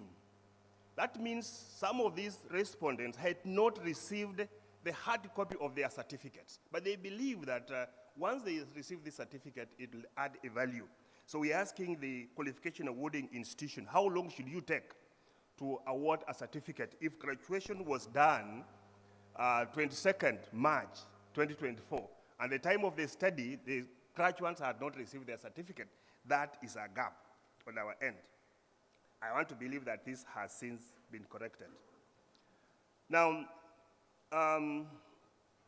my next slide is approach to further learning skills. We also wanted to find out how the certification has impacted on lifelong learning, those who are able to access educational training. So at 71.5, they reported new skills development opportunities opening up by RPL. Those who had received certificates from RPL were open to further educational training. There are those who gave us feedback that they are now they have applied for further training. There are those who want to become trainers through Kenya School of TVET. There are those who had now gone to TVET institutions to be trained and for further opportunities. Also on personal empowerment, the finding presented as shown that at 71.7 reported boosted self-esteem and confidence to apply jobs. There are those also who, if you read our report, who said that the governments now are recognizing. They are recognizing their ability to get tenders, because initially they could not have formed a company without a certificate, but with a certificate, they are now getting contracts. A good example is in Turkana County, where we interviewed a few beneficiaries and say that now, having contracts with the government, you can get more reports from our study that you check on online. Now, the barriers, briefly, the barriers to RPL access, how do we address the inequalities, and also to ensure that RPL is being discussed in every household. Now, the findings are very key here about accessibility program, not easily accessible in all areas. This is an area that needs to be addressed by all of us, all key stakeholders. That means those we interviewed say that they're finding it difficult to get accurate information about RPL. There's a lot of recommendation about RPL out there, and so we're asking all players that perhaps we need to capacity build all of us. Awareness creation is inadequate. We must check on channels of awareness creation and who is conducting awareness creation. Those of us who are conducting awareness creation, instead of creating awareness, we are creating confusion. Then affordability issue, it came out as a serious challenge that they are not able to make it, and we want to thank the partners who supported our people with the skills to be assessed through various institutions. We have recommendations, so I've mentioned a few here. The policy recommendation, that is our study, recommends the following. 1, expand awareness campaign. We talk about decentralized RPL services. KNQA is a lead agency on coordinating RPL in the country, and the study recommends that this need to be expanded, the campaign, to reach all people in vulnerable areas. Address affordability, this is a key issue, a policy direction, so that it's access to by all. Enhance assessment quality. TVET authority, here they are very firm on the quality. Then strengthen industry linkages so that even those who are attached to industries are able to be assessed and their skills recognized. And enhance monitoring and evaluation, and also follow-up support those who graduated while after KICC, they were left to go back on their own. They don't know how to write a CV. So they are requesting if we have a mechanism for a follow-up to support their, perhaps, to be incorporated in the society. And finally, my slide is on the strategic investment in Kenya. That's the conclusion. The study presents the following. RPL has a significant positive impact on employment. That is that's valid. And addressing accessibility, awareness, and affordability is critical for maximum RPL benefits. That is very key, and that's take home to all of us stakeholders, that we need to address the issue of accessibility and increase awareness creation. RPL is strategic in human capital. So if we want to talk about, the PS was talking about supply, through RPL we'll have increased supply of human capital to the industry needs. And that is my last slide. In summary, a lot of work can be found on our website, and you can read for yourself. And just as I said in the morning, that we really need CACAN, just like a child who was born this morning, at Bandia Hospital. Parents are celebrating, including yourself. You're celebrating so much, without thinking that tomorrow such celebrations are still required. So what do we do? That those of us who are celebrating today because the child is born, we need to continue with those celebrations. We need to say CAN today than even when the mother was pregnant, because CAN, you played critical role in taking us through the delivery ward. We are now celebrating. You don't leave the child needs you more. Thank you. Thank you so much, Daktari. Yes, the child needs you more now. Thank you once again. So we're just about to transition now, but before then, we have just a preview of a documentary that will be telling us a little bit more about recognition of prior learning, and I'd like the team to take us through that documentary. Many people in Kenya acquire their skills by apprenticeship or on-the-job training. They may have the skill, but lack formal certification. This limits their career progression and also future opportunities. It may feel like your talents and skills are non-existent or invisible beyond those who have seen your work. Recognition of prior learning, also known as RPL, plays a critical role in linking the gap between skills, qualifications, and inclusivity. By formally recognizing a worker's skills through a formal process and supporting documents, RPL provides pathways for education and training, employment opportunities, advancement, and personal growth. How are informal skills legitimized? Let's find out. As a government, we recognized that we have a lot of people there who are well skilled, completely skilled, but we call them juakali people.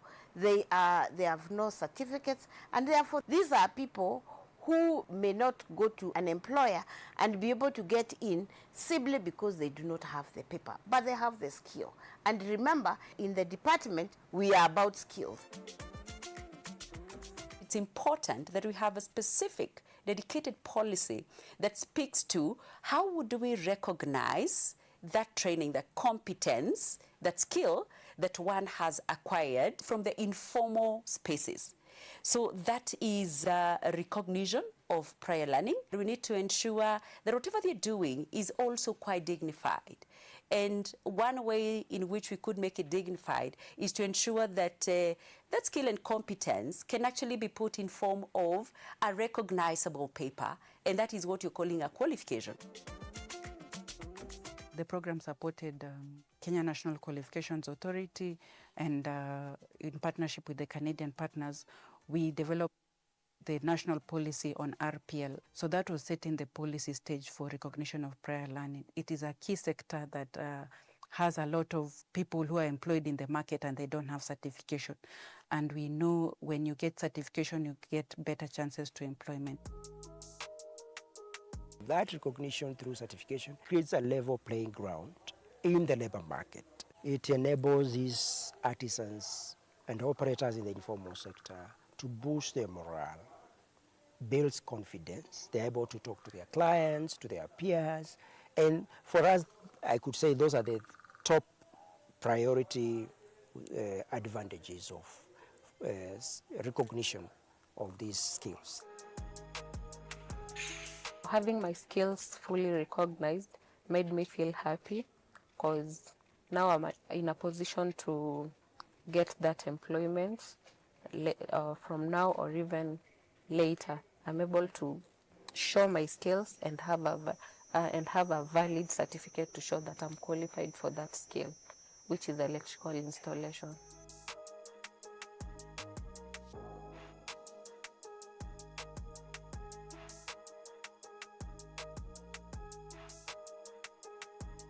In this arrangement,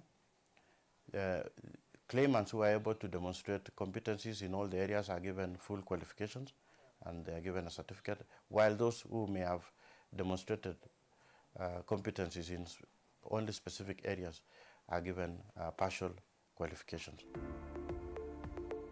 We identify these particular individuals from Juakali sector, and we invited them, we interviewed to determine the level of competency they have. Like some have the skills related to diploma, craft, or artisan. Through the Young Africa Works in Kenya TVET program, TVET trainers have been equipped with the skills to implement recognition of prior learning assessments. As a result, accredited TVET institutions are now able to assess and certify RPL candidates countrywide. Kuna one of the teachers ambao ni wa Nyeri Polytechnic, National Polytechnic, ambaye alikuja akasema kwamba alikuwa anataka he needed 4 people. Nikasema no, this is my opportunity to come and get my certificate. Nasikianga tu because tomorrow you never know. So RPN nilijua kupitia huyo mwalimu alituambia na ikatu ipea admission fee. So ipea little amount. Yeah, tukafanya exam. So I'm waiting for my results. But I know I did well. RPL is simply a simplified form of learning, because you come with for me, I went with my skills, I went with what I have, showed them what I can do. The instructors there and the assessors there, they are very friendly. They give you, they will always be there to give you advice, to take you step by step on everything that you do.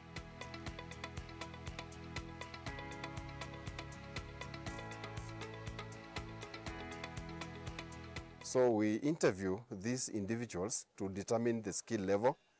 After we have determined the skill level, we normally request them to give us evidence to prove that they really possess those particular skills. And once we assess the evidences they have submitted, we normally subject them to practical assessment to prove that they really can demonstrate those competencies in the job market. With the support of our Canadian partner institutions, Kenya National Qualifications Authority and partner TVET institutions, the Young Africa Works in Kenya TVET program has supported the rollout of RPL in sectors such as plumbing, electrical installation, welding, firefighting, and food technology. We went to the refugee camps in Kakuma, and we realized that in refugee camps we have so many skills where most of these people lost their documents in their various countries. So we identified many skills in the camp, and we counseled them, determined the level of competence, and subjected them to practical assessment. The Juakali sector here in Kenya is a very important sector. One, because of its contribution to employment creation. The number of jobs that are created in our national economy, way over 80% of those new jobs are being created in the informal sector.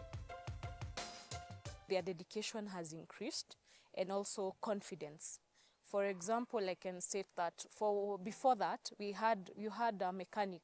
They have the experience, but they don't have the papers. So you find now that they have the papers, the person can easily and confidently apply for even jobs that are being advertised abroad. So the person now has confidence to even say that I'm a certified mechanic. Because many of my colleagues, they have certificates, wamesoma. Lakini wewe kiongozi wao na hujasoma. Even though you can do better than them, akili hapo uko nayo, lakini certificate hauna. So that's a very challenge. So now watakudarau tu. Sasa hii nimekwambia sasa niko poa. Sasa hiyo lazima uniheshimu. Nasema kweli hata hiyo pia kuna certificate kama sisi. Being employed by the county, and for you to get promotions, it is recommended like we do the mass promotion, and then you have to show papers. What have you done so that you can get promoted? And also we are also trying to look for greener pastures, and it's very, very important for me to get the certificate. Most of the time, you need to advance from a casual worker to maybe on contract, and then later on you get the permanent employment. But due to lack of certification, you are not able to do so because you lack the certification. So for me, the RPL was the best chance for me to show my skills so that I can get certified and luckily get a contract at KPLC or even any other place. Recognition of prior learning is not just about certificates.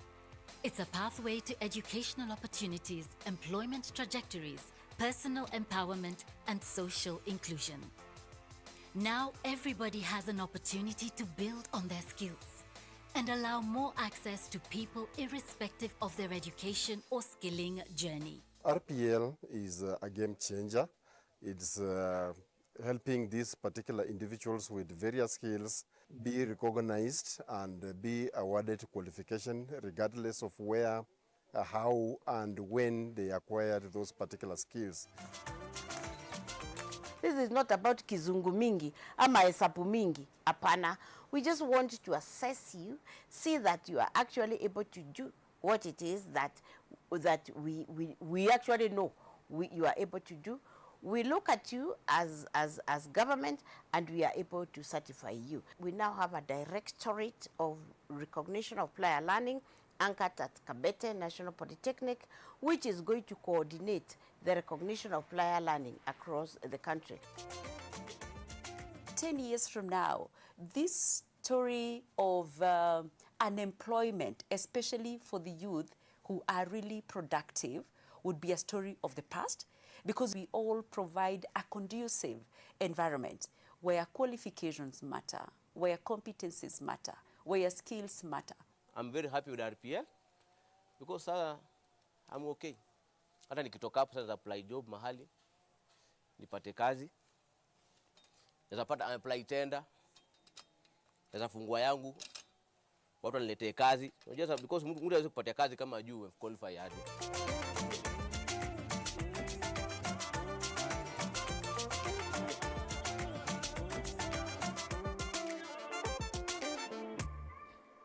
Oh my. That gentleman, he should have been here, right? That's a powerful testimony there. Let's appreciate the people behind this work. Thank you once again for that. And to climax this session, we want to get into a good panel discussion, just to really get into this. And I want to call in the panelists, and as they are about to come in, I think this is the moment where we could be setting up for them. Thank you so much, the Atmosphere team, for helping us do this. I don't know what's your take. There are so many just like that mechanic that really have the hands-on experience and just need that certificate to make them move to the next level. And I think this is one of the most noble things that has been done under prior learning certification. Thank you so much for that. So allow me to invite the panelists. I want to start with Amuko Abuko, the RPL graduate, Nyeri National Polytechnic. Please put your hands together for Amuko as he comes. He's one of the graduates from RPL. We also have Nyamaya Wambua, chairperson, Kenya National Federation of Juakali Associations. Njoo hapa. Then we have Mr. Jimmy Wafula, RPL coordinator, Kitale National Polytechnic. Karibu sana. And of course, Tom Olango, director, vocational and technical education, State Department for TVET. Karibu sana, Bwana Tom. And our session chair is Agri Dombi, Senior Education Economist, Africa Development Bank. Round of applause to Agri as well as he takes us over through this session. From skills to credentials, the recognition of prior learning. Promise. I can see they are putting everything ready there for you. Let's see how we can take this further as well. There you go. Please take it over, session chair. Thank you very much. Allow me to applaud the good moderator, Mr. Maina, and also join me in applauding the previous speakers, Ken Kiwe, led by Dr. Wekesa. I think that was a very powerful presentation. And of course, the CICAN team that put together the powerful documentary that we have all witnessed. It's really well done. Thank you, the CICAN team, for that. Colleagues, I was seated there and agonizing how to best describe this important subject, and I couldn't help to just think about how this journey was important for us in terms of RPL. And with me, I have a very powerful team that will help us to discuss. But before then, allow me to recognize the support that we have received from the PS in her absence. Please let us shout out for her support in this process. I think you all agree that without the PS giving us moral support, together with her enthusiasm in this space, we will not be here. I wanted us to anchor our discussion today around, because I think we have all understood why RPL is important, but I thought maybe we might be thinking that RPL is a technical process, devoid of the social aspect of it, and towards its contribution to the society. And of course, you all know that the RPL process is coming to address some of the systemic issues and barriers that over time has grown and curbed. And for that reason, there are historical structural inequalities that have led to some people being left out of the process. And in this discussion, of course, we are saying RPL is going to be a tool for redress and transformation. And because it's going to be a tool for redress and transformation, who else to better discuss this apart from the government of Kenya, the representatives from the national polytechnics, the majority of employers in the country, the informal economy, and of course, James, the person who has had the first-hand experience with this. So allow me to start with the government speaking. You know, when the government speaks, we all listen. And you have heard all this that has been presented, Tom. I would like us to just reflect on some of the practical aspects in terms of policy frameworks that have been put in place, of course, by the government to facilitate social inclusion, because I want us to anchor our discussion around the inclusion part, because I think what you've said is that RPL, as it's been described, is technical and everything has been discussed, but from the social inclusion point of view, leaving out those people who are the greatest contributors of the economy, how from the policy framework has this been supporting us to do this? Case example is if I sit for the exam and it's not recognized, then of course it's not adding value. So from that context, from the government point of view, please, you could have a discussion to us how this is going to help us move to social inclusion. Yes, thank you very much, Mr. Ndombi. With humility, let me take this opportunity to pass greetings from Dr. Stanley Maindi, who is the director and responsible for RPL delivery in the State Department for TVET. He would have wished to be here, but due to other official engagements, he did not make it, but nonetheless, he acknowledges the fact that CICAN has been very supportive in terms of supporting RPL implementation in the country. And just as the PS had said in her earlier speech, the RPL delivery unit is there to coordinate RPL implementation across the country. And by so doing, it provides advice on issues of policy, oversight, but above all, it provides an enabling environment for purposes of RPL implementation in the country. I want to say that sometime last year, the RPL policy framework was launched by none other than the Deputy President himself.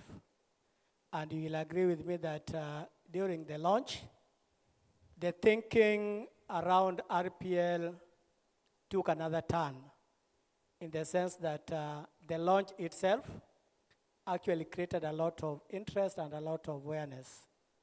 And I want to say that since then, the story has never been the same. There's been a lot of interest around RPL as from the time the RPL policy framework was actually launched. Basically, to summarize it all, it has been said here by the speakers before me. The framework is intended to provide a way or a framework through which skills and knowledge acquired through informal, formal, or non-formal means can actually be recognized. And this, of course, informs the entire RPL process. To make it simpler, I think for purposes of those who may be still green around this story of RPL, the RPL process simply consists of 4 major steps. The first step is around awareness and publicity. After awareness and publicity, the next step is on counseling and facilitation. Then the third step is on assessment and certification. And the last important step is the post-RPL assessment support. I think for due to lack of time, I'm not going to dwell on all those steps, but I'm particularly going to pick on a step that is, of course, mentioned in the RPL policy framework as a strategic priority, and that is to do with awareness and publicity. Possibly, we should get to understand why is it that we are talking about awareness. There's need for awareness so that all the stakeholders are sensitized about the benefits of RPL. And again, they should get to know the impact of the RPL to the economy. Actually, awareness basically is intended to provide a better understanding, transparency, and accountability in the procedure used in RPL. Having said that, I want to come straight to what we have done as the RPL delivery unit. We have done so much around RPL awareness, and that one is achieved by way of involving both the electronic and the print media for purposes of publicity. You will agree with me that every time there's a function for RPL, we always go out of our way to do the media invites for purposes of providing publicity. And again, the delivery unit has gone out of its way also to capacity build a group of RPL players, whom in this respect I would refer to as the master trainers. As we speak now, the delivery unit has actually trained 2,600 master trainers who have been distributed across all TVET institutions in the country.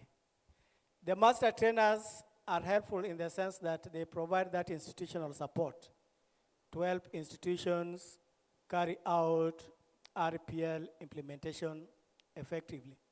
At this point in time, I would also want to report that we have a number of institutions who have covered a lot of ground in terms of RPL assessment. And there are about 10 of them. Maybe very quickly I can mention them so that those who may not know can actually get to know them. From Western, we have the Bungoma National Polytechnic that has taken the lead. We also have the Sigalagala National Polytechnic. We also have the Kisii National Polytechnic. We have Kitale National Polytechnic that has also taken the lead. We also have Eldoret National Polytechnic. When you come to Nairobi, we have Kabete National Polytechnic that has taken the lead. We also have Nairobi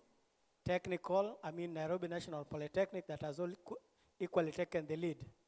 Then we also have Nyeri National Polytechnic that has taken the lead. And in Coast, where we are, we also have the Kenya Coast National Polytechnic. Thank you. So in a nutshell, what I want to say with regard to the assessment, we expect the assessment to be carried in a manner that is actually effective and transparent and also inspires confidence. Thank you. Thank you very much. Thank you very much for highlighting what the national government is doing. I think just to re-emphasize on the aspect you've mentioned, that we have a clear decentralized way of delivery across the country in terms of RPL.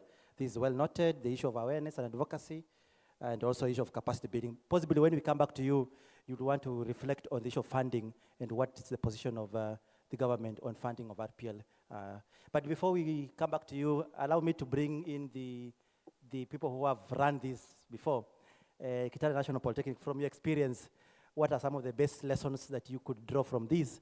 But also, what are those things that we need to avoid as implementers of RPL? Jimmy. Thank you, Chair. As institutions, we are the key implementers. The first thing that we did immediately this RPL came in place is still new to all of us. And we had, first of all, to customize the national RPL policy to institutional policy so that it guides the assessment process within the institutions. Having done that, we also went further to train practitioners with the help of the CICAN, which organized the national RPL practitioner training. Since most of us didn't know how this RPL is supposed to be done, that training enabled most institutions to have enough practitioners who could understand to implement this RPL process. We went further as an institution to create awareness. Most employers, most potential candidates did not understand what this RPL is. We went further to explain to these individuals who have skills, who have been practicing out there, but their skills have not been recognized. We went further to create awareness to them, to inform them that we have an alternative way in which your skill can be recognized without having to go to the training institution. You just come, we assess you, and we certify you. And we did that by conducting the labor market survey to find out which are these key skills that are needed in the labor market. We collaborated with the Jua Kali sector to identify the key skills that are needed. We went further to develop the OS with them, and so that, this assessment, we are normally guided by the OS.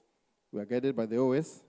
So we went further to develop the programs that are needed in the market. We identified those key areas. We developed enough programs, and we went further to counsel these particular candidates. And this is a very key process in RPL, where if you don't get it right, everything will go wrong.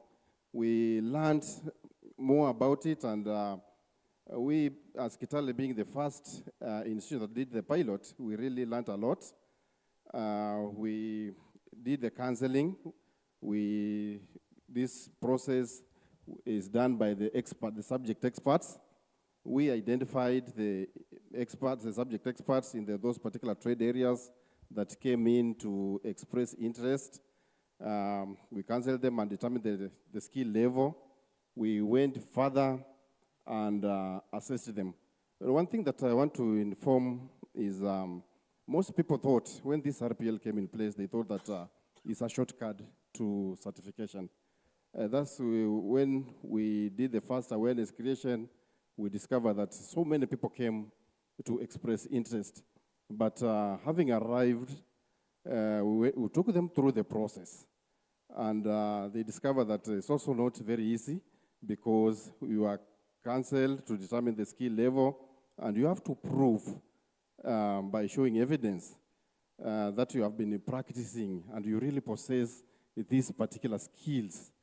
So having done that, so many people proved. And one thing that you learn, those who are about to implement RPL, this POE, everybody can produce a POE if you explain to the public what you require. These people will generate and submit the POE. They thought that that's enough. Once they submit that POE, they thought we are going to issue the certificates. But when we went further through the process, we wanted to subject them to practical assessment. The whole group reduced by 3/4 because they discovered that it's also not a very easy way. Some of them thought it's just walk in and walk out with a certificate.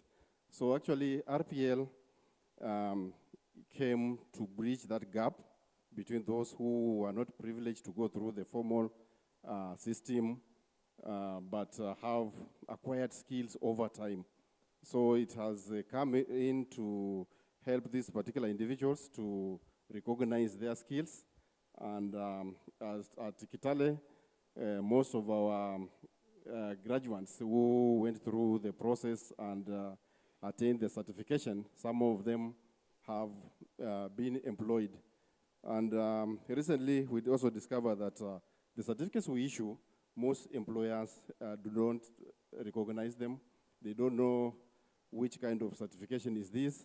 Most of them kept on calling us, like a case of Kenya Power, where we issued certificates. These people went for interview. The employer could not tell this level 4 certificate.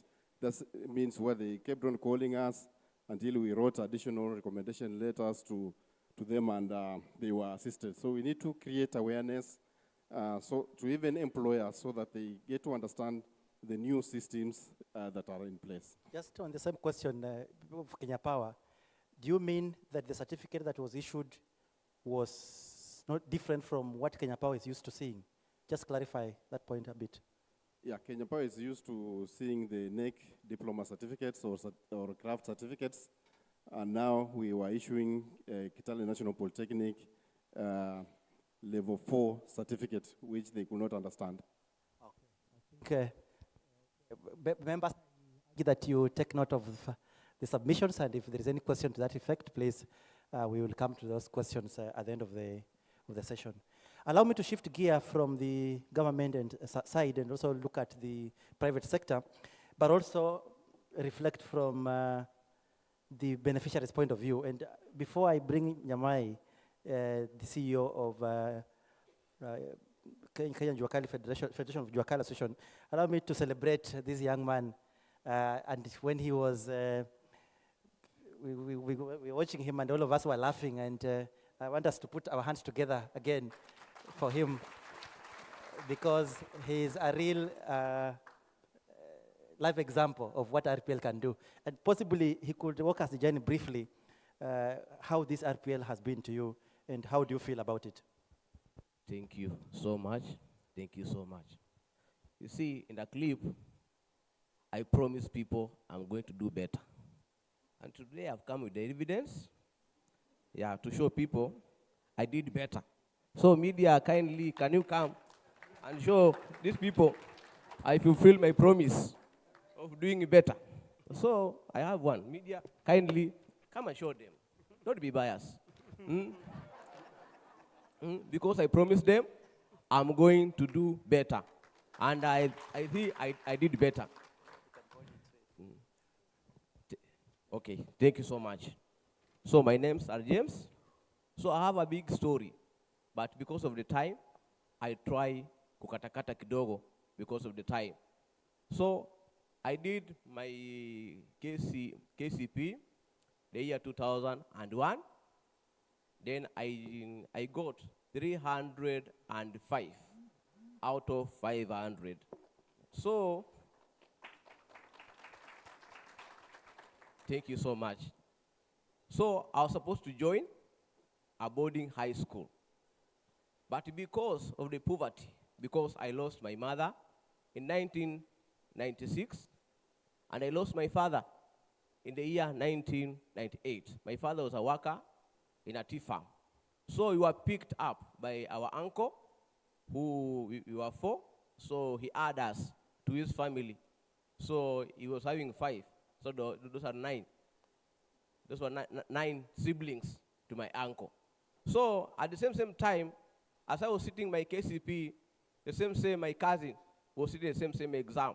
So you are 2 people joining a high school.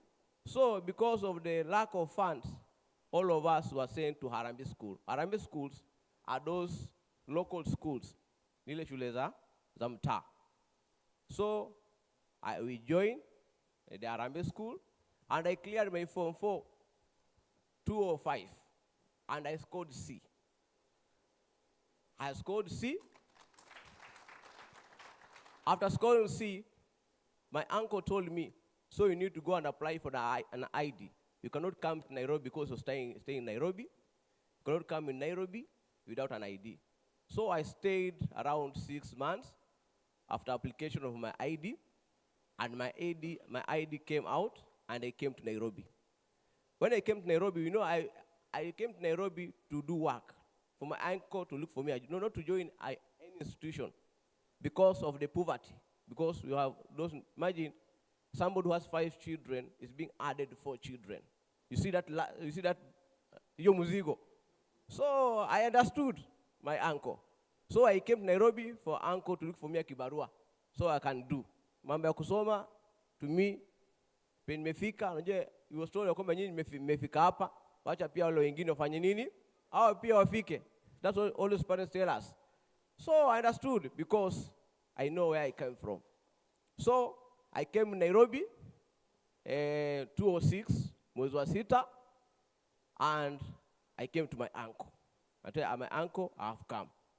This is my ID that you told me that I need to look for it first. So I came to Nairobi, and uncle promised me he's going to look for me a job. That's mwezi wa 7, does not respond. Mwezi wa 8, uncle yangu asemi kitu, but I'm still asking, hey, umesikia mahali? Because I'm tired. You see, if a boy child is not like a girl child. As a boy child, sometimes there's a push that push wrong as a boy child. Kukaa kwa nyumba, tunamka asubuhi, wewe mpaka jioni umekaa kwa nyumba, it was difficult to me. So one day, there was one of my neighbors who was working a Mujengo. And you know when you are in Shago, unasikianga Mujengo ni ngumu in Nairobi. You carry 4 stones, 5 story.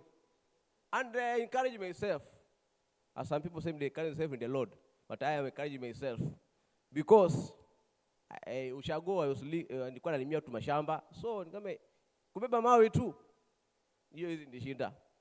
So he told me in the morning, nimpata jioni akiingia, nikamwambia mazee unaweza kuwa is a neighbor. Huko umetoka kunaweza kuwa kibarua, katakata kidogo. Asante. So I'm going to be very fast. Ananiambia job iko, so in the morning I joined him. I went to a Mujengo. That's the first time. At that time in Kasarani, there was being built this football academy. That's where I started my Mujengo. And I did my Mujengo for 2 years. After the last Mujengo that I did in Buruburu, Kenya Library. We were putting tiles. In Buruburu, when I was working in Buruburu, I was sewing some garages because my plan was to be a Mujengo.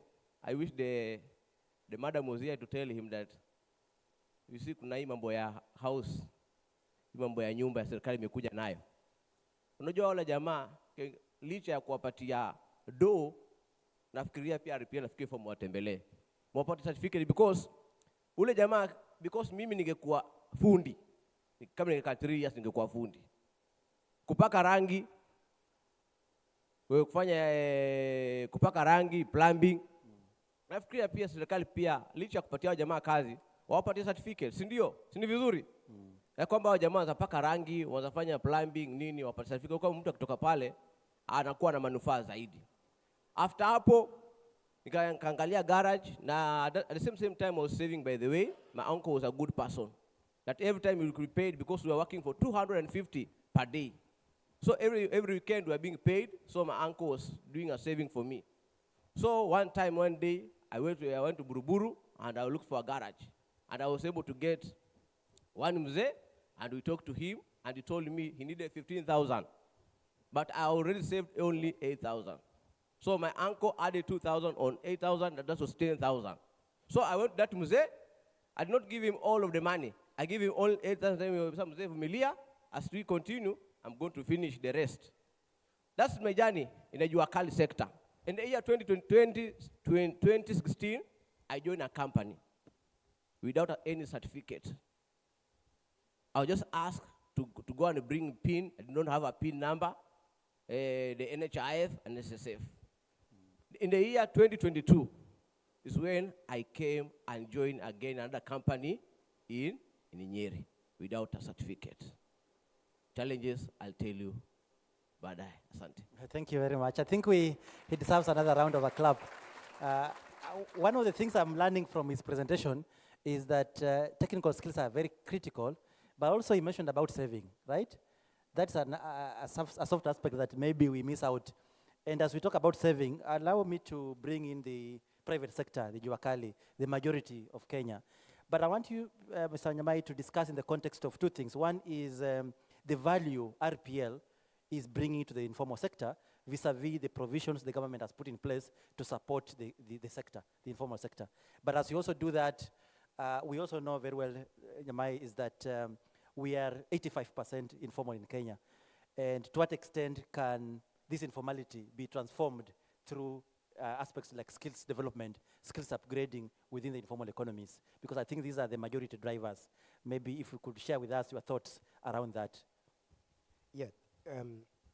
Thank you very much. First and foremost, I think let me take this opportunity to acknowledge and appreciate the support that has already been accorded to the sector through the Young African Works. We, as a sector and as an organization, we were privileged and lucky to receive support courtesy of KNQA and the second project, or project 2. And very importantly also, let me say that the State Department for TVET and the government at large has been very supportive to the sector interventions. So we feel really privileged that we are part and parcel of this conversation and these interventions.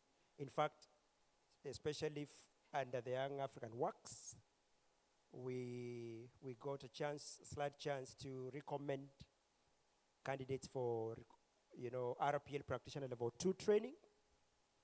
And in this congregation, we have one, the only one actually that benefited out of the support of Young African Works. That is Richard Opar. I think it is important to clap for him as we recognize him. Yeah, he's the only one actually that we have gotten under the Young African Works in terms of capacity building. But back to your question. Yeah, I think the benefits of RPL are right in front of us and right in front of our faces by the very example of Abuko. You can tell one is self-esteem. I think he said very well in the clip, a bit of respect. He will earn, and he has earned a bit of respect from his colleagues, from the people that he engages, from his clients and customers, just because of the mere fact that he is certified. Secondly, you can see social mobility and transition from Mjengo, Huntsman. He's actually multi-skilled because he also became a mechanic, but now he's formally employed. You can see definitely, and importantly, recently when he was actually certified, I am sure now he could be negotiating a bit of salary increment or promotion or better opportunities or better earnings out of the certification. So I think I can cite those two, what we call labor mobility or skills mobility, and then the other is self-esteem and confidence, as it were. But of course, the others are, in terms of benefits, I think the issue that you have just raised of transitioning from informality to formality. Skills recognition is one such strategy that can actually facilitate the transition from the informality to the formality. It is actually in line with international labor standards, which is one of the very dear principles that we apply as an organization in all our interventions. Because we are in the labor sector, we are in the industry, we are in the private sector. So issues of workers' rights, workers' dignity, whether they are formal or informal workers, are very critical to us. But importantly, the informal workers, because those are the members that we represent. So I just wanted to probably mention that globally, informality is a phenomenon. I think it is not a new thing.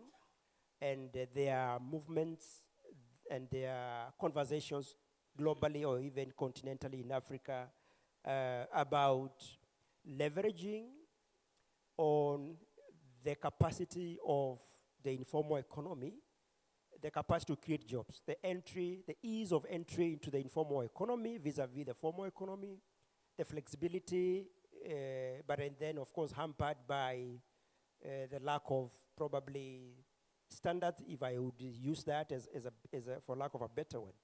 So I would say that skills recognition is one such very sure bet or sure strategy in facilitating the transition because of the documentation, and therefore beneficiaries and candidates are able to present value or a document that has weight in the labor market, especially in the formal sectors. So that is what I can say in terms of benefits and the importance and the value of improving and dignifying workers, environments, and benefits in the labor market. Thank you very much. Yeah, I think we will come back to James again to give us further insights on how it has been dignified to him through certification.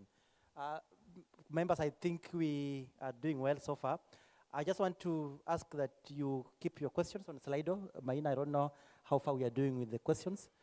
Let them keep coming, and you can keep on writing. We have 10 more minutes. I want to spend the next 10 minutes Maybe in 1 minute, Tom, on the funding aspect, maybe members are asking, how will this RPL be funded, or what is the plan of the government in terms of funding? Yes, thank you very much. The funding aspect is still a sticky issue. And I want to say that it borders on a resource mobilization strategy. And as it stands now, that is still work under progress. We are still working on the national guidelines that, of course, will inform how the charges are going to be assigned. But nonetheless, we already have charges that are being assigned against the services for assessment. For instance, assessments that are being done at the work sites are being charged around 5,500. And of course, this figure was arrived at, by the chair of the National Coordination Committee for RPL that is actually housed in the office of the Deputy President. But besides that, we also have the Kenya National Qualifications Authority working on the differentiated unit course that we'll believe at the appropriate time will actually be launched, and it will help to guide on what is expected to be charged. Yeah, thank you. I think when we talk about funding, and we have all agreed that RPL is deeply rooted on social justice, and therefore we need to do inclusion intentionally. And I can imagine James was excluded not by his choice, but because of the societal aspects. And we know in Kenya we are hosting many of our brothers and sisters who are, because of one reason or the other, they have found themselves in an unconducive environment. Jimmy, at the National Polytechnics, how do we open our spaces to this kind of vulnerable groups? And how would RPL be of help to them, especially when the government, Tom has just confessed that funding is still not yet clear. How do we address this? Yet we are saying RPL is supposed to equalize amongst our members. I don't know. How is National Polytechnic prepared to do this? Thank you. I'll talk for the case of Kitale.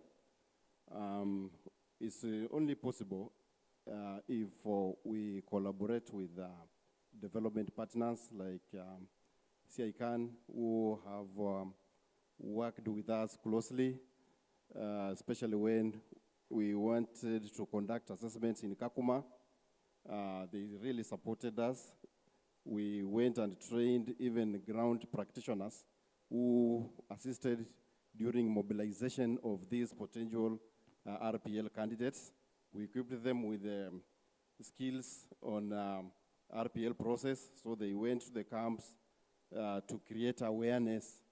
And we also simplified the registration process.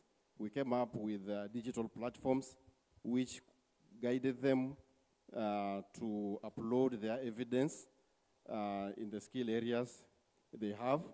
So we leveraged on that, and it really assists us to reach so many in the camps. The other way we could reach those marginalized groups is through collaboration with or partnership with sister institutions. You realize that some courses, you cannot carry equipment from maybe Kitale to such areas like Kakuma. We partnered with institutions like Don Bosco that is in Kakuma, which is well equipped, where we could take our potential candidates to those institutions and assess them from there.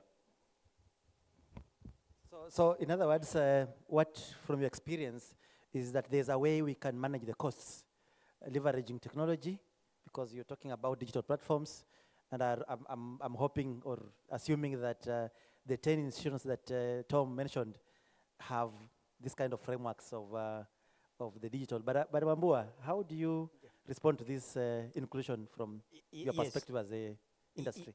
Yes, thanks, I agree. And just to weigh in on the issue of reducing the cost, or the strategies around reducing the costs. Let me first say that while we have made a lot of progress in Kenya, for the few, I think now about 3 years, in the implementation of RPL. From the industry perspective, I still have concerns. Because one, we seem to have a bias. The way we implement RPL here in Kenya, we seem to miss a key aspect of the philosophy of RPL. The philosophy of RPL is that one, that it takes place in an active labor market environment. So I see an attempt for us to implement RPL from a supply side. There is a bias towards, heavy focus on institutions, and these are traditional education and training institutions, which is true because RPL is anchored on the existing institutional framework. But that does not mean that it has to necessarily happen in training institutions. So we are missing the point that industry-based assessment and the role of the industry, and let me say labor market intermediaries is huge and lacking. I see attempts for institutions at the lower level trying to reach out to the industry, the so-called industry, and there. But you can see clear gaps that they also do not understand the structure of industry. Industry is structured, does not exist in a vacuum. So probably the emphasis is that if we leverage and we bring on board labor market intermediaries, these are workers' organizations, these are employer organizations, heavily, because these are institutions and organizations that are within the structure. Even when you look at the policy framework, it's very clear that there are even names of existing umbrella organizations in the institutional framework. But there has been an attempt to heavily focus on training institutions as the place for assessments. So one of the ways of cutting the cost or sharing the cost is actually to bring on board the active labor market environments as a places for assessments. Yeah. So that assessments goes on and the evidence is collected concurrently with the work, so that you do not have necessarily to set aside a program or a timetable for assessment. And then the strengthened linkage between the industry and the employer organizations and the TVET institutions as assessment centers. So we need to be clear that RPL is not about training. Let us not miss the point. It's about assessment, purely assessment. And I think that entry point is clear, and you're assessing on people that are supposed to be in the labor market. Correct. So transition, or let me just say, so there are other costs that are hidden and borne by the candidate, and the assessment center does not care and does not bring it out. Because once a candidate presents themselves, there are other costs that are different from the actual assessment center that are borne by the candidate. Loss of time, loss of productive time from their work, and other costs in terms of materials to prepare the portfolio of evidence that has not factored in the assessment fee. So that becomes a barrier and increases the costs. So if there are no investments to focus and to create awareness, but also to incentivize the industry and the labor market intermediaries, then that will be an area of weakness in terms, and an area of cost that could be defrayed if those actors are brought on board. I think that's what I can say. Yeah, thank you for bringing up issue of labor market intermediaries. Allow me to also just piggyback on the previous speaker, especially on the aspect of, I know, Tom, the ministry has gone forth with modularization of competence-based curriculums. And in itself, it breaks down the competences into examinable areas, or rather areas that can be assessed. And in that respect, how do you see that supporting RPL, just briefly, before I come back to James, please, on modularization of curriculum? I don't know, either of you can answer that, and how is it, the uptake of it, how is it in the different institutions? Thank you. And then also, will it reduce the cost? For example, I will just come for one competency area instead of looking at the entire qualification. Maybe you could just reflect on that. First of all, We want to say that this modular curricula made it easier to assess in RPL.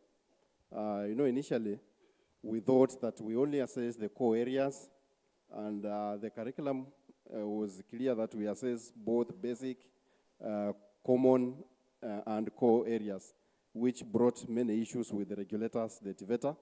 But when this modular curricula came in, to us, it made these RPL assessments easier, especially the lower levels.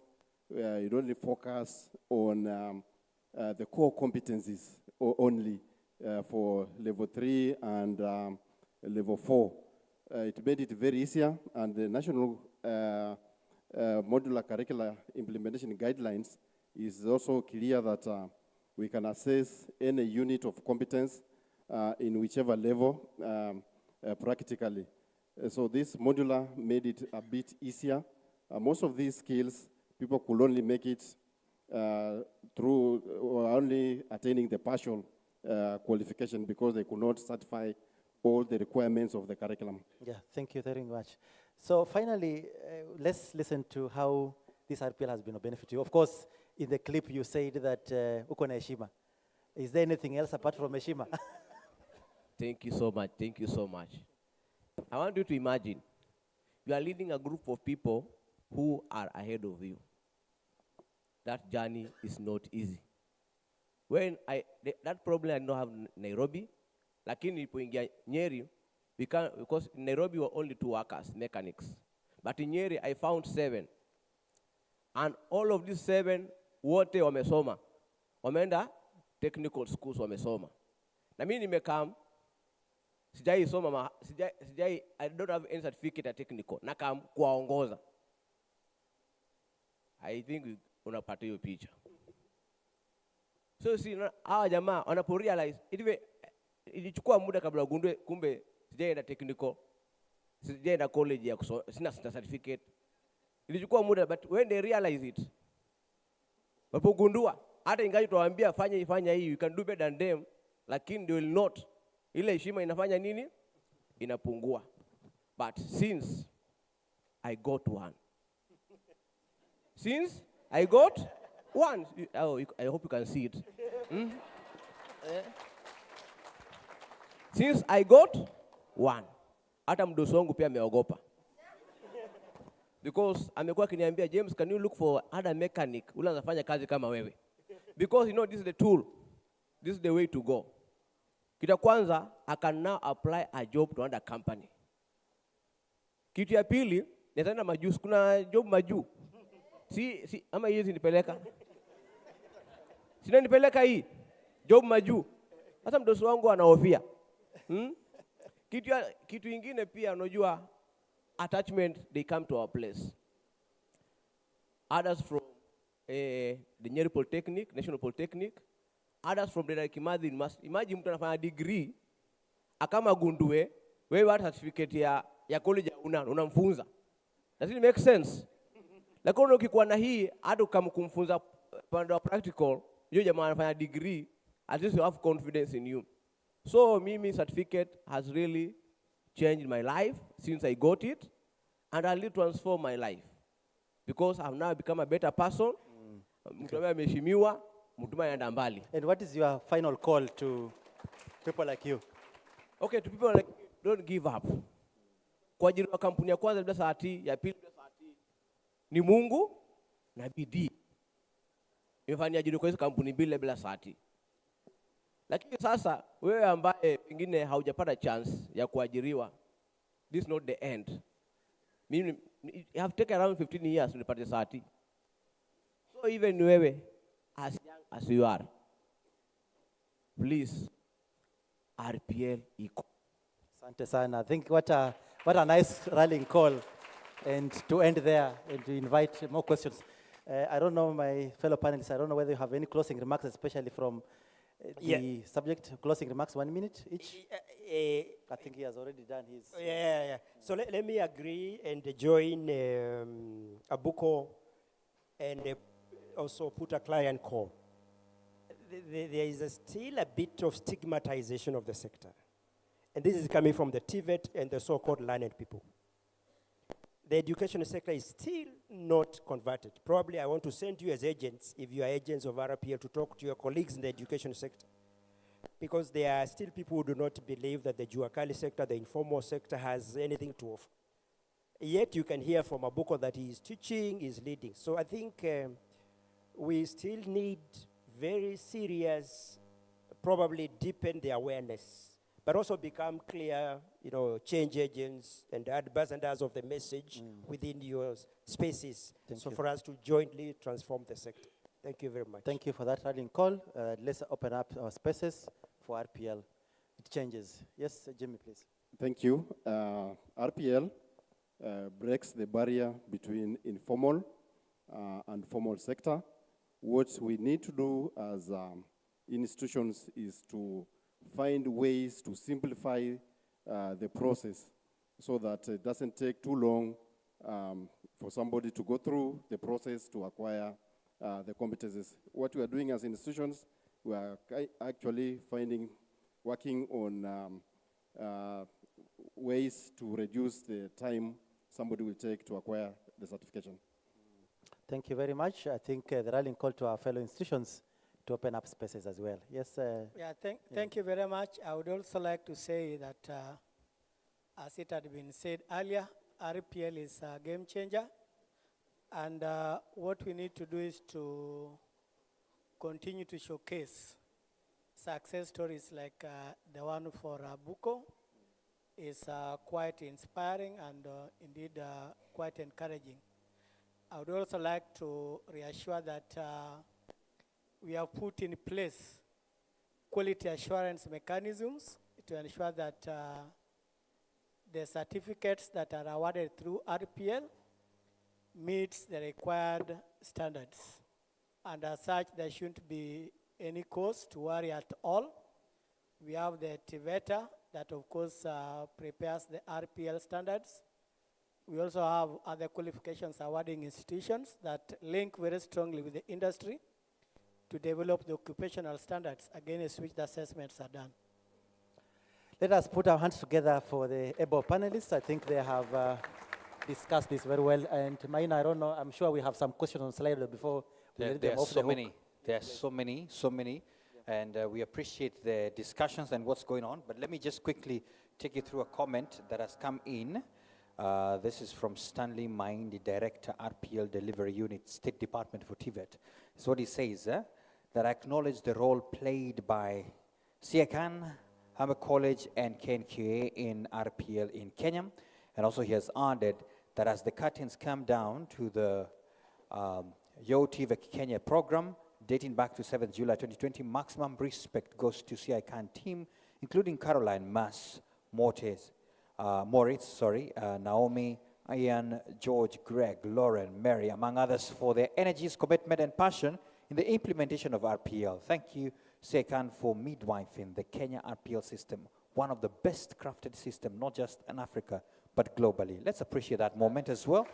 Thank you so much. And by that, he put a hashtag Mbele Iko Sawa. So I think he's just saying how amazing it is. Also from the PS, Dr. Moria, he says that RPL, he's the #1 RPL champion. That's what he's saying. And that the CIACAN RPL system, I am Kenya, is two sides of the coin, of the same coin. So appreciating CIACAN for having midwife this as well. I think those are remarks as well from the PS. That's a good one. And thank you for all the remarks. There's so many people with the remarks. Now, I'm going to throw some of the questions that have been sent, and then we shall go to the plenary. #1 question, you shall help me as well to just dedicate this to who. How much should an RPL candidate be charged? I don't know who will answer that question. That's question #1.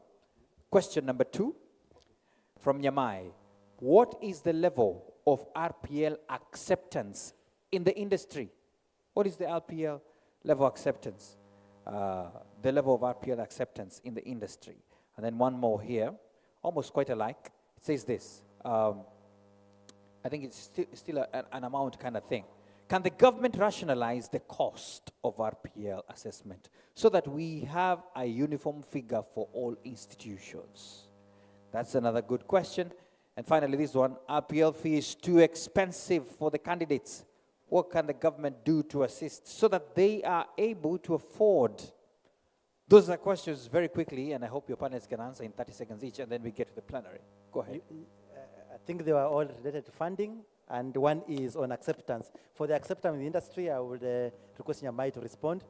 And for the funding and the amount, Jimmy and Tom, you could also throw the ball to your members who are also present here. They could help you to answer. Let's start with the obvious one, the industry. And maybe before you Yes. answer, Kevit, you could also, sorry to ambush you. Yeah. Just a minute. Yes. I know Kevit is a friend of RPL. And I'd Yes. just like to hear his voice. I've not talked to you before, but your voice on acceptance of RPL in the industry. What is your perspective? Maybe you could share with the panelists. Yeah, indeed, ladies and gentlemen, congratulations for implementing this very important policy.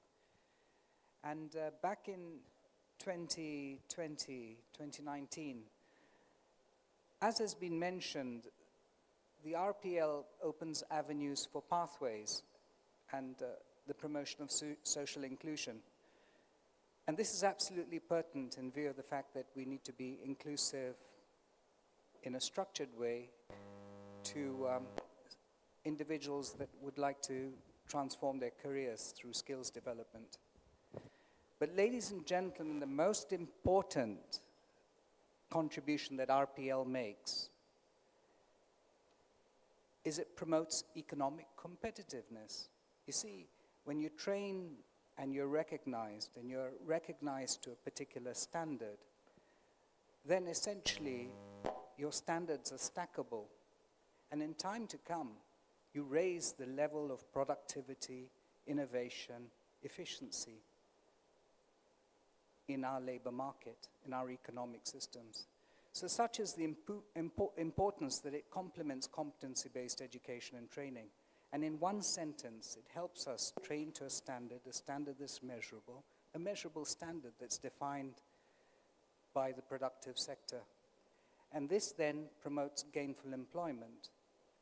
So the future of some of the stakeholders of that certificate is far beyond, because it promotes the level of accreditation, recognition, and the performance of an individual in the market system.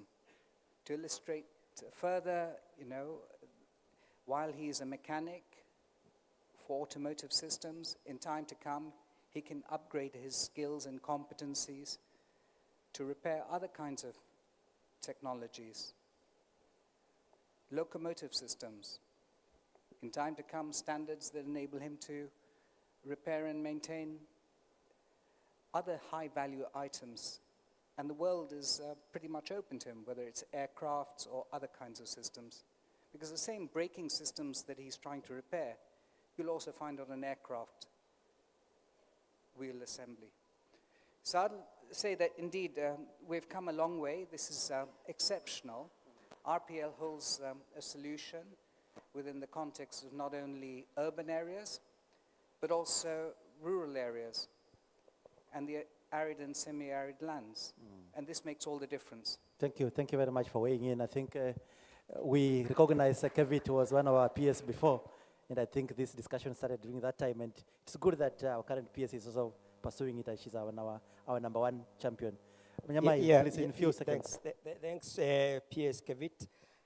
Just to indicate the acceptance, the level of acceptance of RPL in the industry, and PS can confirm, when he was a PS TVET, he had started implementing CBET, and he had developed what was being called regional CBET implementation committees across the country. It is us who asked him, CBET is about training, but we have the skills. Why don't you recognize us even before you start training? Because we do not necessarily need training. We need recognition. And especially with the State Department, that's how we began the engagement with the State Department with him, and we honor him. So I can say in terms of percentages, because RPL is demand-driven, and it's supposed to be labor market demand-driven. It's 100%, 80% of that demand and acceptance is in the informal economy because they are the target beneficiary constituency. 20% of the rest of the acceptance is in the formal work, employment and employer sector, because the reason is there is a catch to after recognition. The worker is going to demand better pay, better working environment. So there needs to be a bit of a sensitization, but also value proposition. But it is 100% split between formal and informal industry. So that, because the two, they view RPL benefits them differently. So the issue of the formal employer able to cut costs of recruitment, and that has to be, that message has to make sense and business sense to them for them to adopt. But they appreciate the benefits of, especially for the worker morale boosting, that most of the former employers appreciate, that they accept, and there is a lot of acceptance. So I think I can say it is 100% split between the two formal sectors. I mean, industry sectors. Thank you. I think the animal in the room, minor, is the funding, and I would like maybe to allow members also to ask some few questions, because I know if we go into the funding, we might discuss and fail to understand that there are also members in the congregation who also want to ask questions. Maybe you could give them a chance to ask one or two, and then we could finalize with the comment from government side on the funding part. About the funding part, right? Excellent. So oh my goodness, there are quite a number. But because he started, let's come here. I think this side is the one that is feeling the pain. But go ahead. Yes. We can't hear you.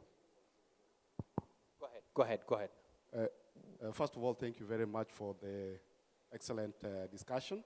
I'm called Frederick Otieno, Managing Director of African Beekeeping Resource Center, and I'm also the CEO of Apiculture Platform of Kenya. Now, I have a question to the director. What are the mechanisms the department has put in place to work together with the private sector to take forward RPL? If you take beekeeping, under better, honey is one product which better needs to reduce importation. And you find that in apiculture sector, we have those people who are practicing and they don't have certification. Now that this good information has come in, and we are finding that we have the challenges of financing, and the Juakali sector has also put it clearly to work together with the private sector.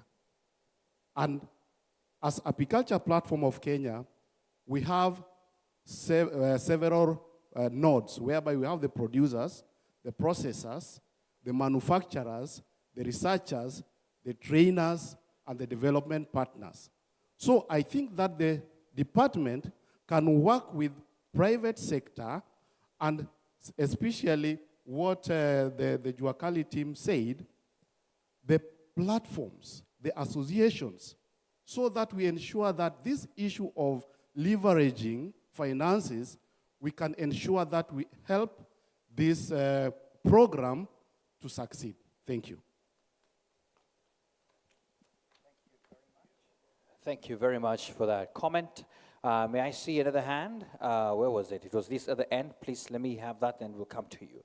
Let me have that gentleman. Please shoot your question. Okay, good evening. Good evening.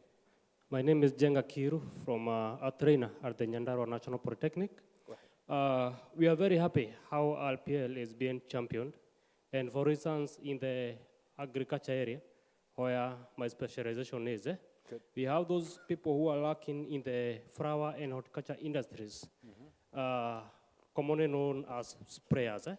And now we can be able to offer crop protection certificates, which is very good.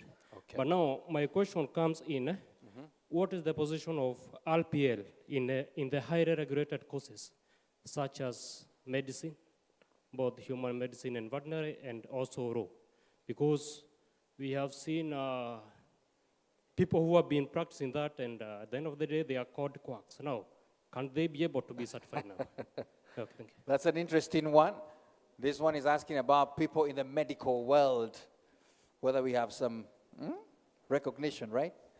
Hey, brother, that's a fiery one. This is personal, but anyway, that's a good one. Excuse me, just allow me to, so that I'm giving them a heads up. Yes. The regulators are here. I hope you take note of that question. Take note of that gentleman. question. So prepare to respond, please. Yeah, I don't know why people are making noise. You don't want to go. Anyway, well, that's a good one. I like that discussion.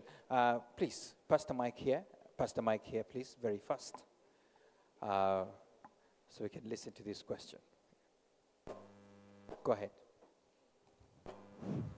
It is one. Thank you, thank you. Thank you for the panel for a very stimulating discussion. My name is Professor Mebo Minish Majanja, Chairperson of Council from Sigalagala National Polytechnic.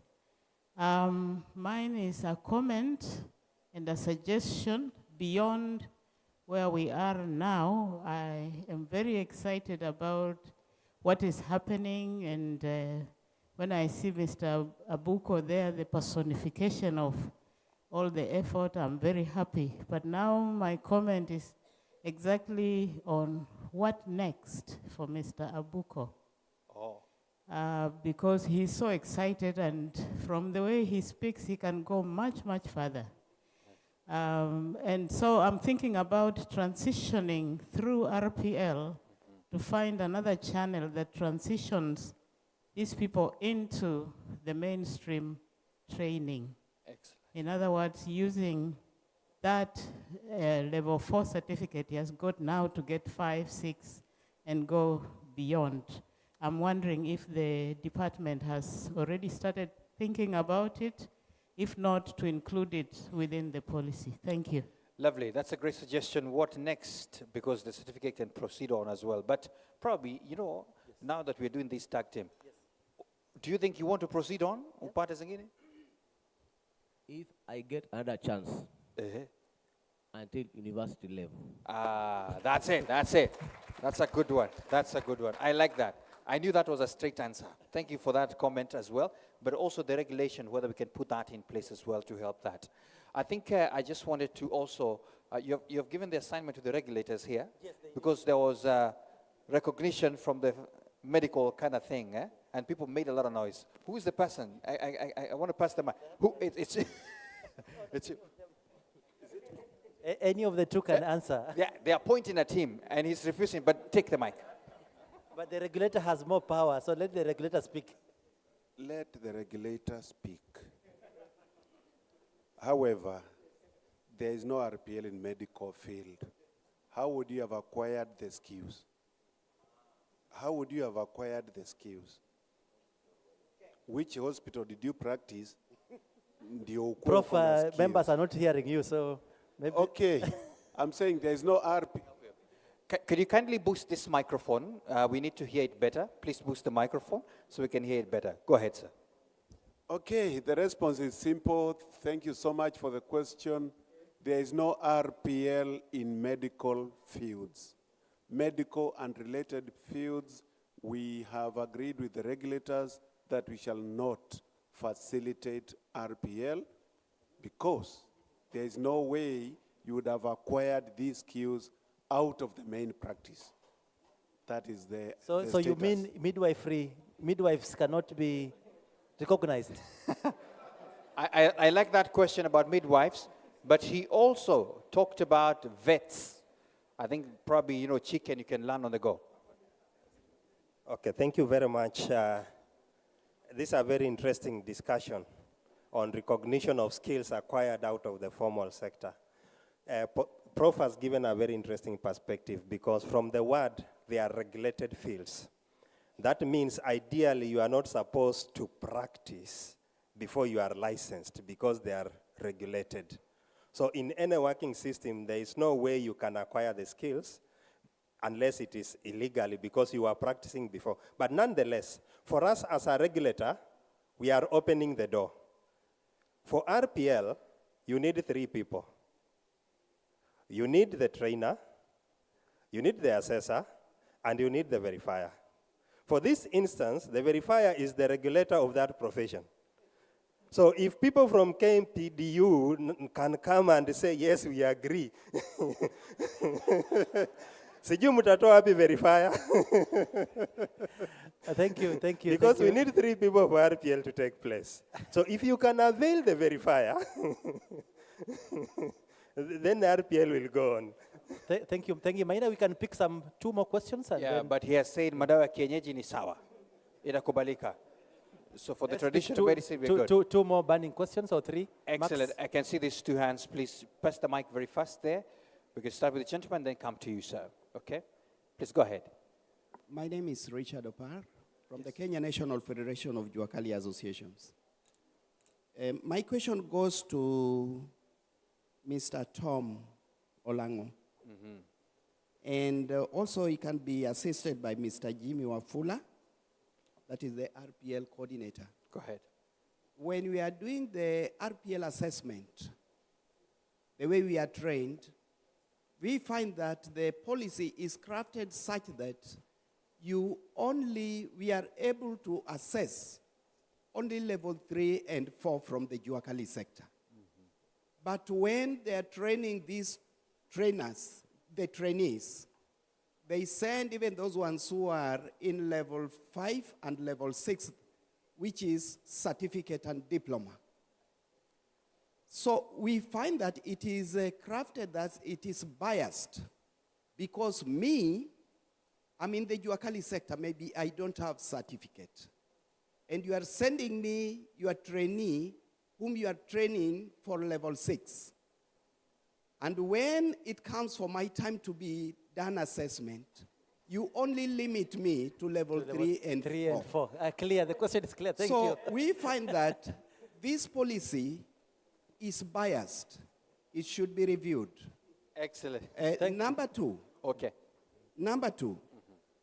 I want to appreciate the CICAN through Hamba International Development Institute, Canada, where I'm a beneficiary of RPL practitioner level 1 and 2.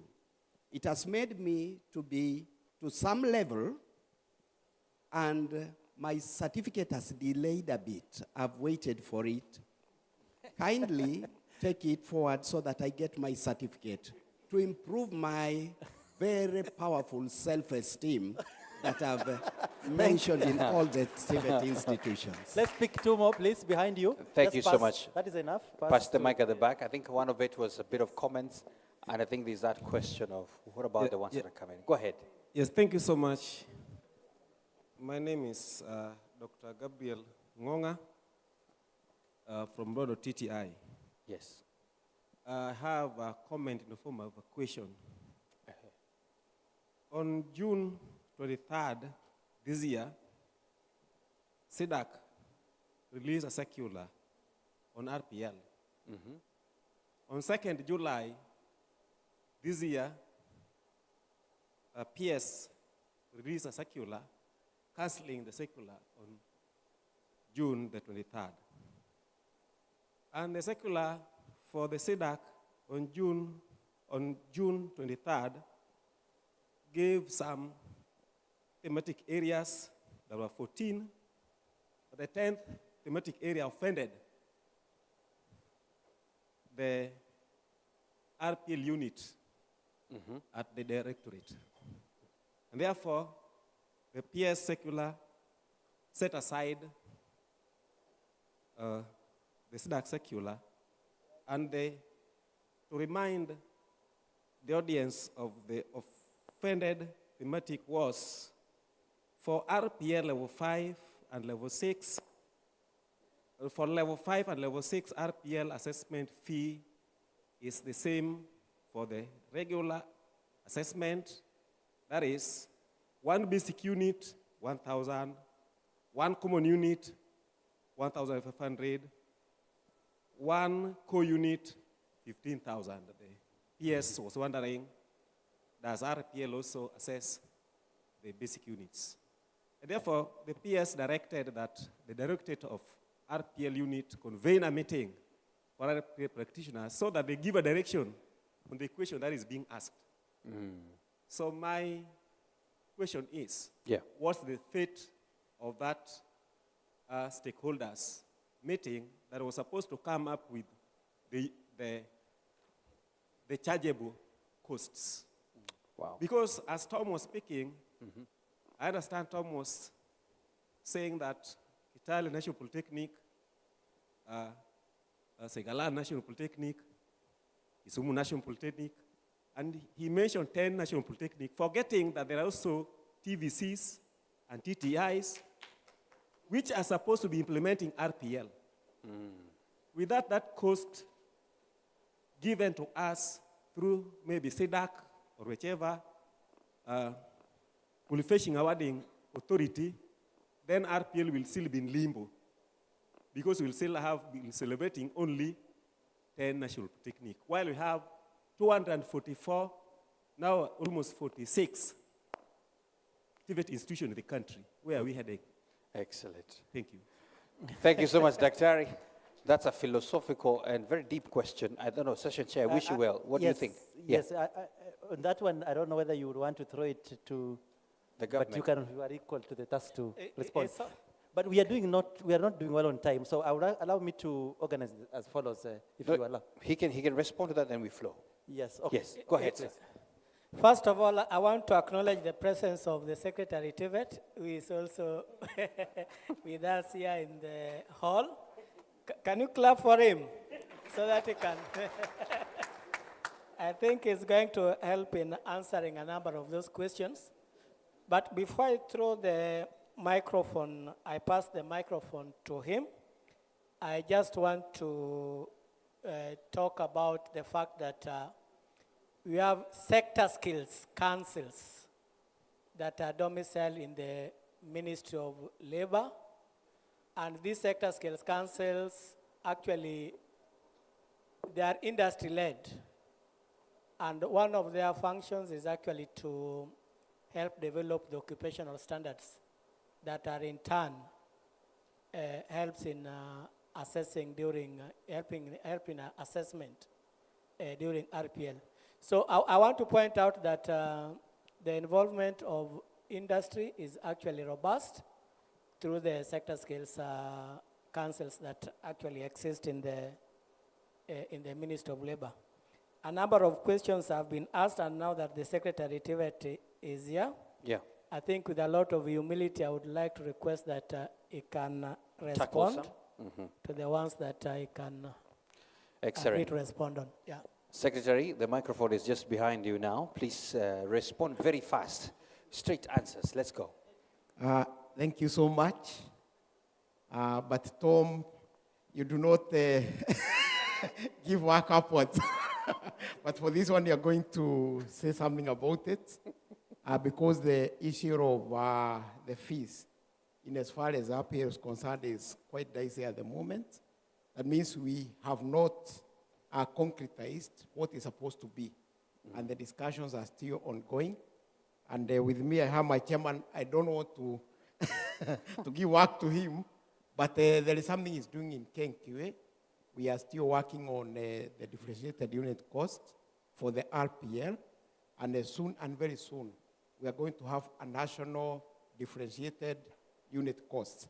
However, nobody is being left behind, because when we were developing the RPL policy framework, one thing which was in mind is that we are leaving no one behind.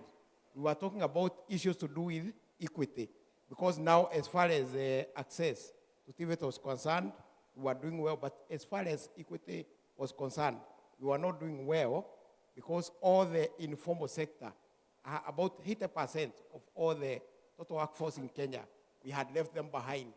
And for this reason, that is why we said all the qualification awarding institutions, like the 10 my brother talked about, they are free to offer RPL across the whole country. So you don't have to say that RPL is only supposed to be offered by SEDAC in the TVCs.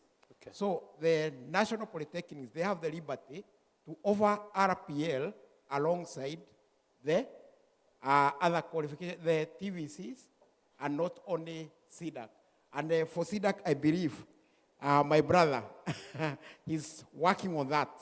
to ensure that they work together with the KenQA so that you can come up with an acceptable differentiated unit cost. So the conversation is still ongoing, but we are going to come up with a national differentiated unit cost for the offering of the RPL. Thank you. Thank you so much for that. And just a quick one here. There's another one, I think it was for you, Secretary. I don't know whether you can answer this. It is asking the question of, I don't know whether it's you, but what's the minimum age limit for the RPL candidate? Is this still in discussion or it's already known? Is there a minimum age? Yeah, so that we can, it was voted a lot by people. Thank you so much. And for that, there is no age limit. Okay. Even those who are retiring, like myself, you can go back and you are given an RPO certification and then you continue. So there is no age limit.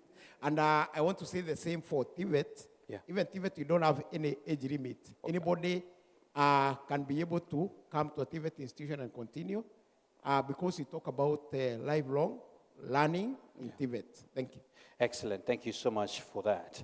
Ladies and gentlemen, there will always be that one hand that has been hanging up, and I can feel the pain. It was here and there. So there were only two, so let me come to this side. Please pass the mic to her, and then to the gentleman.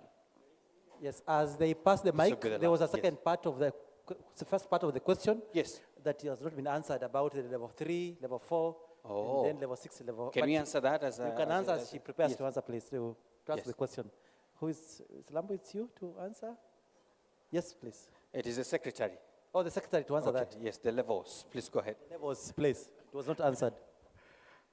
Oh, okay, thank you so much. And in as far as there is what you call the pathways. And for the RPL, it is basically in the informal pathway.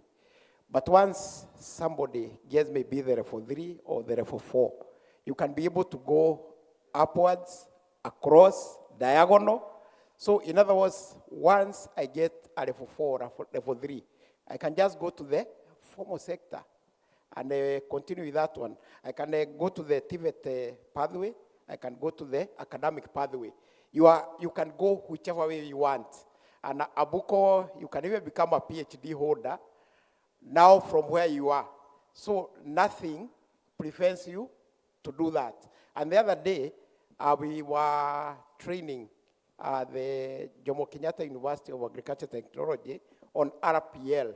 That means even the universities, they have come on board, they have accepted this. And last week, I think, we were also training an organization we are calling AVOTIC. That is Association of Pentecostal Vocational Institutes of Kenya.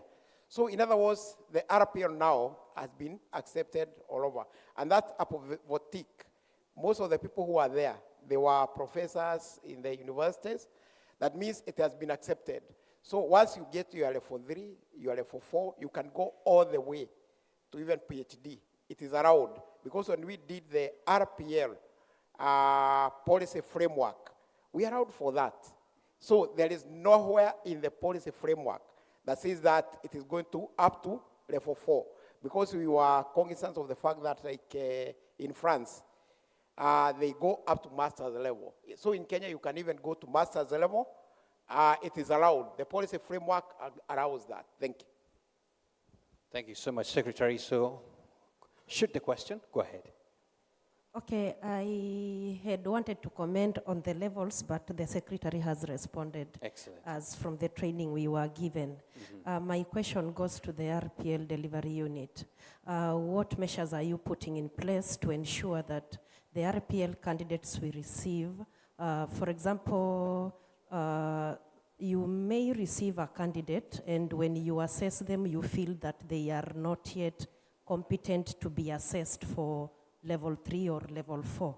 But when you give them that feedback, sometimes if this candidate has been referred by someone in a higher office, it becomes a challenge, because when you tell them that you are not yet ready to be assessed and certified, you now receive a call that makes sure that that particular candidate is assisted to get the certificate. So what measures are you putting in place to help us who are in the institutions to be able to do our work faithfully so that no one is threatening you to give out a certificate to a candidate you feel they are not yet ready. Allah. Because it has come to a point where some of the candidates, because of the RPL, they want to use it as a leverage just to get the certificate. But then when you assess them against the units of competences, they are not yet ready. Thank you. That's a very interesting one. Session chair, where do we take that? Especially, we need to protect our people. The regulator can help us. Regulator. He can direct. 30 seconds, go ahead. Yeah, thank you very much. I have an RPL practitioner also in the house who was really excited when that question was being raised. I think he can help us. Is it Mr. Wanda? Yes, he's looking at you. No, Mr. Wanda is behind there. Oh. Maybe he can also give excellent. his input. Okay, there's the mic there. Go ahead. Yeah, thank you. Good afternoon. Good afternoon. Yeah, RPL has elicited very,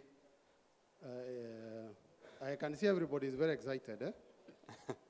First of all, let's all of us take ourselves as children and learn from the baby steps. Yes. What is RPL? RPL is just recognition of prior learning. Take it basically, you understand as that you have acquired a skill previously and you want to use that skill to help you move forward. Isn't it?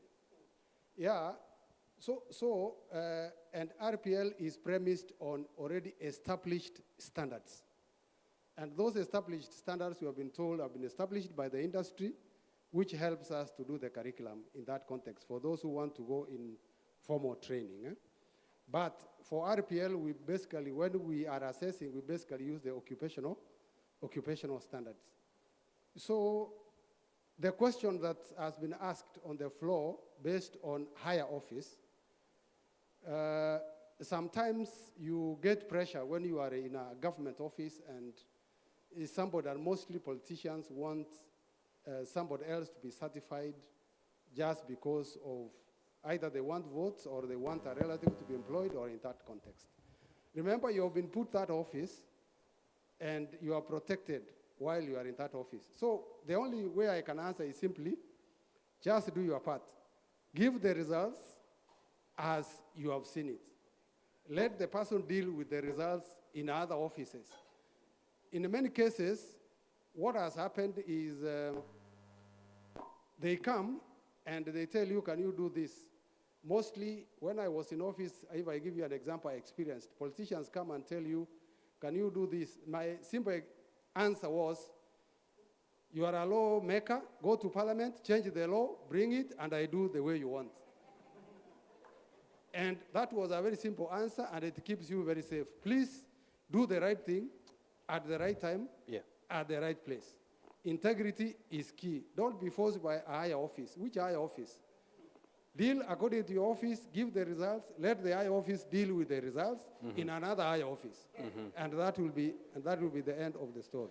Thank you so much, and we pray that you'll be protected. Just bring the mic here. I think there was that was a comma. There's a rejoinder.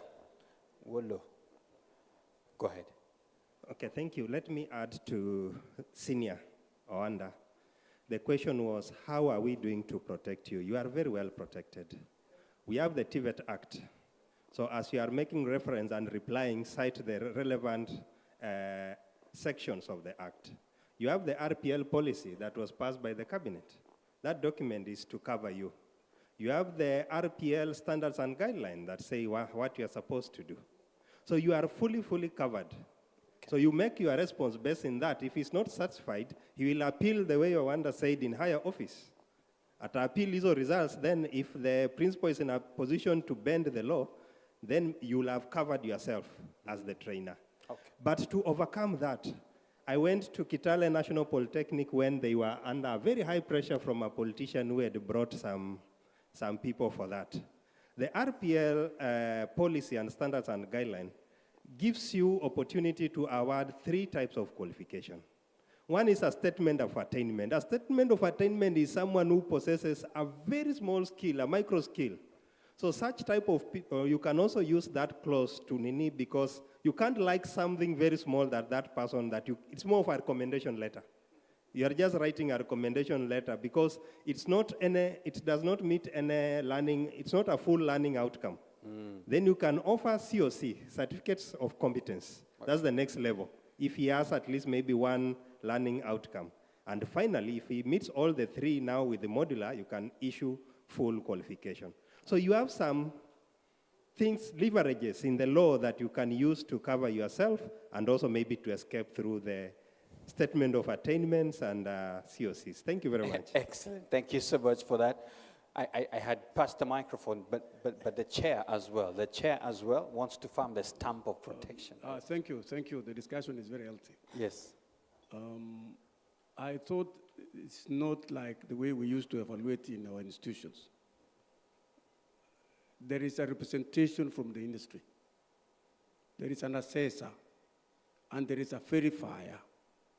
I think it's a team of assessment, not a single entity. Yeah. That will cap the issue of probably might not be only the politicians, maybe the intrusion from certain quarters. That's true. So because of that, that's why we need a number. Yeah. There are usually 4 to 5 assessors. And even the industry now being represented by Mr.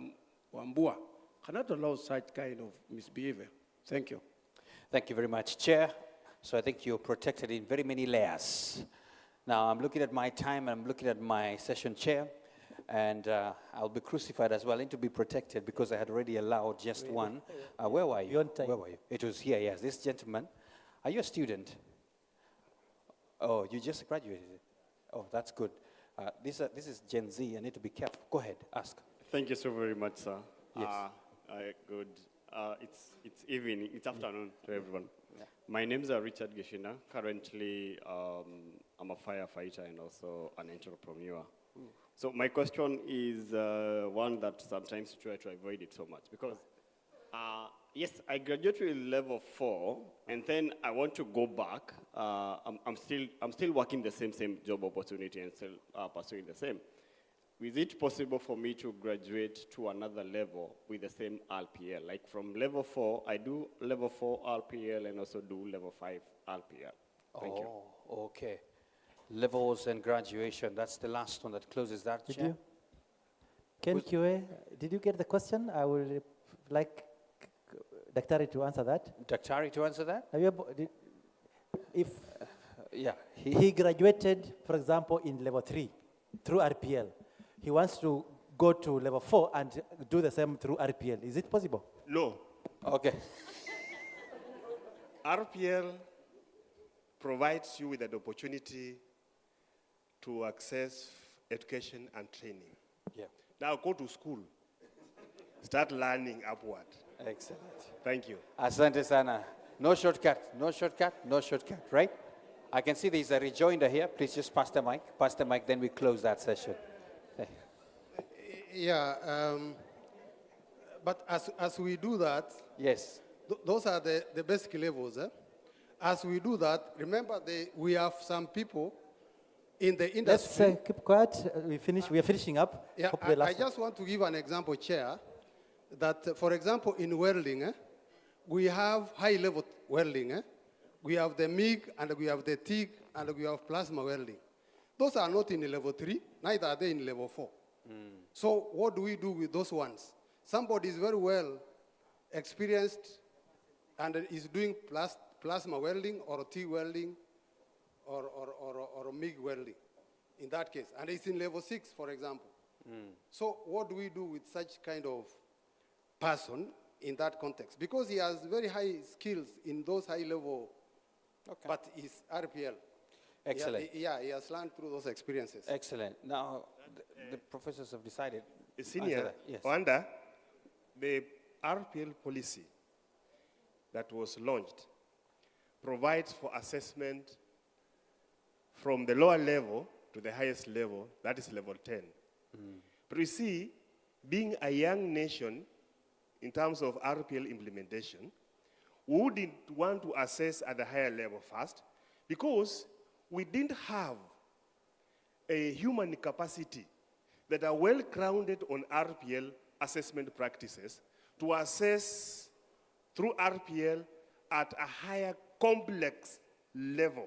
We are saying that for me to assess you the way director has indicated, it requires a practitioner who's well-grounded.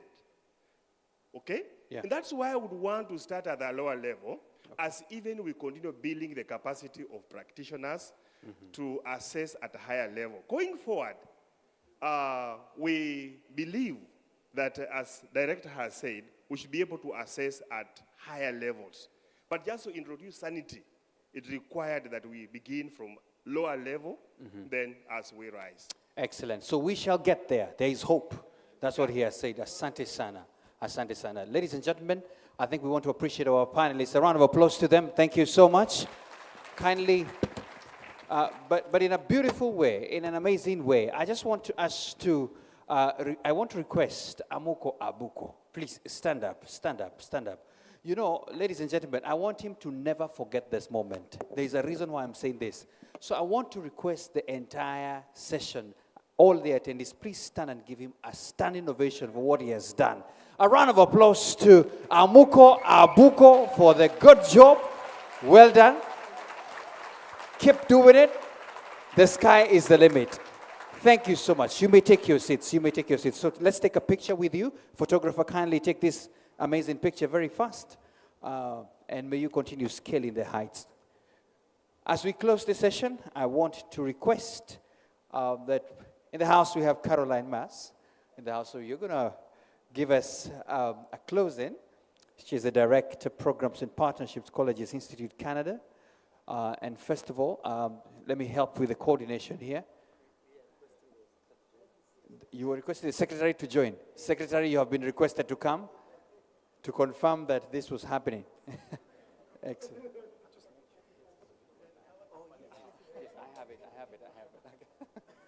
There you go. Secretary, please take the picture. There you go, there you go. Lovely, lovely. Let's do that. Let's do that session. Thank you so much. There you go, there you go. Asante sana. Let's appreciate them one more time. And Amuko, I have your certificate here. This is the one you shall be presenting just in case. We don't want you to lose it. Keep it well. Asante sana. There you go. So please put your hands together for Caroline as she comes up. As you're coming up, I don't know, I'm just giving these guys a minute or so. And you know, this is my KPI. Are you inspired by Amuko? Oh my gosh, indeed. Indeed, right? Yes, every word. Amazing experience. And it was particularly powerful to see his certificate up there, so I'm glad he brought it. Lovely. We are ready for you now. Please come up. There you go. Let's appreciate her one more time, Caroline Mass. Hello, everyone. For those who don't know me, I'm Caroline. I'm at CICAN, Colleges and Institutes Canada. Day 2, we've made it. Yay. Great job. Thank you. I'm going to do a lot of thank yous. So thank you to our tremendous presenters and panelists today. Yeah, I guess we can hold the applause till the end. There's lots of shout-outs. So some shout-outs, maybe to all the students that are here. I've heard there's quite a lot of students here, so big shout-out to you. Big shout-out also to the Kenya Coast Band and the Atmosphere team. They've been really doing a lot to help us have a joyful and productive meeting. Also, the fabulous team at the Pride Inn. They've been doing a fantastic job as well. Just a few remarks, because I know we want to get going. So I'm struck again and again and again at how ambitious Kenya is and how, as a country, you're always on the lookout for best practices, constantly searching for new ideas. When things can work better, you change things. You've been changing things a lot in the last 5 years. It's great to see all this innovation, this dynamism as a country, and of course, everyone in this room. So I wanted to thank as well to all the many partners, most are here, some are not, that have been with us in this incredible change over the past 5 years. The PS isn't here, but thank you to her for her vision, and MasterCard as well for their belief in the transformative change of TVET. Just to end, I have to say it is an honor, an absolute honor for CICAN to be working with you in this tremendously exciting time. CICAN, as you know, it's the amazing team that's based here in Kenya, so thank you to the team here. There's a few of us based in Ottawa as well, though our hearts are always here, of course. And CICAN is also, as you know, there's 29 Canadian colleges actually that have been working with you these past 5 years, and I know I speak for all of them when I say how privileged we at CICAN have been to be part of this journey with you. Asante sana to all of those who gave such kind words to CICAN today and yesterday. Our hearts are full of pride. And also Niket Set TVET. Thank you. Thank you very much for those short closing remarks. Ladies and gentlemen, I just want to close by saying this. First of all, to appreciate the engagement. I love it when people are engaging, cross-examining and all that. I was afraid when professors started cross-examining each other, we would have gotten to thesis stage. And this would have ended up, I don't know what time. But thank you so much for that. If you lost your room card key, make sure you go to the registration desk. It's there, lest you might sleep outside. And then just another announcement. Tomorrow, my goodness, this is day 2. So tomorrow is our last day. Can't imagine. So we have a gala dinner. And I'm sure you have seen it even on the program. It even tells you how to dress. Don't worry, if you didn't carry it or if you didn't read it, still come, all right? Excellent. So gala dinner from 6:30 p.m. With an African wear theme, all right? How you interpret that, may you be guided. Excellent. So there will be transport as well for those in Pride and Flamingo to change if you need to. So please come by. I can see someone appreciatively saying yes. Excellent. Please come by there. So come ready to celebrate and have a good time. I think for one more thing is that we shall be having as well some awards ceremony happening. So we look forward to that. I think with that, just looking at my team, all is well. We want to say day 2 is done. Let's see each other tomorrow. At what time? Our usual is 8 o'clock. We have, by the way, for those of you who come at 9, between 8 and 9, we normally have a good time here. If you want to know, come tomorrow. Excellent. Thank you so much, and bye-bye. See you. Oh, one more thing. Sorry, before you clap. We have tea. And in the world of sustainability, we normally say we don't waste food. So let's deal with it. Excellent. Thank you so much. See you tomorrow.